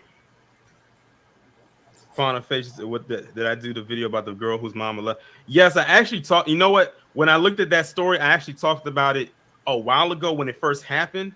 But I know there's an update. I did record the update. That'll be coming soon. But yes, I know exactly what story you're talking about. That mother, that so-called mother, she's sick. She is sick as hell to allow that to happen to her own daughter. Whatever. I can't. But anyway, y'all, I didn't mean to go off on a tangent past what I was initially talking about, but I said let me go ahead and share it now since you know I'm already on the live. But that's gonna bring this live to a close, y'all. Cool. Shout out to everybody who came through. Shout out to everybody who hit the super chat. That is JJo4040, minute four. Denise Scales, Mike C, and shout out to everybody who sent a super sticker. Shout out to Cyberdean for the Cash App. Shout out to all the members here on the channel. Shout out to everybody who is a patron over on Patreon. I'm telling y'all, if y'all want those heavy hitting topics like the one I just summarized for you, y'all need to subscribe to that Patreon. With that being said, I'm about to get off of here. Y'all enjoy the rest of your Sunday. Have a wonderful week.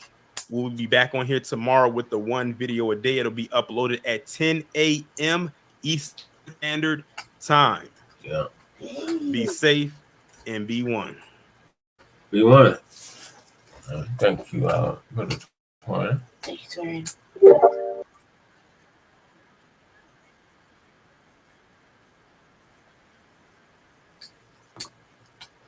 That was tight.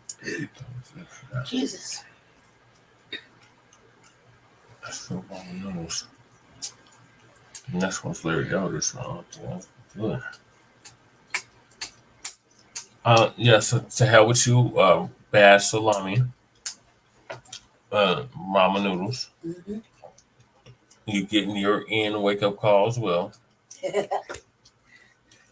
How can you get that? You can't get that.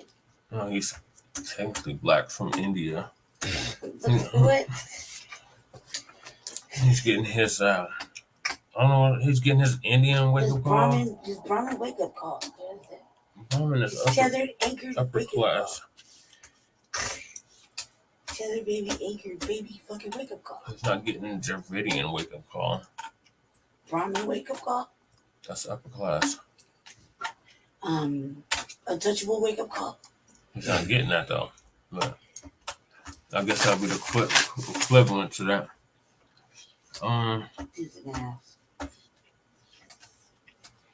So we got one more. We'll try to get one more.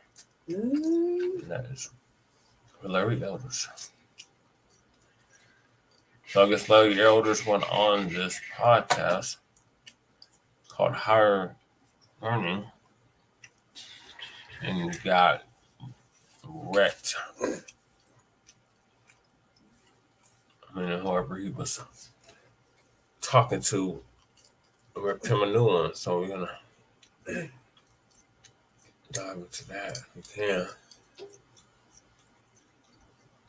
Which one it was? Okay.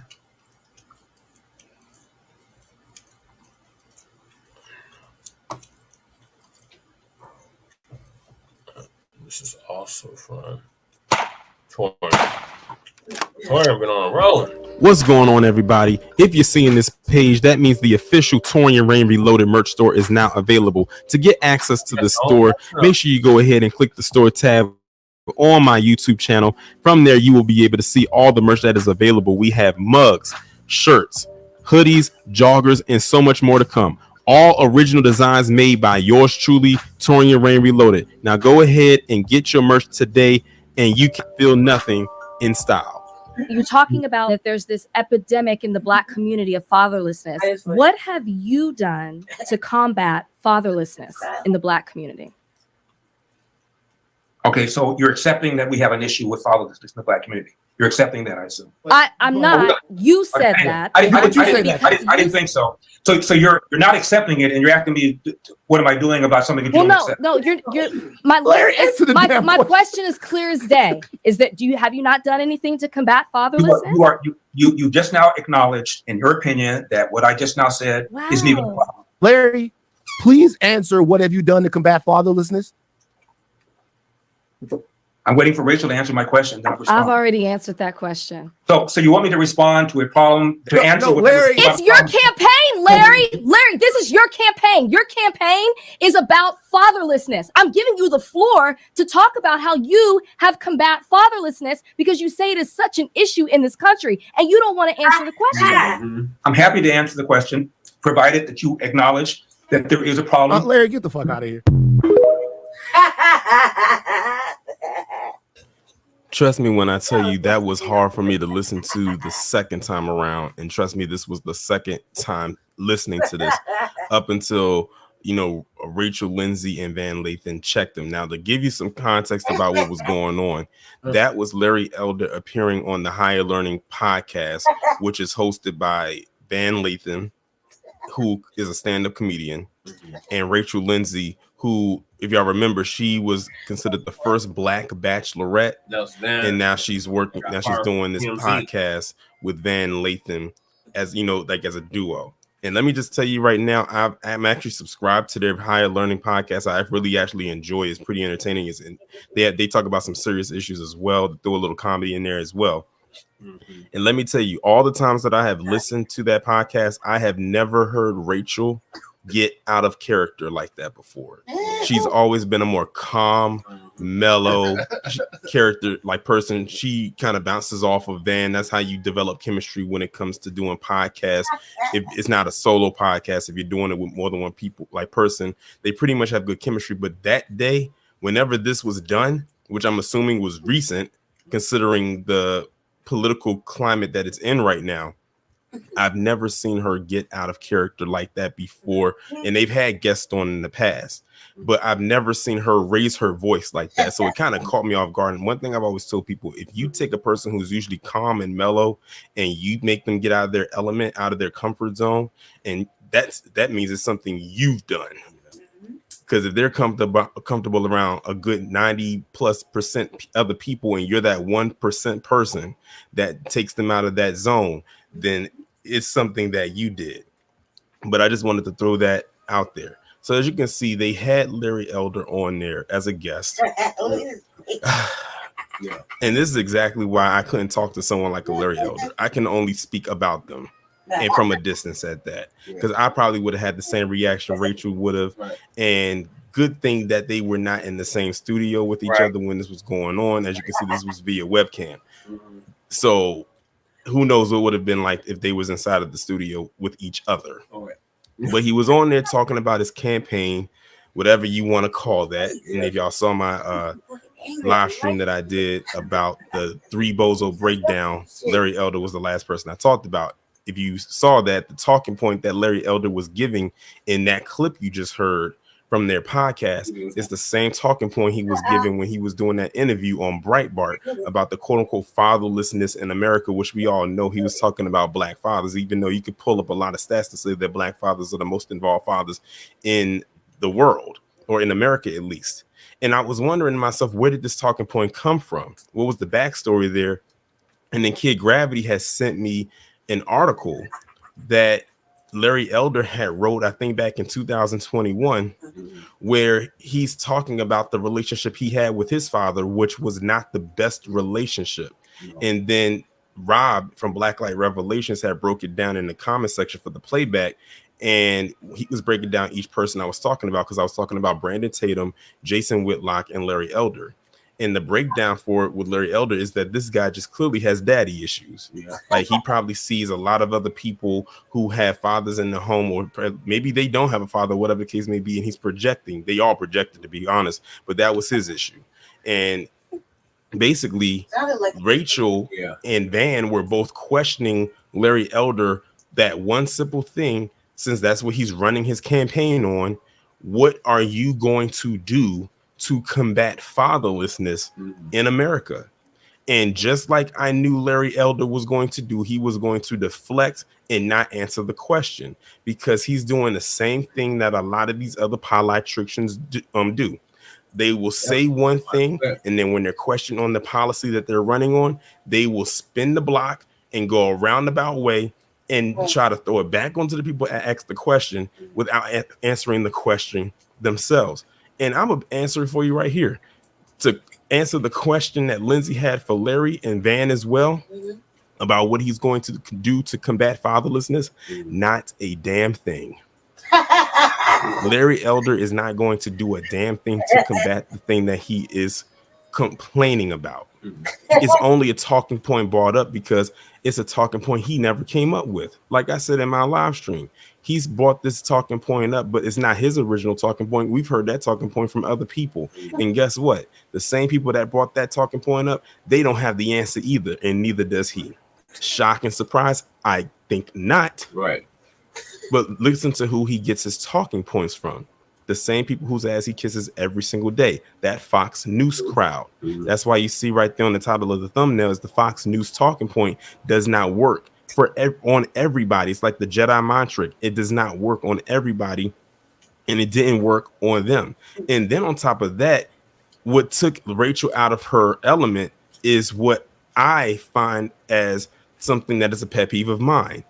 To insult my intelligence. This guy literally sat up there, Larry Elder, and gaslit her and Van, probably more than anything, probably because she's a woman. I hate to put it like that, but it is what it is. Because remember, the same thing that he did here is the same thing he did on the Breakfast Club when Tesla and Figaro was talking to him. In the same kind of setting and whatnot, and he kept doing the same thing. Like I said, Larry Elder has no plan, and a lot of the people out there in California knows this man doesn't have a plan, considering he lost badly against Gavin Newsom in that runoff race for governor. And a lot of people, based on the comments that I was seeing under this video, who live out in California, said that was such a pointless runoff. That was a pointless political whatever Larry Elder was trying to prove, because they said they knew Larry Elder was going to win. They were like, why did he waste his time? He's not political. He's not built for that world of politics. But it's probably another reason why they don't want him on that debate stage. And by the way, I'm recording this video on the morning of September 27, 2023.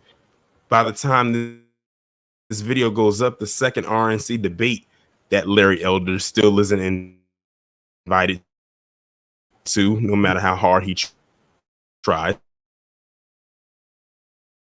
has already occurred. He might as well hang it up. It's over. It is done with. He has no strategy.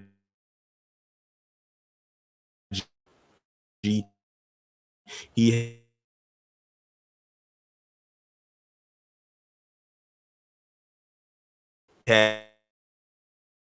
has no plan, and I don't know why anyone would call this man a presidential candidate of the colony, let alone the president of the United States of America.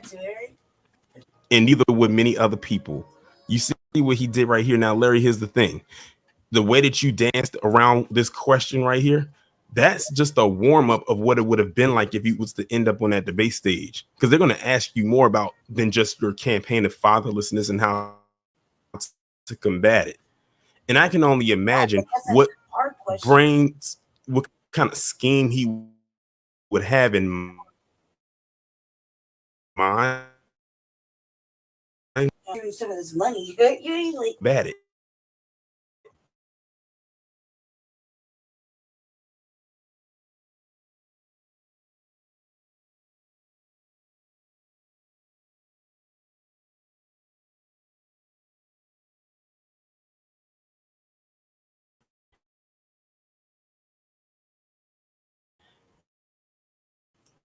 shit it all. The highlight of the whole video right there, based on comments I read from what happened and from my own viewpoint and my own ears of having to listen to that, because it's about time somebody has told him to get the fuck out of here, because that's what he needs to do, but not just to leave off of that podcast and then to kick him off, but to just get out of here entirely, like just fade into obscurity. Your time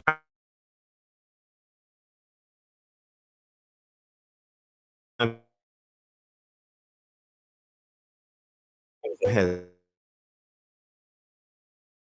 run its course.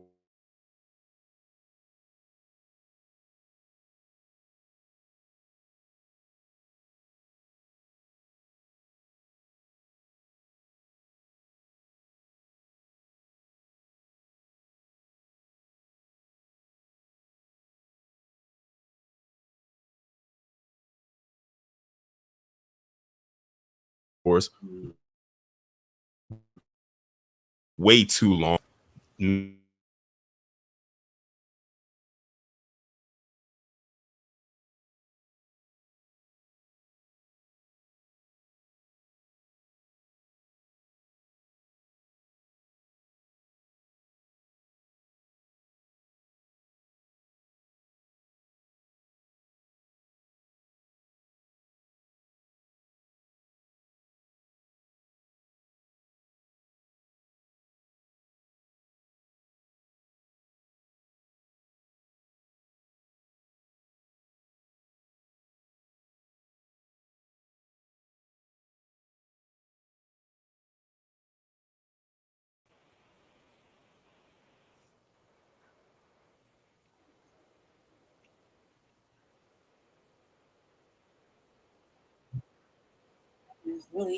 Where he gets it from.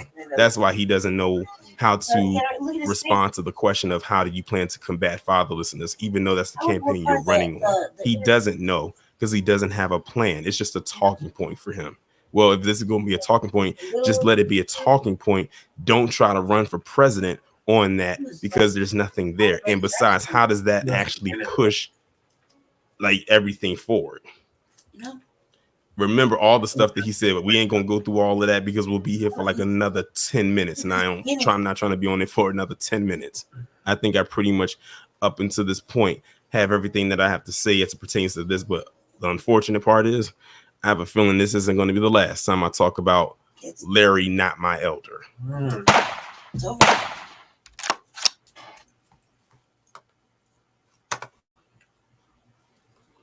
Okay, deal. Okay, no. We're done. Yeah. No, are we seriously? You're about to fall asleep. Just like that's the only reason I'm saying that. You're about to fall asleep. You're like in and out, you know. And I don't have control over there, so can't carry it on. You know.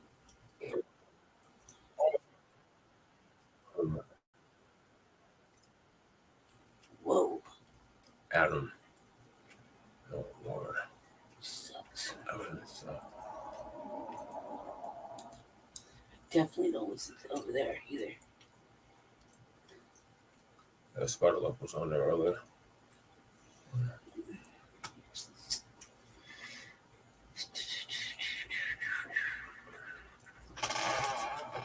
Yeah.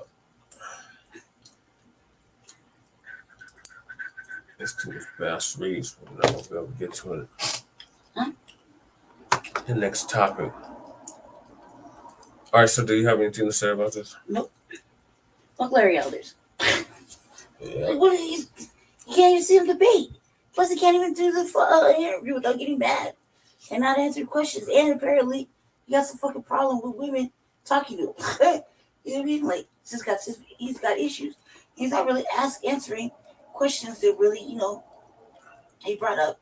Especially how you be like kind of snapping at black women. Yeah. They're asking you simple questions. Right. Like simple. They're not really difficult to answer.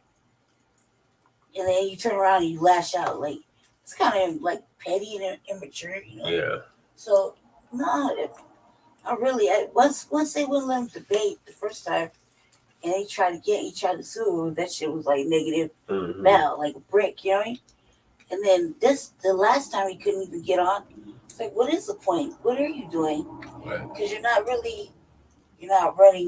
He's running Republican, right? Yeah. Yeah, like obviously they don't respect you enough to let you get on there. Or you can't be saying he didn't qualify, right? Yeah. So, or he didn't. Either way, they didn't let his ass up there. Mm-hmm. If it if they ran out of space, which kind of unlikely, and Trump showed up and Larry Elder showed up, they'll let Trump get on the fucking stage before they let Elders up there. Mm-hmm. Not like they would kick anybody else off for Larry Elders. Yeah.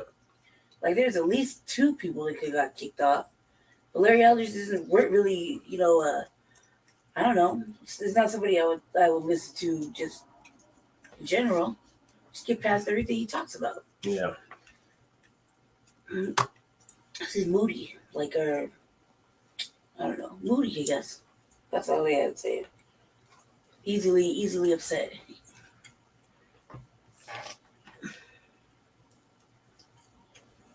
Plus, my thing too is we haven't really seen anything about his campaign.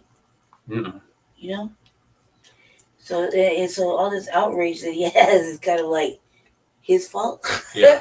We really don't know what the fuck he's running about or running on or what he wants to talk about or really, ultimately, because every time somebody tries to give him an interview, he starts fucking snapping out and kicking everybody out.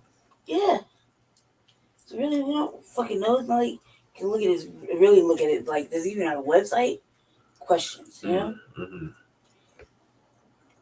So, yeah, I don't think that I care much. I mean, he's ultimately going to continue what he was doing before he decided that it was a bright idea of his own to run for presidency.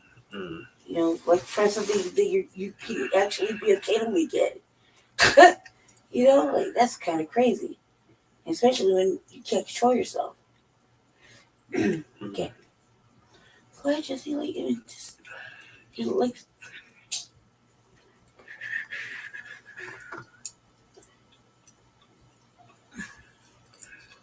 think it's at the studio.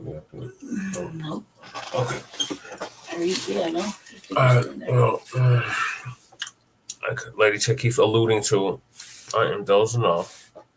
So we're going to have to cut it short here. So the topics we didn't get to is the Bass Reeves,